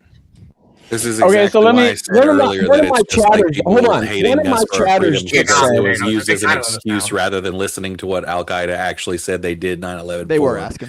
One of my chatters just said it's absolutely America versus the world. Destroy America, and they control the world. Everything. The only thing that is standing. Let me tell you, who's going to help destroy America. Israel is going to our downfall is going to come from within, and Israel as an entity is going to help destroy America from within. Watch. Well, look, I'll say this right here because this is something that poked out at me when I was looking into Islam and the laws they follow and things like that. And I was looking at the Torah, the Old Testament. A lot of those laws are kind of lining up with the same shit. And I feel like Islam is kind of like a radical version of the Israeli shit. There is no room for Islam in America. Period. That's fine. Well, you gotta think about it. The Jews, they don't believe in Jesus either. And neither does Islam. Really? Okay, first of all, you don't know what you're talking about. Wow. Oh, what? Are you talking about the new Jews? The new ones? In order to be Islamic, you must first be Christian. In order to be Christian, you must first be Jew. This is the way it works. It always works this way. I just don't understand how my panel turned into a religious day channel. All the people It's been a problem this week, Gibbs. It's been a problem this week. My bad. I'll shut up. You will lose the subject. Emperor, I knew it was going to turn into a dumpster fire eventually. I would like to talk about the DSA and how fucking stupid they were. Let's go back to that. Emperor, you need to go look at what you're talking about. Because 2 billion Muslims on earth believe Jesus Christ the Messiah. He was born of a virgin named Mary, and then judgment comes. Jesus Christ comes back and slays the Antichrist. That's what Muslims believe. So you gotta look into what you're talking about. Are you sure? Watch this. You ready for this? You ready for this, guys? All right. So this what Sean was talking about, this is really important, guys. That's why I'm talking about the propaganda. Yeah, So right, yeah, right. So it's really important because the Muslim Brotherhood also believes this, as the devout Muslims. Here's the thing: the Muslim Brotherhood is a pan-Arab socialist organization with ties originally to the Nazi party, and just exactly because they're Wahhabi. These people we can tie all the way back to the Nazis originally, and this is the argument we should be fighting. The socialists and the Arabs have made an alliance to subvert American power and destroy us from within. I'm so glad you brought this up, Charlie. Hey, who financed the Aryan race? Financed them? Hallelujah, praise the Lord. Who created the Muslim Brotherhood, buddy? Who created the Muslim Brotherhood? Okay, listen, that's neither here nor there. Saudi Arabia, and the one that funds them was a letter that starts with I, a country that starts with I. Tell me the name of who funded the Muslim Brotherhood. I would wager that it's Israelis. You know why they were getting rid of them? Who made Hamas? What? Israel. Why did they do that? Why? Hey, let me ask you. How come Al Qaeda, Muslim Brotherhood, nor Hamas? How come? ISIS, Al Qaeda, or the Muslim Brotherhood have never attacked Israel? Well, ISIS did attack because they were all fucking paid by them. The Muslim Brotherhood, though, they're more of a proxy organization that funds terrorism. Yes, you know and why? Here's the thing, though, Israel they did funds them to fight actually. the other ones. Well, absolutely, you're correct. Well, you proved my point. Thank you so much for that point, because Israel funds a socialist pan-Arab organization to fight another socialist pan-Arab organization, the Ba'ath Party. So thank you so much. They are proving once again that socialists love fighting socialists. This is a key aspect. The Ba'ath Party is not socialist. That's another great what example of someone who can name themselves something but not actually be it. That's like saying that North Korea is democratic. Why don't you? Well, that's interesting because this is the thing that Death does right here. We put Saddam Hussein in power in the Ba'ath Party. When you look at the Ba'ath Party, I would argue that you would argue. Yeah, I would argue once again the Nazis are socialists. I'd argue the Ba'ath Party is socialist. Here's what's interesting: despite, and I was looking this up, and I was on the phone with Sarah saying this as this is kind of interesting. Is the leftists actually classify the Ba'ath Party as a leftist organization? And then when we go and look at the guess what? Even though they're racist and they hate the Jews and they hate they have socialist and capitalist tendencies, they are left-leaning pan-Arab socialist group. And what's interesting is we recognize on the left so we recognize on the right they're socialists. The left also recognizes they're socialists, but somehow they don't want the nasty baggage of the Nazis, even though they're basically one and the same. It's really called doublespeak. Gibbs, they're creating that on purpose. What's the most? Okay, look at in the Middle East. Let me ask you, who is the most leftist country in the Middle East? Iran. No, Israel. They like gay people. Yeah, they like gay people. You literally just named a fucking theocracy and called it leftist. You're right. You don't know what fucking words mean, Gibbs. You don't know what fucking words mean. Hold on. You're right. That was a misspeak. I thought he said socialist. I would say Iran is a religious theocracy and with socialist tendencies. Leftist, Israel's the most left country. Listen, let me just finish the second part of the sentence. And at the same time, it could be argued that Israel is also implementing what we would consider today to be far-right tactics in the form of their right wing and the Netanyahu and that party. But at the same time, that's being done in one place, right? So these paradigms are not consistently one or the other in a landmass we call a country. Can I ask you a question, Omar? But that doesn't dispute anything I'm saying. Like specifically, Omar, what you're talking about. Let me ask this real quick because this is very relevant. So as far as Israel, you said they funded the Hamas and all these other people, right? So, and I'm looking at a lot of their religion, and I'm looking at the Quran, and I've been looking at the Torah, and the shit looks kind of similar, at least with the old way. And all I'm saying is Islam seems like it's a. I can't read it. It looks the same. It seems like a radical version of Judaism. It really does. It's not radical. Listen, let me explain. And dots. It looks the same. Listen, Emperor. Let me save you. Let me save you here. I can explain it in 8 seconds. Emperor, are you like 16? The Old Testament, all the religions follow the Old Testament. That's why they're the same. From the Old Testament, the Jews have never had a Messiah. The Christians believe that Jesus was the Messiah. The Muslims believe Jesus was a prophet then was followed by Muhammad as a prophet and then will again be followed by Jesus. No, So yeah. they I thought it was I am the political I thought it was the prophet, Mahdi and or the some socialists shit. are coming, boys. You gotta stop them now. Omar's giving him the basic understanding. Listen, it's like this. Well, The okay, Jews, go ahead. listen, the Jews have the Torah, and 3 of those books are the laws. Okay, if you take out the 613 commandments for Jews, take out all holidays, all temple, the basic things that normal Jew's supposed to, who's not a priest. 82% of those exact laws, word for word, are the laws in the Quran. The difference Yes. is so the point is, it's not an extreme version. It is an extreme book of laws. An eye for an eye, cut the hand off, stone someone to death. Those are Jewish laws. The difference is the Muslims take it serious, and the Jews don't give a fuck about it anymore. And well, I mean, they take it serious in certain areas. I can't say that. Hold on, wait a second. Stolen 48% of their country in one day if Moses came back. But you have to think about it this way. A lot of the Israelites, you guys even said it, they like Jesus. So of course they're not going to be on that, right? What? Unless they don't like Jews. Jesus, that is then not at all what we said. That's not we even. said That's not that. We anywhere. said that the Islam They literally killed like Jesus. Jesus. No, well, they say he's a prophet, but they don't reference him as the son of God, though. What the fuck are you talking about? Okay. Let me explain very, very easily. Look, Jews believe a Messiah is going to come and hasn't come. A Muslim believes a Messiah came. His name was Jesus, and he was born of a virgin. Listen, and Christians believe Jesus was the Messiah who was a part of a Trinity in the form of God, the Father, and the Holy Spirit. The only difference between a Muslim and a Jew, a Muslim and a Christian, is Christians believe in Trinitarianism, even not all, and they believe Jesus was God. The Muslims believe the Messiah was never supposed to be God, it was a man, and the Jews believe that man's coming. The person who's coming to the Jews, who's the Messiah, would be who the Christians are going to call the Antichrist, and the Muslims call the Dajjal. Both the Christians and the Muslims believe that Jesus is going to come back and slay the Antichrist, whom the Jews think is the Messiah coming. Well, I'll tell you what, I think the Antichrist is going to be the next socialist leader that comes to power. That's the real problem. All you did was verify that none of those religions except Christianity believe Jesus is the Son of God, and that's the difference from Christianity.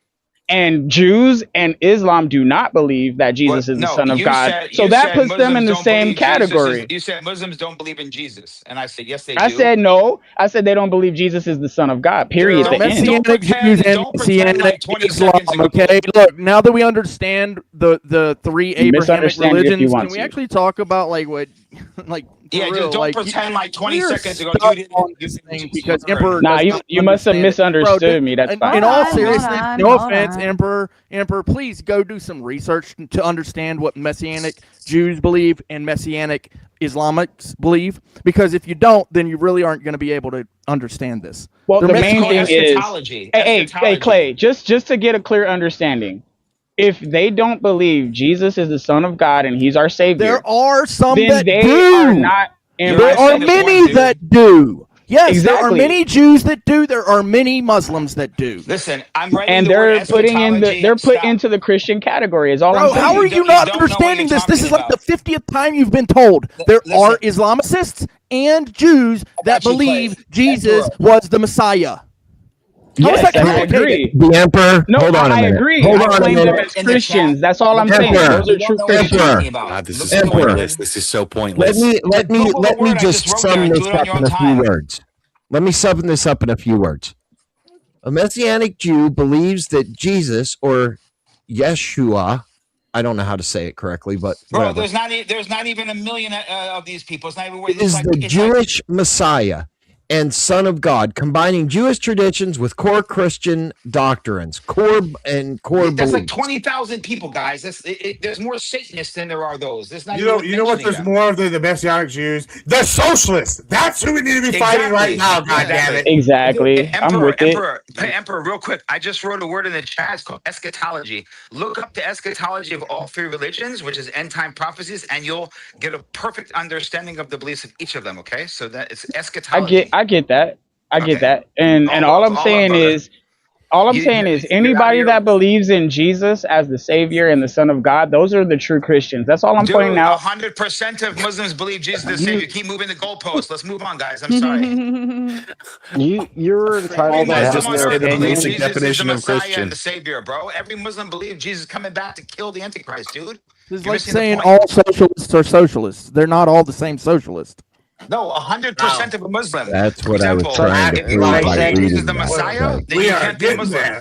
That's all I was trying to do. Clay. That sounds like blasphemy. That's all I was trying to do. Yeah, tell us your I thoughts. love coming on these panels and seeing like the like window move in real time. It's very satisfying. I just love it. I love it. I love it a lot.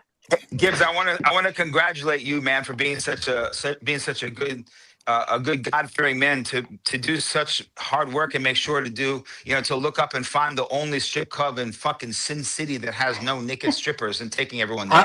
I First of all, once again, let me reiterate this. I did not want to go to this strip club. I had bottle service and a guest list at Omnia. I got overruled, and we did go to the strip club. Who didn't go? You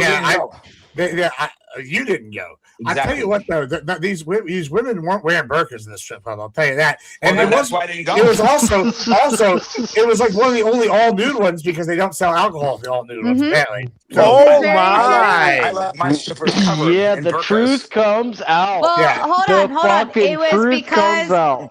hold on. Not only because they was full nude, but also because it was 18 and up. So you can't have like the pairing between all of those three things in order to have them full nude. So they had to complement each piece. Whatever, dude. That the whole thing's gay. I made a video when he. It sounds like they didn't have a piece on at all, Sarah. I made a 20-minute video. Anyone who wants to find out my thoughts on it and my challenges, go. I want. No. Just one more last thing on this thing. Yeah, just one more last thing on this thing. Once again, I at the moment am not taking really a dog in this fight. I just have been asked now repeatedly what happened, and I don't really believe in lying because that's how you get got. That's the only thing I'm doing. Yeah, I'm not saying you are. I'm just saying. No. I'm saying I don't. Yeah, sorry. Let me give a piece of advice that I've learned in my fucking 14 years around this industry now. As a Halo announcer, as a political commentator, as a total scrublet after I lost my channel and came back, all these different experiences. One thing that you shouldn't do as a content creator is lie and make shit up. Like, I don't surprisingly, I know people think I lie and make shit up. I actually don't ever lie and make shit up because guess what happens? It's not hard to find stuff out. Especially if you're a public figure. So, there's no reason to lie. So, I'm not lying about any of this. I'm just telling you what happened. And y'all can make judgments about my fucking degeneracy all you want. I openly tell you I'm a degenerate what I do. So, when I tell you this, you know that I'm not lying. And I don't really care whether he's mad at me or Sarah's mad at me or whoever's mad at me because this is not my fight. I'm fighting one group of people, and that's the goddamn socialists. Fuck these bastards. Gibbs, that's my point. My point was I was listening to a video and I hear someone lying. I'm sitting there. I heard something completely different in reality, and I'm hearing something different on this fucking video, and I just put a comment said that's not what I remember hearing, and then he comes but then he moved it, so then he decides to take my picture and decide to fucking dance with the devil in the fucking pale moonlight, and then start playing games. So I just put my 2 cents in my fucking direct message on that fucking video, and that's that. So he already messaged me, asked me to take it down. He messaged me and said, "Hey man, let's just take these videos down and call peace." It's we got 30. I'm not at war. I'm just telling the truth, and you're trying to tell me that what I saw is not true.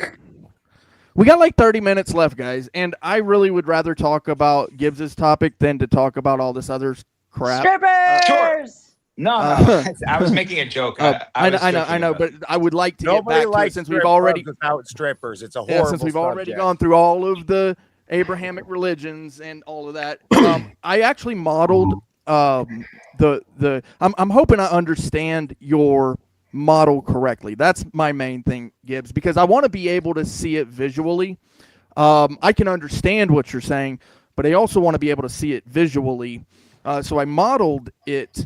I'm trying to make sure I understand it correctly, where socioeconomics is the primary force or driver for your model, but you're also applying some type of morality and ethics or principles. I want to make sure, is that kind of accurate, or is where is the political model? What's the left, what's the right, what's the up, what's the down? You're muted. you could take this a few different ways. I mean, like I don't know exactly how the traditional one points it, but like there's 4 points, and on one side on the left, right, you're gonna have like social welfare programs, social programs, so like anything that's gonna be like government provided kind of programs. That's gonna be kind of left leaning, right? So that's gonna be we're gonna put like social welfare kind of on the far left. That's kind of like on one side, like so like where right, and then on the far right, you're gonna have like tradition, liberty, sorts of things where you're gonna have individual freedoms. You don't want to pay taxes, kind of those are going to be on the right leaning. On the north south, you're going to have like classism, right? You're going to have like oligarchy. You're going to have authoritarianism. You're going to have all these different things where it's like economic or class based at the top kind of thing. But you're also going to have authoritarianism as well. So like say like a socialist would be where they were on the authoritarian side, and then you're going to have the social economic policies. So the Nazis, they're authoritarian, and they're going to have social policies, right? Social welfare policies, government control. The communists, same sort of thing. They're going to be an authoritarian social. Now, like you're going to look at like I don't know Argentina. They're going to be on the other opposite, the other quadrant, the far bottom. They're going to be on the right-leaning individual liberty side. They're going to be on the far bottom quadrant because they're pushing individual people. They're going to be arguing for like populism, but like they're going to be arguing for like the people doing it themselves, the capitalist gains with like less regulations, as opposed to like I don't know something like oligarchy, which would be maybe a top right quadrant, which you'll have libertarian capitalism, but you're going to have more class control, and you're going to have less, like hegemony across the board. And then something in the bottom left would be like I don't know a socialist utopia, like where you have all these social programs because we're post scarcity, and basically you don't have to work. You have UBI, but then you can do whatever you want because the government is able to control and pay for everything, and you don't have any kind of restrictions on your freedom. That would be, and these are once again, these are very like I'd be clear. This don't take any of these as like hard whatever. These are kind of summarizing for what you're kind of looking for. Does that make sense? Yeah. So I guess the only one that I'm really not finding there is anarchy. Where does anarchy sit? Anarchy would be directly like in the middle. Yeah, you don't have any of the traits. Oh, okay. See, that's a very important thing. It's a transitory state between any sort of government. It would be anarchy. Okay. So he's reinvented the Nolan chart. Interesting. I mean, it is basically a Nolan chart, though, right? Like See, that's what I'm really trying to get at, because the Nolan chart essentially it's left, right, up, down, and that sort of thing. So I did the same thing. I did a similar thing. My camera just went out, but I'll be all right. I'll come back here in a second. When I reinvented it, essentially all I did was I put anarchy all the way on the left, because to me, left means liberal, right? Full on liberal would be no government, and then what I did with the right would be just full on authoritarianism. And I think that's what I'm talking about right now is definitions. I know that, but it's very important because your model differs from mine. And I think actually everybody does the same thing with the Nolan model. But the thing with what I'm saying with can I interrupt for a moment? Yeah. Water Kai's backstage. It's been a while since he's been here. Somebody fucking wait, I have boot credits, don't I? Yep. Yeah, you can bring it in. Who do I want to boot? Yeah. Hey, Sarah, I can say goodnight and you can let someone up. All right. Just do your thing, Clay. Hi, Shaman. The Nolan model, like I don't actually disagree with like the centrist part. Yeah, audio Shaman, you say the centrist. You could be a centrist and not be anarchy. Anarchy, I'm just saying. Hey, we made it. It's like a centrist state because it's a transitionary period. Anarchy doesn't have any real value. Anarchy is just destroyed. There's no government. There's no thing. It's like maybe even farther to the right in some respects where it's like libertarian, but there's nothing control. Or you could go the opposite way with it. Like it's like it's a transitional state. Yeah, it's a transitional state versus like if you really wanted like an actual center form of government, it would be something like I don't know. You like maybe the Nordic countries would be like slightly center left because they're capitalist, but then they have socialist elements. Right, so you're gonna have like these kind of countries, these things in the middle. There's no perfect center, but like there's gonna be different variations. Like a center right one would be probably like I don't know. I would maybe say maybe the Romans would be kind of center right, where you had some state control, but basically had no control over the economy. Right, like I mean maybe that's not a perfect example, but they're like in the middle. Anarchy is transitional. That's like why I said it's center because any state can get this anarchy. Oh, that's perfect, bro, because that's really, I think, where a lot of people, including me, obviously, when we first come on these panels, we butt heads a lot because we're not understanding each other's models. I believe the Nolan model is very useful for for how we model it for ourselves, but then we end up modeling it very differently in our own minds, and then it ends up being like, oh, well, you're wrong, because that's not left, that's not right. But I am beginning to understand your model much better with this, and no, I appreciate it. I'm gonna pass it off to somebody else. Very communication pilled. Yeah. Lethy, defend this shit. I'm ready to watch. What am I supposed to defend? Gibbs is doing his whole Exactly. anything left of center is fucking Nazis thing again. I know. And he knows he's full of shit. And then we're bringing religion into it. So at what level do you want to address this, Gibbs? Not the religious one, because I don't know any. I'm not talking. Well, I do know, but I'm not talking about none of the religious shit. Okay, so where are we going with this? Are the DSA Nazis? That's Yeah, the DSA are clearly not fucking Nazis and not authoritarian, because there are certain elements to fascism that you require. Such as? So it would take some ultra-nationalism going on there, some palingenesis going on there, and where are we here, Gibbs, with the palingenesis and the ultra-nationalism? I mean, well, one, I would go back to what I was saying before, that they are socialists, right? They are trying to subvert the system by destroying it within, which is exactly what the National Socialists did in Germany. Do you disagree that's what the National Socialists did? Whoa. What's a socialist? What is socialism, Gibbs? We've gone over this many times now throughout this. You go ahead and tell me real quick. Just give me a 3-sentence synopsis. It's a left-wing authoritarian government where they provide for the people through their means, and everybody's basically their lives. Yeah, nobody agrees with that definition. Not sure. I mean, that is what it is, though. You didn't even mention the workers. Yeah, this motherfucker said authoritarianism in the same sentence as socialism. Socialism is authoritarian. In what way? Okay, if I wanted to open up a private business in a purely socialist country, would I be able to? Yes. No. Yes. No, socialism's control of the economy. You don't get to have private property. You can open a business. Oh, so I can't. That's also authoritarian. So the government controls my private property? There is no private property. Right. Under communism. Under communism, not socialism. Sorry, bro. Communism is the prohibition of private property. Right. There's your problem. So you're trying to conflate communism and socialism, and you caught yourself. But no, you let him do it. No, I didn't let him do it. I waited for it. Correct. No, absolutely, I'm correct here. There's once again, the Nazi Germany was they took away private property in many forms over and over again. Certain people. You're not saying that they're Ooh, wait a minute. Did Nazi Germany say no? Wait. Are the Nazi Germany communist? Did Nazi Germany say nobody can have private property? They said that you could have private property, sure, but you had to be a party member. So they didn't abolish private property. So wait, hold on. They didn't. You're right. That's right. They clearly weren't communist. Wait, hold on. Really interesting thing here. How if you're not a party member, you can't open a business. Okay, how is that private property? So if I'm in Germany, How is that socialism? How is that not socialism? That's the socialism with everything. That's fascism. No, it's not. Well, if you can't open up a business without socializing with the specific people, isn't that socializing? Socialism? There's a root word here, guys. That's really fun that you're using words to I'm just conflate with asking other a question. words. It was a It just doesn't fit. I'm sorry. It just I doesn't. didn't make a claim. I asked a question, and you guys didn't answer it. No, the question's perfectly fine. Do you know the definition of socialism? I just want to go on. I know there's a root word in socialism, and I'm asking you Yes, about the I root understand word. that anything that is social can be socialism if you want to take it that way, but that ain't it. I'm just asking a question. How it So do you want a definition of socialism? No, I want to understand this right here. How socialism is social. That's what I want to understand. Ice creams can be social. You can have an ice cream social. We're not doing the everything socialism debate again. All right, hold on.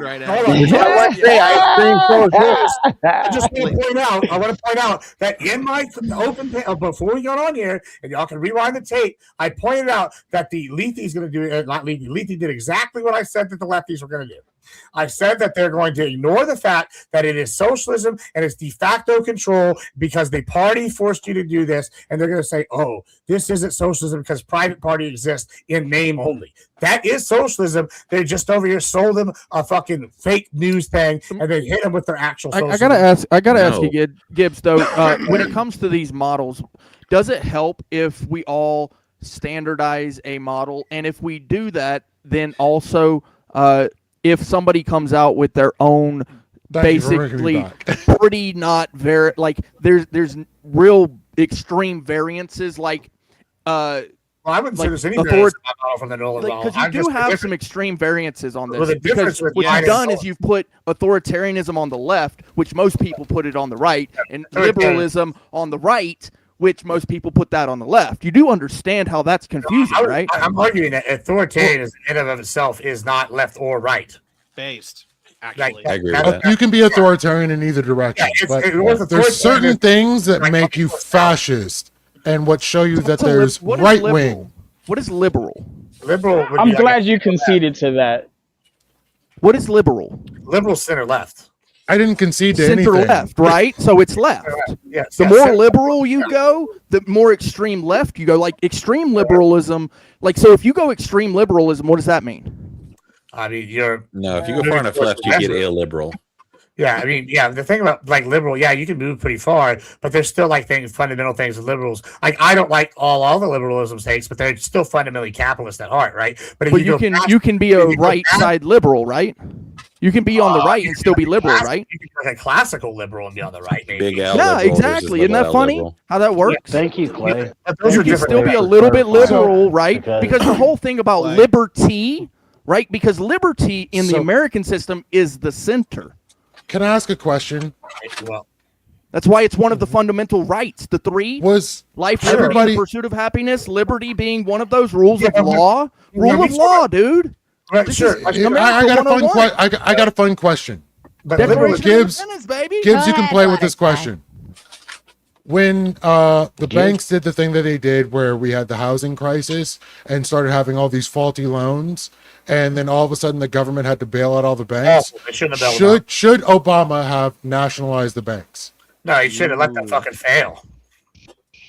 And at which point, do not let the entire country erode. The next move would have been to federalize. See, here's my problem with this take, actually, and I think we're seeing the fallout from it now with all the unintended consequences of the banking bailout. I would argue that sometimes you need to have an economic crash of some sort, and it makes you stronger, right? Because what will happen is, the banks crash, these bad banks that did bad banking practices, they're failed. Yeah, people are going to lose their homes, they're going to lose things. It's going to be sad, it's going to be tough for a while. But guess what? The fact that he bailed them out has enabled them, and now we have new problems because they're sitting around and they're still doing bad business practices. And we're gonna have to do something else again. You should have just let them die the first time. That's my problem. The government ultimately the bad business practices. I agree with that shit. It seems like you may be ignorant to how this works. Ultimately, it was either let the banks fail or federalize the banks, make them national. And I just said I want them to fail.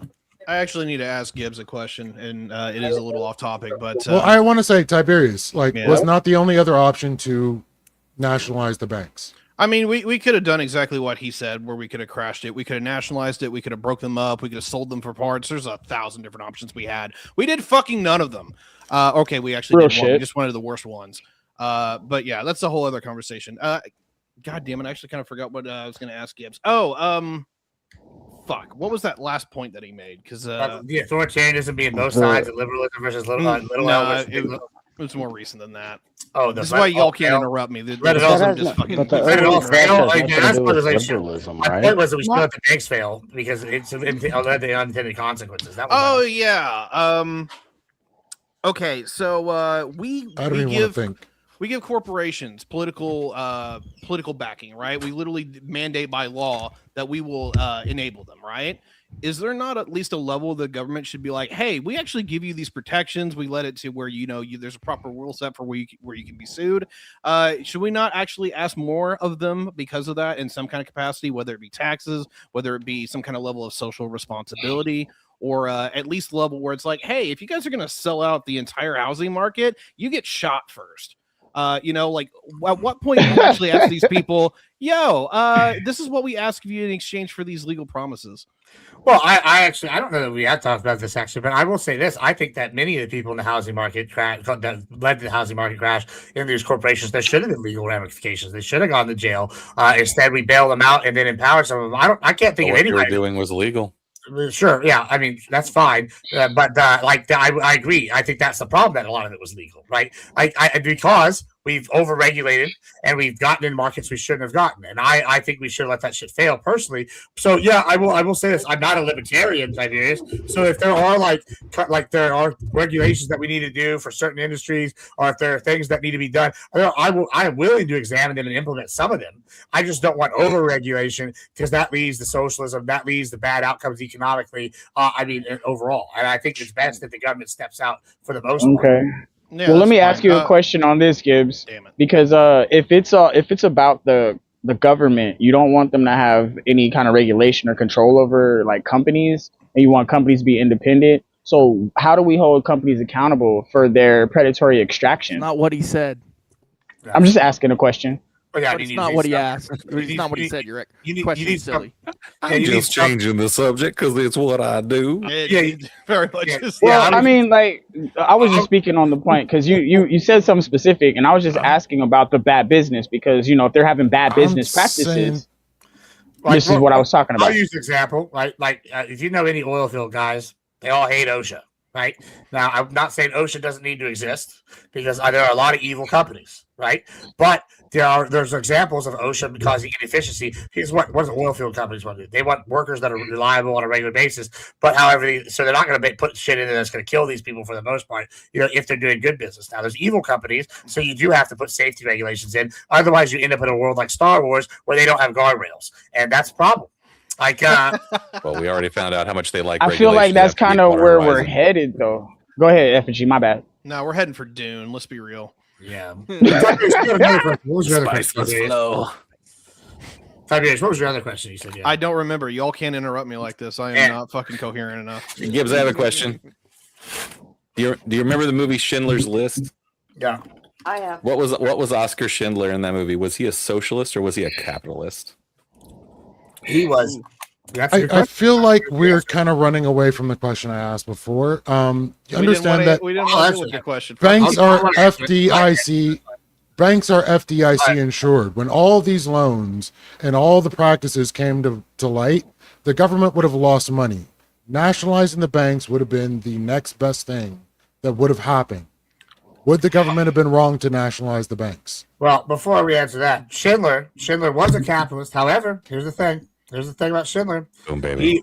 Are you ready for this? He was, just like the rest of these capitalists that took advantage, he was one of these too big to fail and provided a service. So, hey, they were willing to do the hybrid economy as they moved towards more socialist. And what did he use to save Jews? And he probably eventually would have. Property. Sure, that's true. But eventually, after they had won the war, guess what? They weren't going to get him in the first 8 train cars. Schindler's going into 9th and 10th after they could nationalize. Oh, that's what's happening. So it's what happened to the Strasser brothers. Amazing that it was coming for Schindler. Are we ignoring like the very important thing? Talks about this shit all the time, and I'm like, Nate, Fuentes, you're Mexican like me, brother. Listen, they might like you now, but the minute they start doing blood testing, you're going in the cars just because it's Himmler's. And hey, this guy's got too much power. And one thing Nazis do is they play. I'm glad you watched Schindler's List at some point, or whatever Nazi movie you watched. I mean, what I'm getting at is that all money in banks, if you allow them to default, is FDIC insured, meaning that the government has to cover that money. Yeah, it's federally insured. Up to how much? 100,000. 100K. Mm-hmm. Okay. Right. And with that being the case, why is that? What do you want?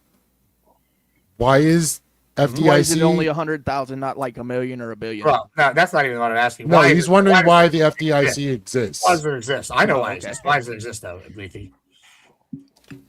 I can tell you, the Great Depression. The market. Exactly. Okay. Right.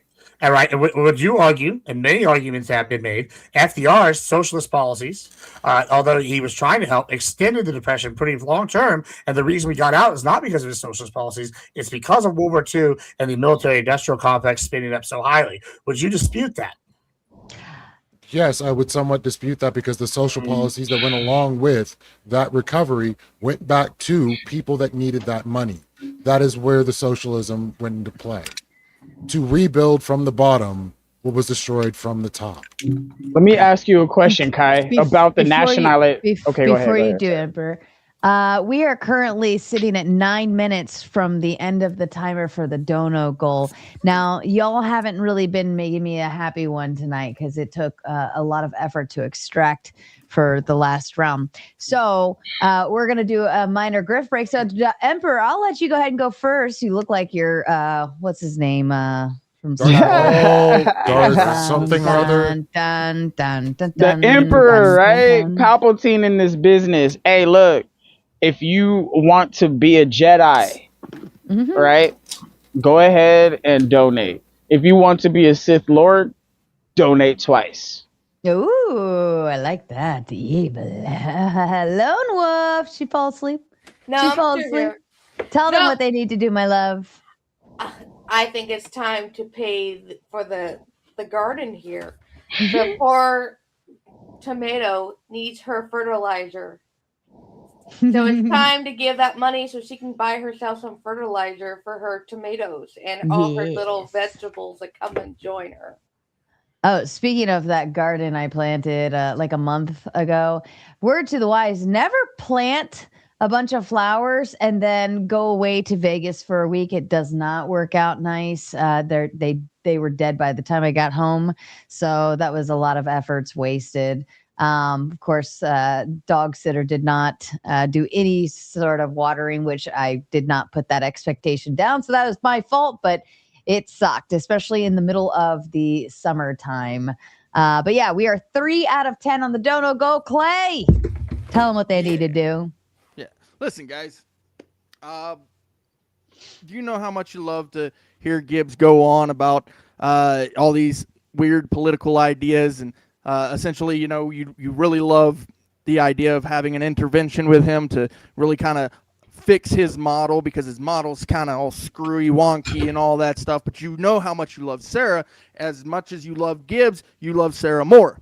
And this is why you can only at this point in time donate to Sarah. We've got 9 to go. Okay, 9. Count them. 1, 2, 3, 4, 5, 6, 7, 8, 9. We're 3 out of 10. This one came in before I got the Dono goal up, so we're counting that, and then plus this one, so we are 3 out of 10. So they only owe 7.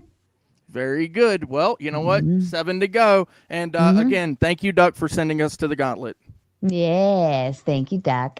Mr. Waterkai, tell them what they need to do, sir. I'm gonna say giving is not just a duty but a privilege. This perspective transforms the act of giving into a burning of joyous expression to the tomato. It's an opportunity to be a part of something greater than oneself, to contribute to the welfare of the community, and to participate to tomato-like work. Give to your heart's content. This man needs to run for office, y'all. Seriously. That was beautiful. Jody, what do they need to do, my fine friend? I mean, giving is better than receiving. So keep on giving, baby. You want to see that fucking rage bait going? Come on, Dono. Donate some freaking Please. money. Woohoo! Got like ass effigy. Are you even here? I'm totally here. Oh, I feel like I haven't heard you for a while. Well, Did I I miss mean, it? it's been a shitstorm of stupid. It's kind of hard to get through it. Fair enough. That's not very Constantine-like. So, listen up. I'm not satisfied yet. I haven't yelled at enough people. If I don't get to yell at enough people, I'm not going to sleep well tonight. So I'm going to need you guys to help me out and keep this shit going, because I don't think Gibbs fully realizes the depth of the idiocy that he is bringing forth in this world. And I just got to slap him down a few more times. So come on, let me do it. Let me do it. Come on, everybody, come on. Tiberius, I think he's taking a shit. We'll pass on him for now. Mr. Gibbs. Yeah, folks, listen, I just want to say, if you want to continue to see the battle against the left, led by Papa Gibbs tonight, you need to open up your pockets and donate, because something amazing has happened. We were just talking about prophets and Jesus and messiahs, but you have a prophet here now. You can roll back the tape, brothers and sisters, and I told you the arguments they were going to make before they made it multiple times. Effigy did it, Lethe did it, and Lord, the Lord is coming down and giving me the wisdom wisdom, and I wish to continue to impart this wisdom upon you, my brothers and sisters. However, that only occurs if you open up your pocketbooks and deliver unto Sarah the wealth and prosperity that the Nazis took from the Jews at gunpoint. I'm just saying. Amen. You need to open up a prosperity church. Prosperity gospel is evil. That's a whole other Ben's topic. ready for it. Ben, look at it. He's all sprawled out. Got his legs up. I'm glad you're Fuck wearing yeah. shorts. I've been It's working since comfy. like 5:30 this morning. Ugh. Get a dip So in. obviously, what I've gathered tonight is that the socialist Nazis have joined with the Nordic aliens, and they're coming to take all over the world, which includes taking all of your money. And seeing how that's going to happen, you might as well give it to Sarah Tomato before the Nordic space alien Nazi socialists come and take that shit from you. That's Holy what I got. shit. Well, hot Yeah. diggity damn. Don't forget they got UFOs from They do. Antarctica. They do. And our lovely friend Endeavor sending the love over on Ben's side with the Big 10 just to say, I love you. We love Thank you you, too, Endeavor. All right, you got 3 minutes to hit that dono goal. You're 3 out of 10. You owe 7 more. It's up to you, chat. It is up to you. All right, back to you. I am interrupted the Emperor. You were responding to Waterkai, I believe. So Yeah, I had a question for Radakai, but before I ask that question, I just want to give a shout out to all the panelists. You guys are brilliant minds. I love it. Thank you for the pushback. Thank you for educating me. I come here to get more knowledge because the shit you guys study, I'm too busy studying other shit as well, so I can't cover everything. I'm not God. You know what I'm saying? I can't just know everything. What? But I do have common sense. And we can come up with some shit to fix it. All right? But my question to Kai, right? Check this out. You were talking about nationalizing the banks. Why is this important to you, and what would have come of that? I don't want that to happen. Unfortunately, the banks collapsed because we didn't regulate them properly.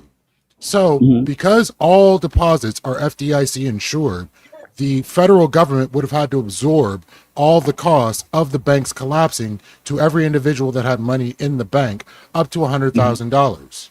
Yes. So knowing that to be the case, either you bail them out or the government loses money, which would be our tax dollars going to cover all of that, which it wouldn't have covered all of it. So to act like there were other options other than those two is kind of goofy, because if we nationalize the banks, then we have an ability to recoup the money. Or But we that's bail what out I'm the asking banks. about the nationalizing the banks. How does that work? the- What is that? Oh, essentially So the government takes 08 over all the banks. Are we still talking about? Are we The still banking talking about collapse. the 08 crash? Yeah, but Yes, how would we're that talking how about would the that housing fix it? market. But how would that have fixed it Right. though? That's what I'm Right. asking mostly. So there From was your There wouldn't have perspective, Kai. Well, there was So we only a wouldn't have had couple the same people that loss. Actually, I apologize for overstepping. So ultimately, we There wouldn't was have had only- the same loss. The government would have taken over the banks, and it would have just become a government banking system, which would have been essentially socialism, which is what Gibbs is railing against, which is why he doesn't want to tackle the argument. But what effect does that have though? If you nationalize the banks and they become federal, but what effect does that have, and how does that recuperate money? Like what effect does that have? That's what I'm asking. Because What rolls independent- downhill? because Because there's some shit in independent- here. Why do banks exist? To hold money, right? Mostly to give loans at a profit. So all the loans would have defaulted to the government. All the profits from each loan and everything going forward would have gone to the government, granting the government huge revenue from everything all these banks were already doing. Wait, because we have evidence that. Wait, hold on, Clay. You got a face. What are you saying, Clay? You got a Well, I face. mean, What you're you sort of saying? the You're telling me the primary it's a reason for a bank to exist is to give loans? What? Banks primarily make money off of holding your money and getting that's not what interest he off the asked, money. though.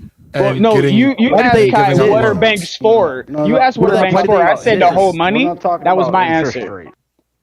it goes You're telling me beyond just they holding exist to money. give loans, but they don't have the ability to give loans if they don't have anything to give. That's not their Right. primary purpose. Their So they primary would hold the purpose money, is right? to have a place to put. Well, because the word bank, right? Just the word bank itself means something. God, are we going to the etymology? And literally, like a riverbank, literally, this one happens to be the exact same meaning, except for when we're talking about financial, it happens to be the meaning of holding money, holding something to bank it. So that's what I was thinking. The common sense, right? So do you think In this banks case, don't yes. have any money? So do you think banks start with zero on money? the housing market Clay, forever, do you think and they banks start with zero collected money? money forever based off of loans? Is what I think he's trying to say. I'm And the saying few that people banks don't start bet with zero. against- Well, you can't have a bank But that unless you doesn't- have something in it. Yeah, exactly. Like, so if I It's not a have thing. money in my bank, like in my safe, right, then I have the ability to loan you out money. But that doesn't mean just because you give me money, all of a sudden I give you a loan, or I'm the other vice misunderstanding versa. That doesn't make, 'cause everything like, keeps what you're saying doesn't make cutting sense. out. The primary purpose is to put money in the bank. The primary purpose is not the loan itself. Are you delusional? But the bank. No, not at all. I'm actually looking at it from a common sense perspective, right? So, like, I have my own bank, right? I can keep my money in there. That's the purpose of it. I'm not there to like make money to bank it. To bank. It's literally to bank it. Yeah, duh. The primary purpose of the bank is to. It's a storehouse. There's Storehouse another some money. Wait, hold up. Hold up. Primarily Go to ahead, give Ty. loans Ty and make finna money cut this. off the loans. No. What's a bank for, Ty? What the bank do? It does quite a lot, and it's No just clue more why than we're one even talking function. about So, this. damn. It is Yeah. more than one function. All right. But what's so, the yeah, main purpose, though, is the question. What's the main purpose of a bank? What is it for? It's to hold money, right?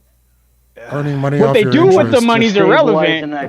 Primary point- Hold on, shut up. This is actually, Emperor. That's exactly where I disagree with you. What they do Okay. with the money is critically important because if you Okay. just have it as a holding bin where you're just like, hey, we're gonna protect your money for you because you don't need to have it all on you.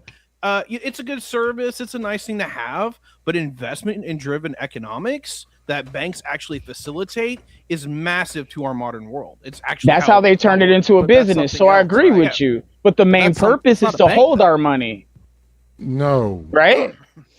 Where are you going to put all your No, gold no, at? it's not about You can't holding. carry gold around, right? Back in the day, it was gold. What is their incentive to hold your money without any reasonable? that you pay them. Right? Exactly. So they can make money Exactly. off of your money, Interest. But now, and then we've gaining money off Exactly. loans. And now the beautiful part Yeah, of this system, at least in my mind, is that they pay us to hold our money instead because now they can take that money and do other things with it. Yeah, it's absolutely wonderful. It's called a That's fair. non-bank financial institution. It's not a bank. Ooh. That's perfectly fine if you want We to could take get it that into way. like crypto. But the reality is, ultimately, the bank holds our money, but makes money off of our money far more than we make money off of our money. But just to your thing, well, that's Leafy, by the okay. way, just to your earlier thing, Leafy, is I did deal with it. I said that they shouldn't let the banks fail. That was my prescription. I don't know what you're saying I didn't deal with. What are you saying I didn't deal with? You're definitely running from the answer. What is the question you want So me to answer? the outcome of if you allow the banks to default on all these things, the It's gonna be federal very bad government, economically. the federal government has to cover all of the FDIC insured deposits. Now they do, yeah. Mm-hmm. They would have if they let the banks worldwide default. collapse, bro. It And would there would be a massive worldwide collapse. Sure, yeah, I agree. So the only option is to bail out the banks or Yep. nationalize them.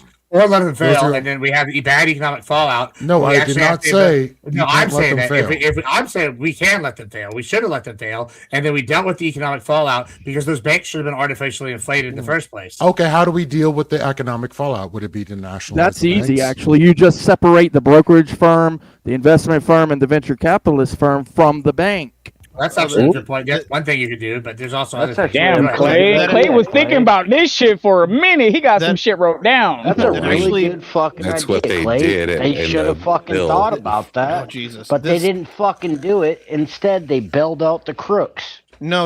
It's even worse than No, that, Jody. it's worse. There was a piece of legislation that got repealed back during the Clinton administration that enabled this. Glass-Steagall. Which I wanted to ask Gibbs if he actually was in favor or disfavor of. Yeah, it's Glass-Steagall. Should we have repealed it? And Kai is on his shit today. All right, Kai, what's this Glass Eagle or Crass Eagle? What'd you say? How did you say it? It's called Glass-Steagall. It was signed during it was signed in the aftermath of the Wall Street crash of 1929. And what they basically made you do is that there is primary investment banks, which actually take a lot of the money that's floating around, and they actually send it into businesses and they invest in it. Versus those other banks that largely hold our money and just send out the interest to other customers, they purposely separated the two. But in 1994, they repealed that bitch. It was repealed. Yeah. And all of a sudden, banks started buying homes like fucking crazy, which not only led to 2008, or at least one of the problems. But hey, guess what? We're back again. Now we see the great market crash. That's crazy, bro. Nobody was betting against the market. Nobody was betting against the housing market until a couple of fucking nerds actually studied it and seen that it was bonds. There was a couple. Go ahead. Well, it was a little different, my dude. It was literally they were allowing people to package bad loans with good loans. And once they realized they could package bad loans with good loans, all of a sudden they started raking in cash, not realizing if that didn't work out the way they wanted it to, they were going to get fucked. So I guess what the reason I wanted to take a second there was because if I recall, maybe you said 94. I think I might be wrong, but I think it was 99. It was what the Graham Leach something, right? That's what I didn't find what I was looking for. That's what repealed Glass-Steagall, right? Is that correct? I feel like that's correct. Like whatever, not important. It got repealed. I mean, I do know that in 2008, after the crash, they implemented Dodd-Frank, which added some protections and splits up. I mean, I would argue once again. Pretty sure reinstituted Glass-Steagall. Yeah, that's what I'm saying. I guess my argument here is listen. I advocated earlier. I don't like most of FDR his policies. I think he was leaning towards socialism. However, I also say all the time I'm not a libertarian, right? I would argue I could see the logic in Glass-Steagall and keeping investment banks and commercial banks separate. I think that might be an overall good thing. That's probably a regulation I'd be okay with. However, I still once again think that we should have let them fail and dealt with the fallout economically through a litany of different ways than the way we did. Ultimately, you're asking for socialism. Quick, that's what you're asking for is socialism. Hey, Gibbs, I'm not asking for that. There's a difference between a smart business in economic. You don't have an answer. You don't have an Gibbs, answer. let me ask you this real quick about this whole situation. So this Glass-Steagall thing, right? If there was a way to implement something similar that would make it a little bit better and more efficient, how would you make that move happen? Yeah, I mean, once again, this is the scary thing about better and efficiency. There's a reason why the United States government is designed to be purposely slow, right? Because it's inefficient. It's purposely designed this way. Because they are worried about things being too efficient. If you want to look at a government that's too efficient, Nazi Germany is a perfect example. There's nobody more efficient than the Nazis. That's literally their whole motto is fucking blitzkrieg, and they do it in fucking military, and they do it with the industry, right? So there's a danger when you have too much efficiency. So I'm always hesitant whenever people uphold this value of better and more efficient as a value that we should strive towards, because better and more efficient, yeah, it sounds good on paper, but often leads to unintended, very dangerous and evil outcomes. Yeah, it leaves out. I can agree with morality that. and ethics and principles. But okay, so if we're going towards this efficiency, right? And if it's more, okay, so let me ask this question actually. So is morality and having morals more efficient than not having them? No, it's definitely not at all. No. Morals never have anything with greed. Well, I'm asking, are morals more efficient? Morals are inefficient. Some of them are. Morals, Really? ethics, and principalities. Yeah, that's reason. So don't what kill, you're doing don't is you're steal, all these reasoning things as to are why. inefficient? Yeah, you have to literally stop and consider the options before you take any actions. That's reason. That's literally we just went over that on. Hey, Vince, Clay, man. can we talk about? Can we talk about like what would have happened if we let the banks collapse and the government did not bail them out and we did not nationalize the banks? What would happen? A glorious utopia. No, I actually would agree with Gibbs on, because I don't believe in too big to fail. Right? I believe that countries should be government. I need you to answer my question. I'm trying to, but you have to let me answer it.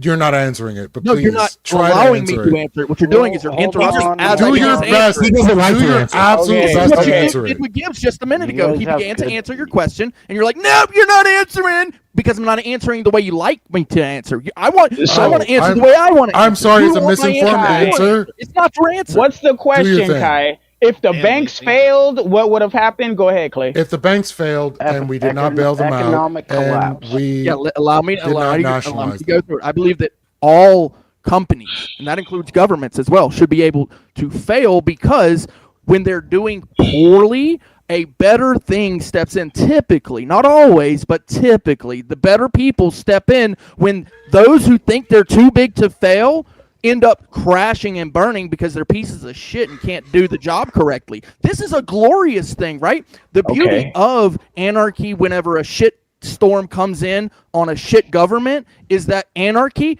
power, the absence of power, right? Power finds that absence, right? This is just the way it works, okay? Now, like I said, sometimes it doesn't work out so well where morality doesn't come with that power, but more often than not, it does. We have been doing better and better and better throughout history where morality principles and ethics get better and better and better throughout humanity. The best we've ever been is what we're seeing right now compared to the authoritarianism. Are you done grandstanding? Because this is goofy. 3,000, 4,000, 5,000, 6,000 years ago. But when we actually look back at 45 years ago, 65 years ago, we're actually doing very, very good in comparison. I'm glad to know. Years ago, 250 years ago, 300 Was years there- ago. was Are there- we okay. better off now than I'm before? glad you were ignorant Clay, to the ramifications. was there more morality back then or less? My question. That's my Morality question. has always existed. What does morality have to do with ramifications? I'm talking There's about the cause and efficiency thing. effect. Principle. When we're talking about morality, ethics, and principle, He just applying he those just wanted to power ask power you has no about meaning the there, right? economic When it collapse. comes to that. Do you We're talking understand there's a about cause and effect of things happening? You're not cause giving me and the effect, cause and right, effect. Exactly, because that's how things work in reality. Cause and effect. Yeah. Then I don't what know the if you fuck know that. happens? Then, bro, what happens? Tell me what happens. What happens in reality? Are you For seriously people. asking me how For people. You know, the Aztecs, they had a problem. No, that's not what I'm asking you. I'm asking you what literally happens if we let the banks default. If we allow the banks to default, then hopefully, sometimes and more than often, a better system steps in. Yes, this is That's good faith. That's I'm good glad faith. you have faith in that. That's good goofy. faith right there. I 100% get do. that. If a shitty company Well, I mean, owner hold on. has Hold on. I has a think faith in shitty this design for government is goofy too. if a so, shitty company owner has a shitty design for his employees and he's very mean to them, he's just a shitty employer, and everybody decides to quit, should we bail him out? Fuck no. What are you talking about, dude? Also, just Interesting. Interesting. So with the morality That is the thing, most really, woefully ignorant thing I've ever heard in my life. Hey, You're actually it's an proposing interesting that we concept. bail out shitty companies. These are just companies, dude. hold The bank on. is So- a company. The government Yeah, is but a too company. big to Although a fail small is not business about is a size. Too big to fail is about Is- interconnectivity into the system. There it is. This is global, my G. So Yeah, the which- government, which- right? once again, So the led to government is my connected. goal of Yeah, getting ready to that's what live I'm in the world saying. order, So which is the system. No, the entire world is Came fucking in connected, my from the G. banks. They should be Yes, allowed the to entire fail. world is fucking connected yeah, because the of our entire government. world. The United Justin. States is involved in everything. The We have the United fiat States currency. says you have 6 minutes to hit that big fat red dono goal, or we shut the fuck down and go home. Y'all are having fun. This is The like I entire don't get to be world quiet would this be often, and fucked. I'm enjoying it. So I let's do at wanna- least continue it. Go I ahead. do want to come back to the morality thing real fast and just point out something. Morality. I don't know can why. Be, is, I don't know why is- Clay's getting all the Clay's getting all the heat, because it's a pretty common fucking thing. Like, Well, if they didn't bail out the banks, the entire globe, the entire it would fucking send the entire world. Fantastic. Bro, into you chaos. have more common And I sense than think Clay that's what he was does. trying to. I'm hoping that You were happens. saying I think that's what he was exactly. trying to get across. Yeah, Okay, you were saying exactly what happened. If we're going down that rabbit hole, if the banks crashed, China had most of our debt, they would have took over. Is that what I'm asking? No, China would have failed too because they're more reliant than ever because of the debt. They're fine on the debt, and then guess what? Here's the thing: if all the world fails because of the economy, what leads to hold on? Who's going to be the most powerful if all the economies fail? The country with the most guns, and guess who's got the most fucking guns? That'd be us. Oh yeah, no, don't rampant lordism. You would happily go through a 20-year depression just to see you come out stronger than everyone else because you fucking caused a global 20 years is nothing. 20 years is nothing. Did we cause it or did the banks fail? Ooh, shit. So we're talking about morality. I want to be clear. I want to be. Wait, I want real to be quick. clear. Go ahead. We're the talking question about morality is is it efficient? That was the question. Is morality efficient? That Well, was I my understand the original question. Calm down. I want to let the. What I'm saying is, for example, if we're taking a moral argument for allowing the banks to fail, you were saying that a global economy collapse is going to be the most moral thing you can do. That's the goofiest thing I've ever heard. Yes. We're allowing multiple people to die. And here's why. Because your reliance on the government is the reason it's failing. You're reliant on having your money in the bank. Government like no, that, bro. he said the government. Wait, Clay, are you telling me you don't have a single dollar in the bank right now? I don't rely. You're lying to me. Government like you do, bro. I can hunt. I can fish. I can go live in the woods. I have $0. So you're telling can't do it. I get it. You're a shitty fucking person. I'm glad you're fine with children dying. I'm glad you're fine with hundreds of thousands of children dying. Don't do that, Kai. Don't do that, Kai. Come on, it's good faith. Come on. Wait. We gotta give more money to the rich guys because the children might die. What I'm saying is, if you allow for the banks to collapse, all the people that have money in those banks, their money is gone. Yeah, so in the global economy, okay, I have a question. All of a sudden, these people don't have money. If all that money is gone, hold on. Let me ask this question. If all the money just disappears, right, and the government can insure you for $100,000, does your $100,000? Hold on, listen. Does your $100,000 you have more weight than all the money you just lost? Doesn't matter. Completely does not matter. Conversation. I do want to ask Clay something here because as much as I hate this, I actually a little bit more on Lethe's side here. Look, we're gonna not pretend that the collapse of the major banking system that we have is a very high impact event, right? So I don't know how bad it could have gone if we absolutely did nothing. But at what point are you like, all right, we have got to do something? Because like just letting them fail, like that's millions of people out of work, like tens of millions. Right. Yeah, and I want to be clear about that as well because I don't want it to fail. But you don't care about those people and their kids. I'm asking. Let him finish. I asked him. I don't want the system to fail. I'd prefer it to work the way it's supposed to work, and that people adhere to the morality as well as the law.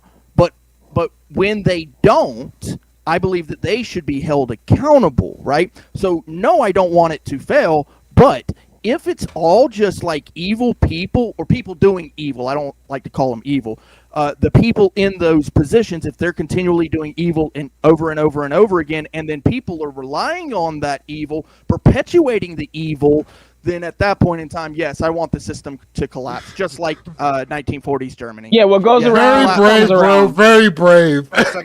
Collapse that shit, because I'm not about evil doings. Yeah, second question. So for you, brave. Clay. Okay, let me ask this question. How can the banks fail? Tiberius is already talking. Yeah, Clay, second question for you. Is there a greater responsibility to those who have like a greater level of power? Like, do you agree, yes. Okay, cool. I don't know how to like formulate that into a hypothesis, but I can tell you that like the general level of consequences that people had around here for what happened to the bankers is very unfortunate. Good thing we only have like 30 seconds left. This is hit it or quit it. I don't know how else to explain that. I have no idea who this guy is. All right, I'll just say this real quick. Thanks for having me, Sarah. I always appreciate your panel. Way more than you 30 guys are seconds. Brilliant. I appreciate the conversation. You guys are awesome. Great panel. Sarah. I'm saying it seems like we lack. Go ahead. Somebody sometimes hits the donut goal right at the tail end, but we can We got 24 seconds left. So this is your I'm just time. glad if the banks had failed, it would have made America powerful. I'm so glad to see people in this room that lack object permanence and act like things just don't have Describe what consistency. objective permanence is. Just don't live in reality. Object permanence? You don't know what object permanence is? Describe if you don't see it, if you don't see it, it no longer exists. You've already chosen what it is. It's in your mind. It's subjective, sir. There is no object permanence. What are you talking about? No, what a Clay, fail. are you okay? You're Well, goofy. You know what is okay? Moving into closing statements, unless somebody saves you in the midst of closers, we're getting the fuck out of here. All right, Emperor, if you'd like to kick us off with your closing thoughts, please. And, you could always flash one of those little, please pay on your way out, just in case. Hey, if you guys want to keep it going, that's awesome. This is a great conversation. I know you enjoyed it. I saw you guys in the chat going in. I would love to just give everybody a shout out here, all the way from Effigy to Ty to Gibbs, Sarah, all the way over to Ben, down the bottom. I don't know this guy, but I've seen you around. Kai, it was nice to meet you today, bro. You have a great mind, intricate. Thank you. I hope one day we get to chop it up more. Clay, you know what's up, bruh. And Lone Wolf, very beautiful, very beautiful. Now, guys, I just want you to think, hey, guys, look, open your mind, okay? Everybody has their opinion. And if we try to reach an understanding, a common ground can be built so we can go ahead and build on that. Now we actually have an idea, okay? That's all. Beautiful. We need at least what we got to do. Like, realistically, right, not everybody can agree. Like, different continents have different ideas. But, like, I think at the least, we need to, like, unify the West. We need to unify America. Like, we need to be on the same page so that we could be up against Russia and China and Iran and shit. It's like, no, you listen to some shit. You read some shit that people write on social media, and it's like they're basically supporting Iran. Like, this country's so divided. And we need to be on the same page. Up on screen, and I said, "Oh no, not him! The reason why is he can't follow directions." Lone Wolf, give your final thoughts to the panel, my love. Well, I'm gonna let you finish, Lone Wolf. My bad. Well, Sarah, I just wanted to at least say congrats because I'm not going to be able to make it on Saturday. So this was kind of my mini celebration for you because I'll be at work. Oh, boo. And so I wanted to at least come in and try to help you out tonight. I love hanging out with Ben again. I just hanged out with him yesterday. And he was kind enough to share his wife with me, which was awesome. And Gibbs, I like watching Gibbs. It's always nice to see Gibbs up there. And I got to meet Tiberius, first time ever. And Effigy, he's one of my favorites. And I'm still working on turning all these characters into tomatoes. But I didn't feel very motivated to work on my drawings today. Right now I'm making Ben into a tomato. And I'm going to be doing something with his Odinism and his kitties in the background. Hail Odin. Give the tomato a hammer. We'll see if we can get some more people in and or get all of our goals by the time I get home on Saturday. And maybe, if it's okay with Sarah, I might share that on her little that would be the Discord. perfect show to do it on Saturday night. So if we can keep it going until after I get off of work, maybe I'll bring out Tomato Ben. Aww. With all his tomato kitties around him. Beautiful. Oh, while I have Clay and Ben, before I forget, can I push your debate to the next night? I forgot I had an email already booked for the 14th. Are you both available Saturday night? No. Saturday That's fine. I don't care. Saturday night works better anyway. Oh, perfect. Perfect. All right. Perfect. I'll switch that over. All right, Clay, go ahead with your final thoughts, my love. Sure. Oh, it's always so much that I could say at the end of these parties.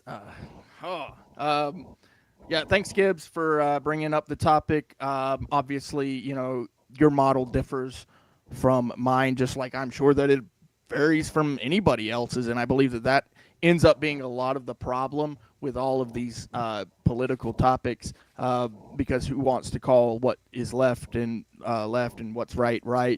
We all want to back off of the whole 1940s Germany thing and say, "Oh, that's not my party. No, it's not me." But the Shout out to reality, the 1940s Germany.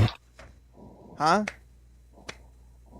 Shout out to the 1940s Germany. All right, we're still not learning the lesson. This is why I said, "Oh no, this guy," because we can't. If you would let him yep, there you go. I had a really big finger for him. Follow directions. That's Never, what she never. You gotta learn the panel etiquette, bro. But he just never. I always give him this opportunity. Just never follows directions. Never fucking listens to anything that's being said and just says random shit all the time. Oh shit! I found another one for him. Wait, I think I found one more. Oh wait, there's another. All right, go. I apologize for the brief inconvenience, Clay. If you would like to continue. Problem. Love you, 6L. So yeah, no, we all sit here and go, okay, that's not part of my morality. That's not part of my ethics. That's not part of my principles. And I think that that's the more important conversation. So when we're reinventing the wheel on these laws and policies and that sort of thing, I believe that we can come together on that particular thing, more especially because we live in the United States where we can actually change those laws. We got to get involved, that sort of thing. But I actually model my socio-political economic model, or whatever you want to call it, with liberty at the center. Because my understanding is that rights are fundamental.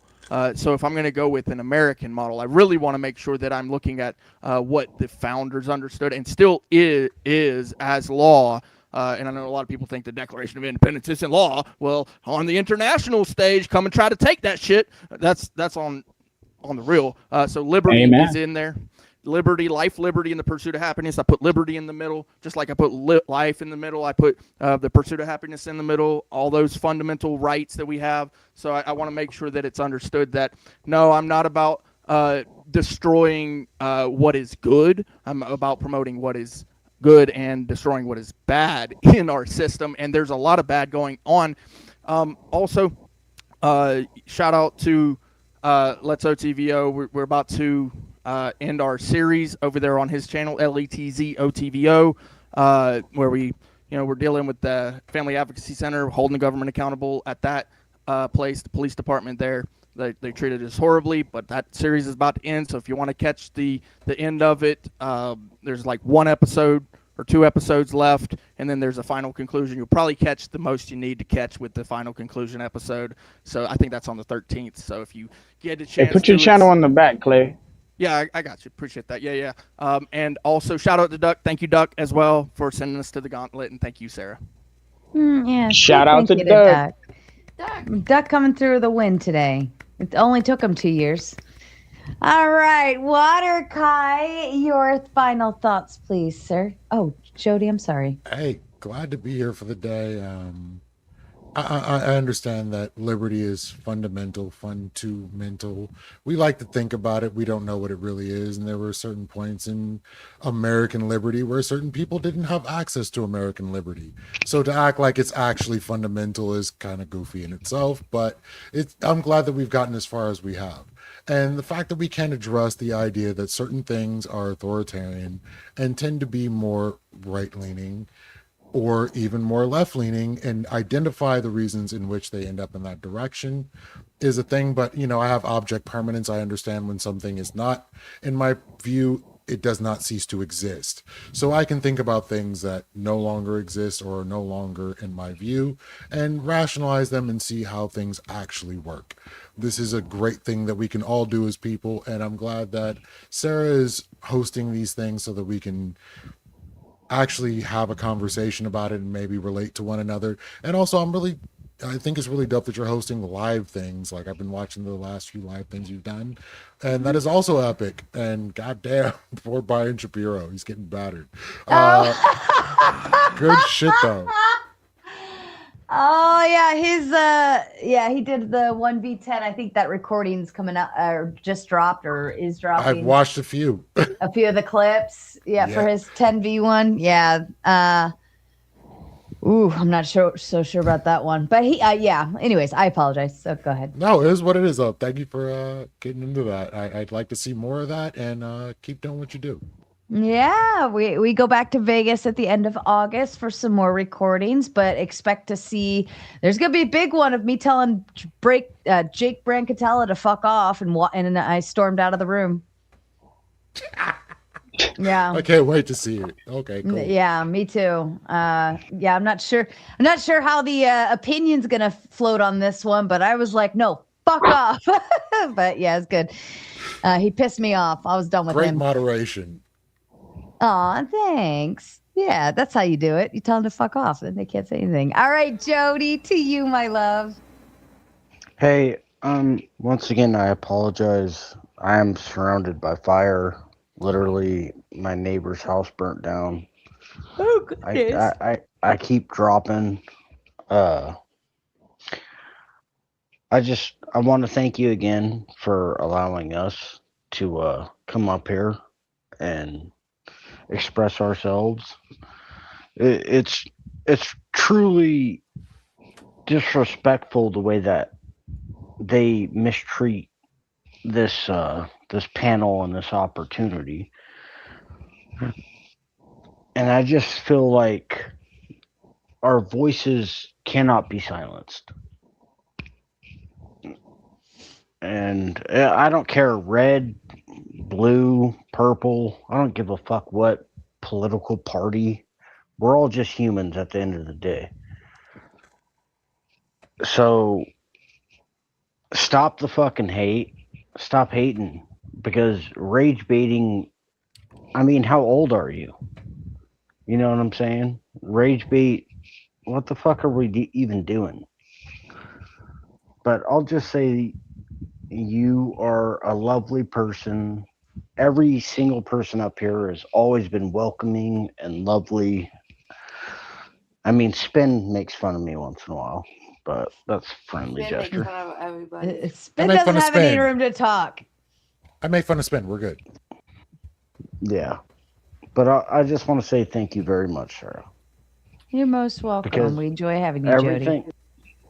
everything could burn down in a second, and once you see it first time, it's like, holy fucking shit. Like, it's crazy, bro. Fair enough. So. All right. Thank you, Jody. We appreciate you. Effigy. Thanks for having me as always. Always fun to tussle with everybody. Yeah, to go back to the original prompt, we've heard a bunch of really, really deep bullshit tonight. It was really funny for Gibbs to say that he was going to make a prophecy to say that of what we would say, because his entire position is to revise the actual historical accurate interpretation of history there. So yeah, it's going to be easy to call that because you're the one trying to revise shit. Everything we've called out tonight, it behooves it not being a socialist economy. They had private corporate ownership, private profits, mass privatization, trade unions outlawed, distributed private shareholders, state guided contracts using profit-based incentives, every single fucking thing. Just go watch Schindler's List. He's a fucking privateer. He's an industrialist who is using his own fucking profits to buy shit to save Jews. It's right there in your fucking face. It's obvious. And yeah, the right wing has this problem where because they think they're morally right, they have to redefine everything around them so that they can't possibly ever lead to a bad outcome because they're the morally right good people. And that's what this is right here. Your ideology, just like everybody's ideology, can lead down a dark path. Jesus Unless Christ. it's Jesus. I'm just playing. I'm done. Tone policing motherfucker. I love you. All right, Tiberius, what you got for us? That's a good question. Ladies and gentlemen, thank you for being here for the Raging Tomato Show. It's been an interesting show here today. I don't know why you all allow Gibbs to go on for a PowerPoint presentation for an hour and a half, but we love you anyway. Yeah, as far as the general conversation piece, I think Gibbs is full of shit, but I'm not going to be baited by some dumbass nonsense. So try again next time, Gibbs. We'll eventually do it. Anyway, yeah, my name's Tiberius. Thanks for having me on. I always appreciate it. And thank you for all the dono people who allowed us to express ourselves today, because for some reason we all think we have good ideas when we're all just weirdos on the internet. But yeah, it's great to have you all here. Thanks for having us here. Thanks for watching us. And we'll catch y'all next time. Need to give Ty like jazz music in the background as he drops that. Oh, I got one. No, we got it better right here. Here you go. We got we got this one. We could let Ty try that again, a little more sensual here. The fact that you have this music that goes along with me tells me a lot about how you think about me, and I have to think about that. So thank you very much for having me, nonetheless. Would you prefer this one? He got bashful. How about? Oh, 1,000%. I was red in the face. Yeah, this doesn't work either because now I'm a mockery. But get my damn face off of here. Let's move. Need some mariachi music. Perfect. I am from Indiana. Anyway, do we or something? The real Ty's coming out. Go ahead. I haven't seen Ty blush this much in a long time. I love it. Mr. Balderson, Tomato paste. Your final thoughts, please. The Benjamin, come on. Gibbs is always a showman. Always puts on a show. That's professional. You guys are the best. I like turtles. Turtles. And shout out to Boulders. Turtles. Last but certainly not least, not in the least bit, the most special man of the hour tonight. We love you, Mr. Gibby Poo. Truth and all. Even if you didn't get lap dances because you're gay as fuck, we still love you. You went to the gay one. You went to the gay one. Double fist.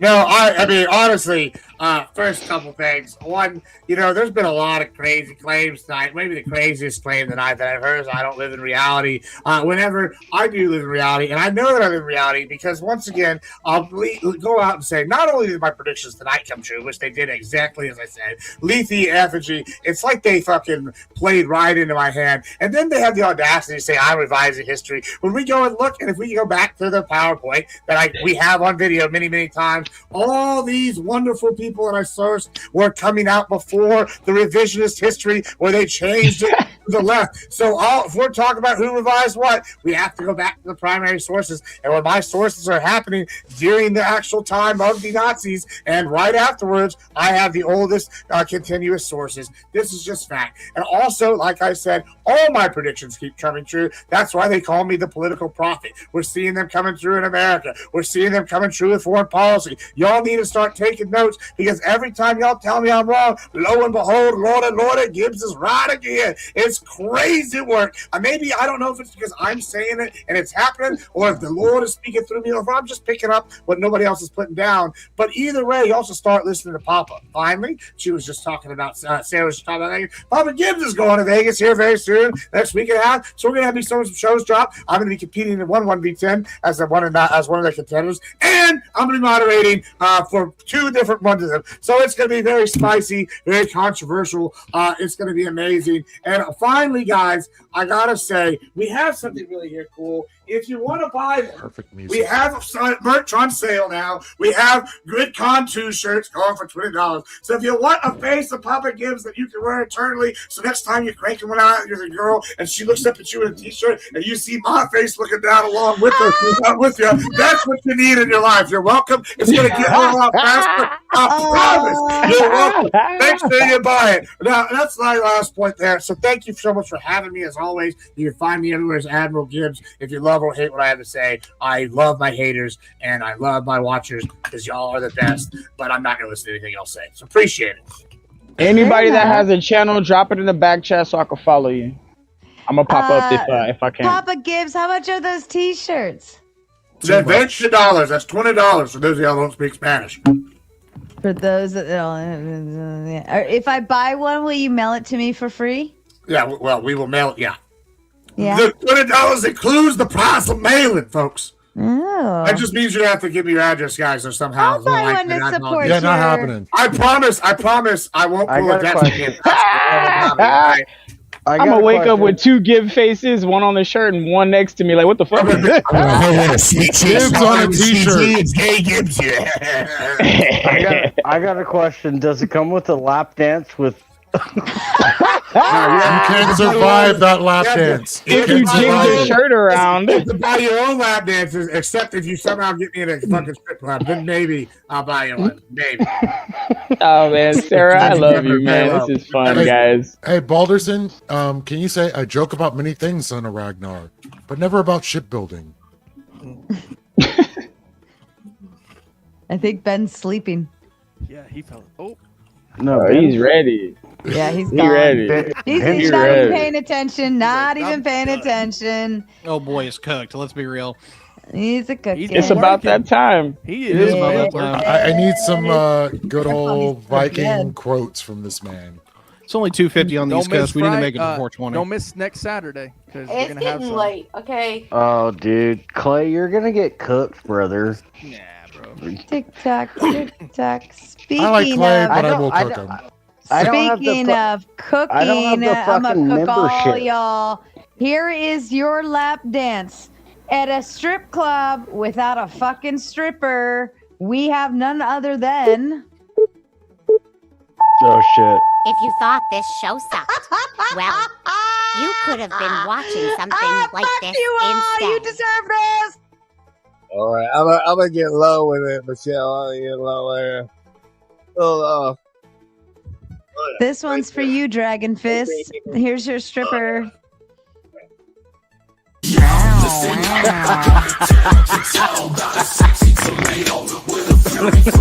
She's not the best looking woman, but she's very into submission.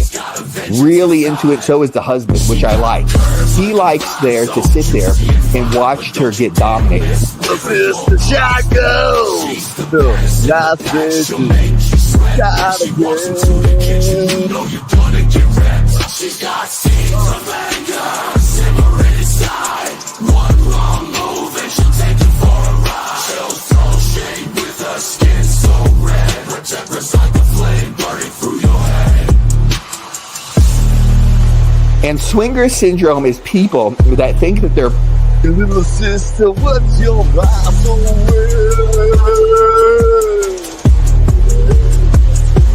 I go nowhere. Hey, little sister, who's your beautiful man? Hey, little sister, Shaco!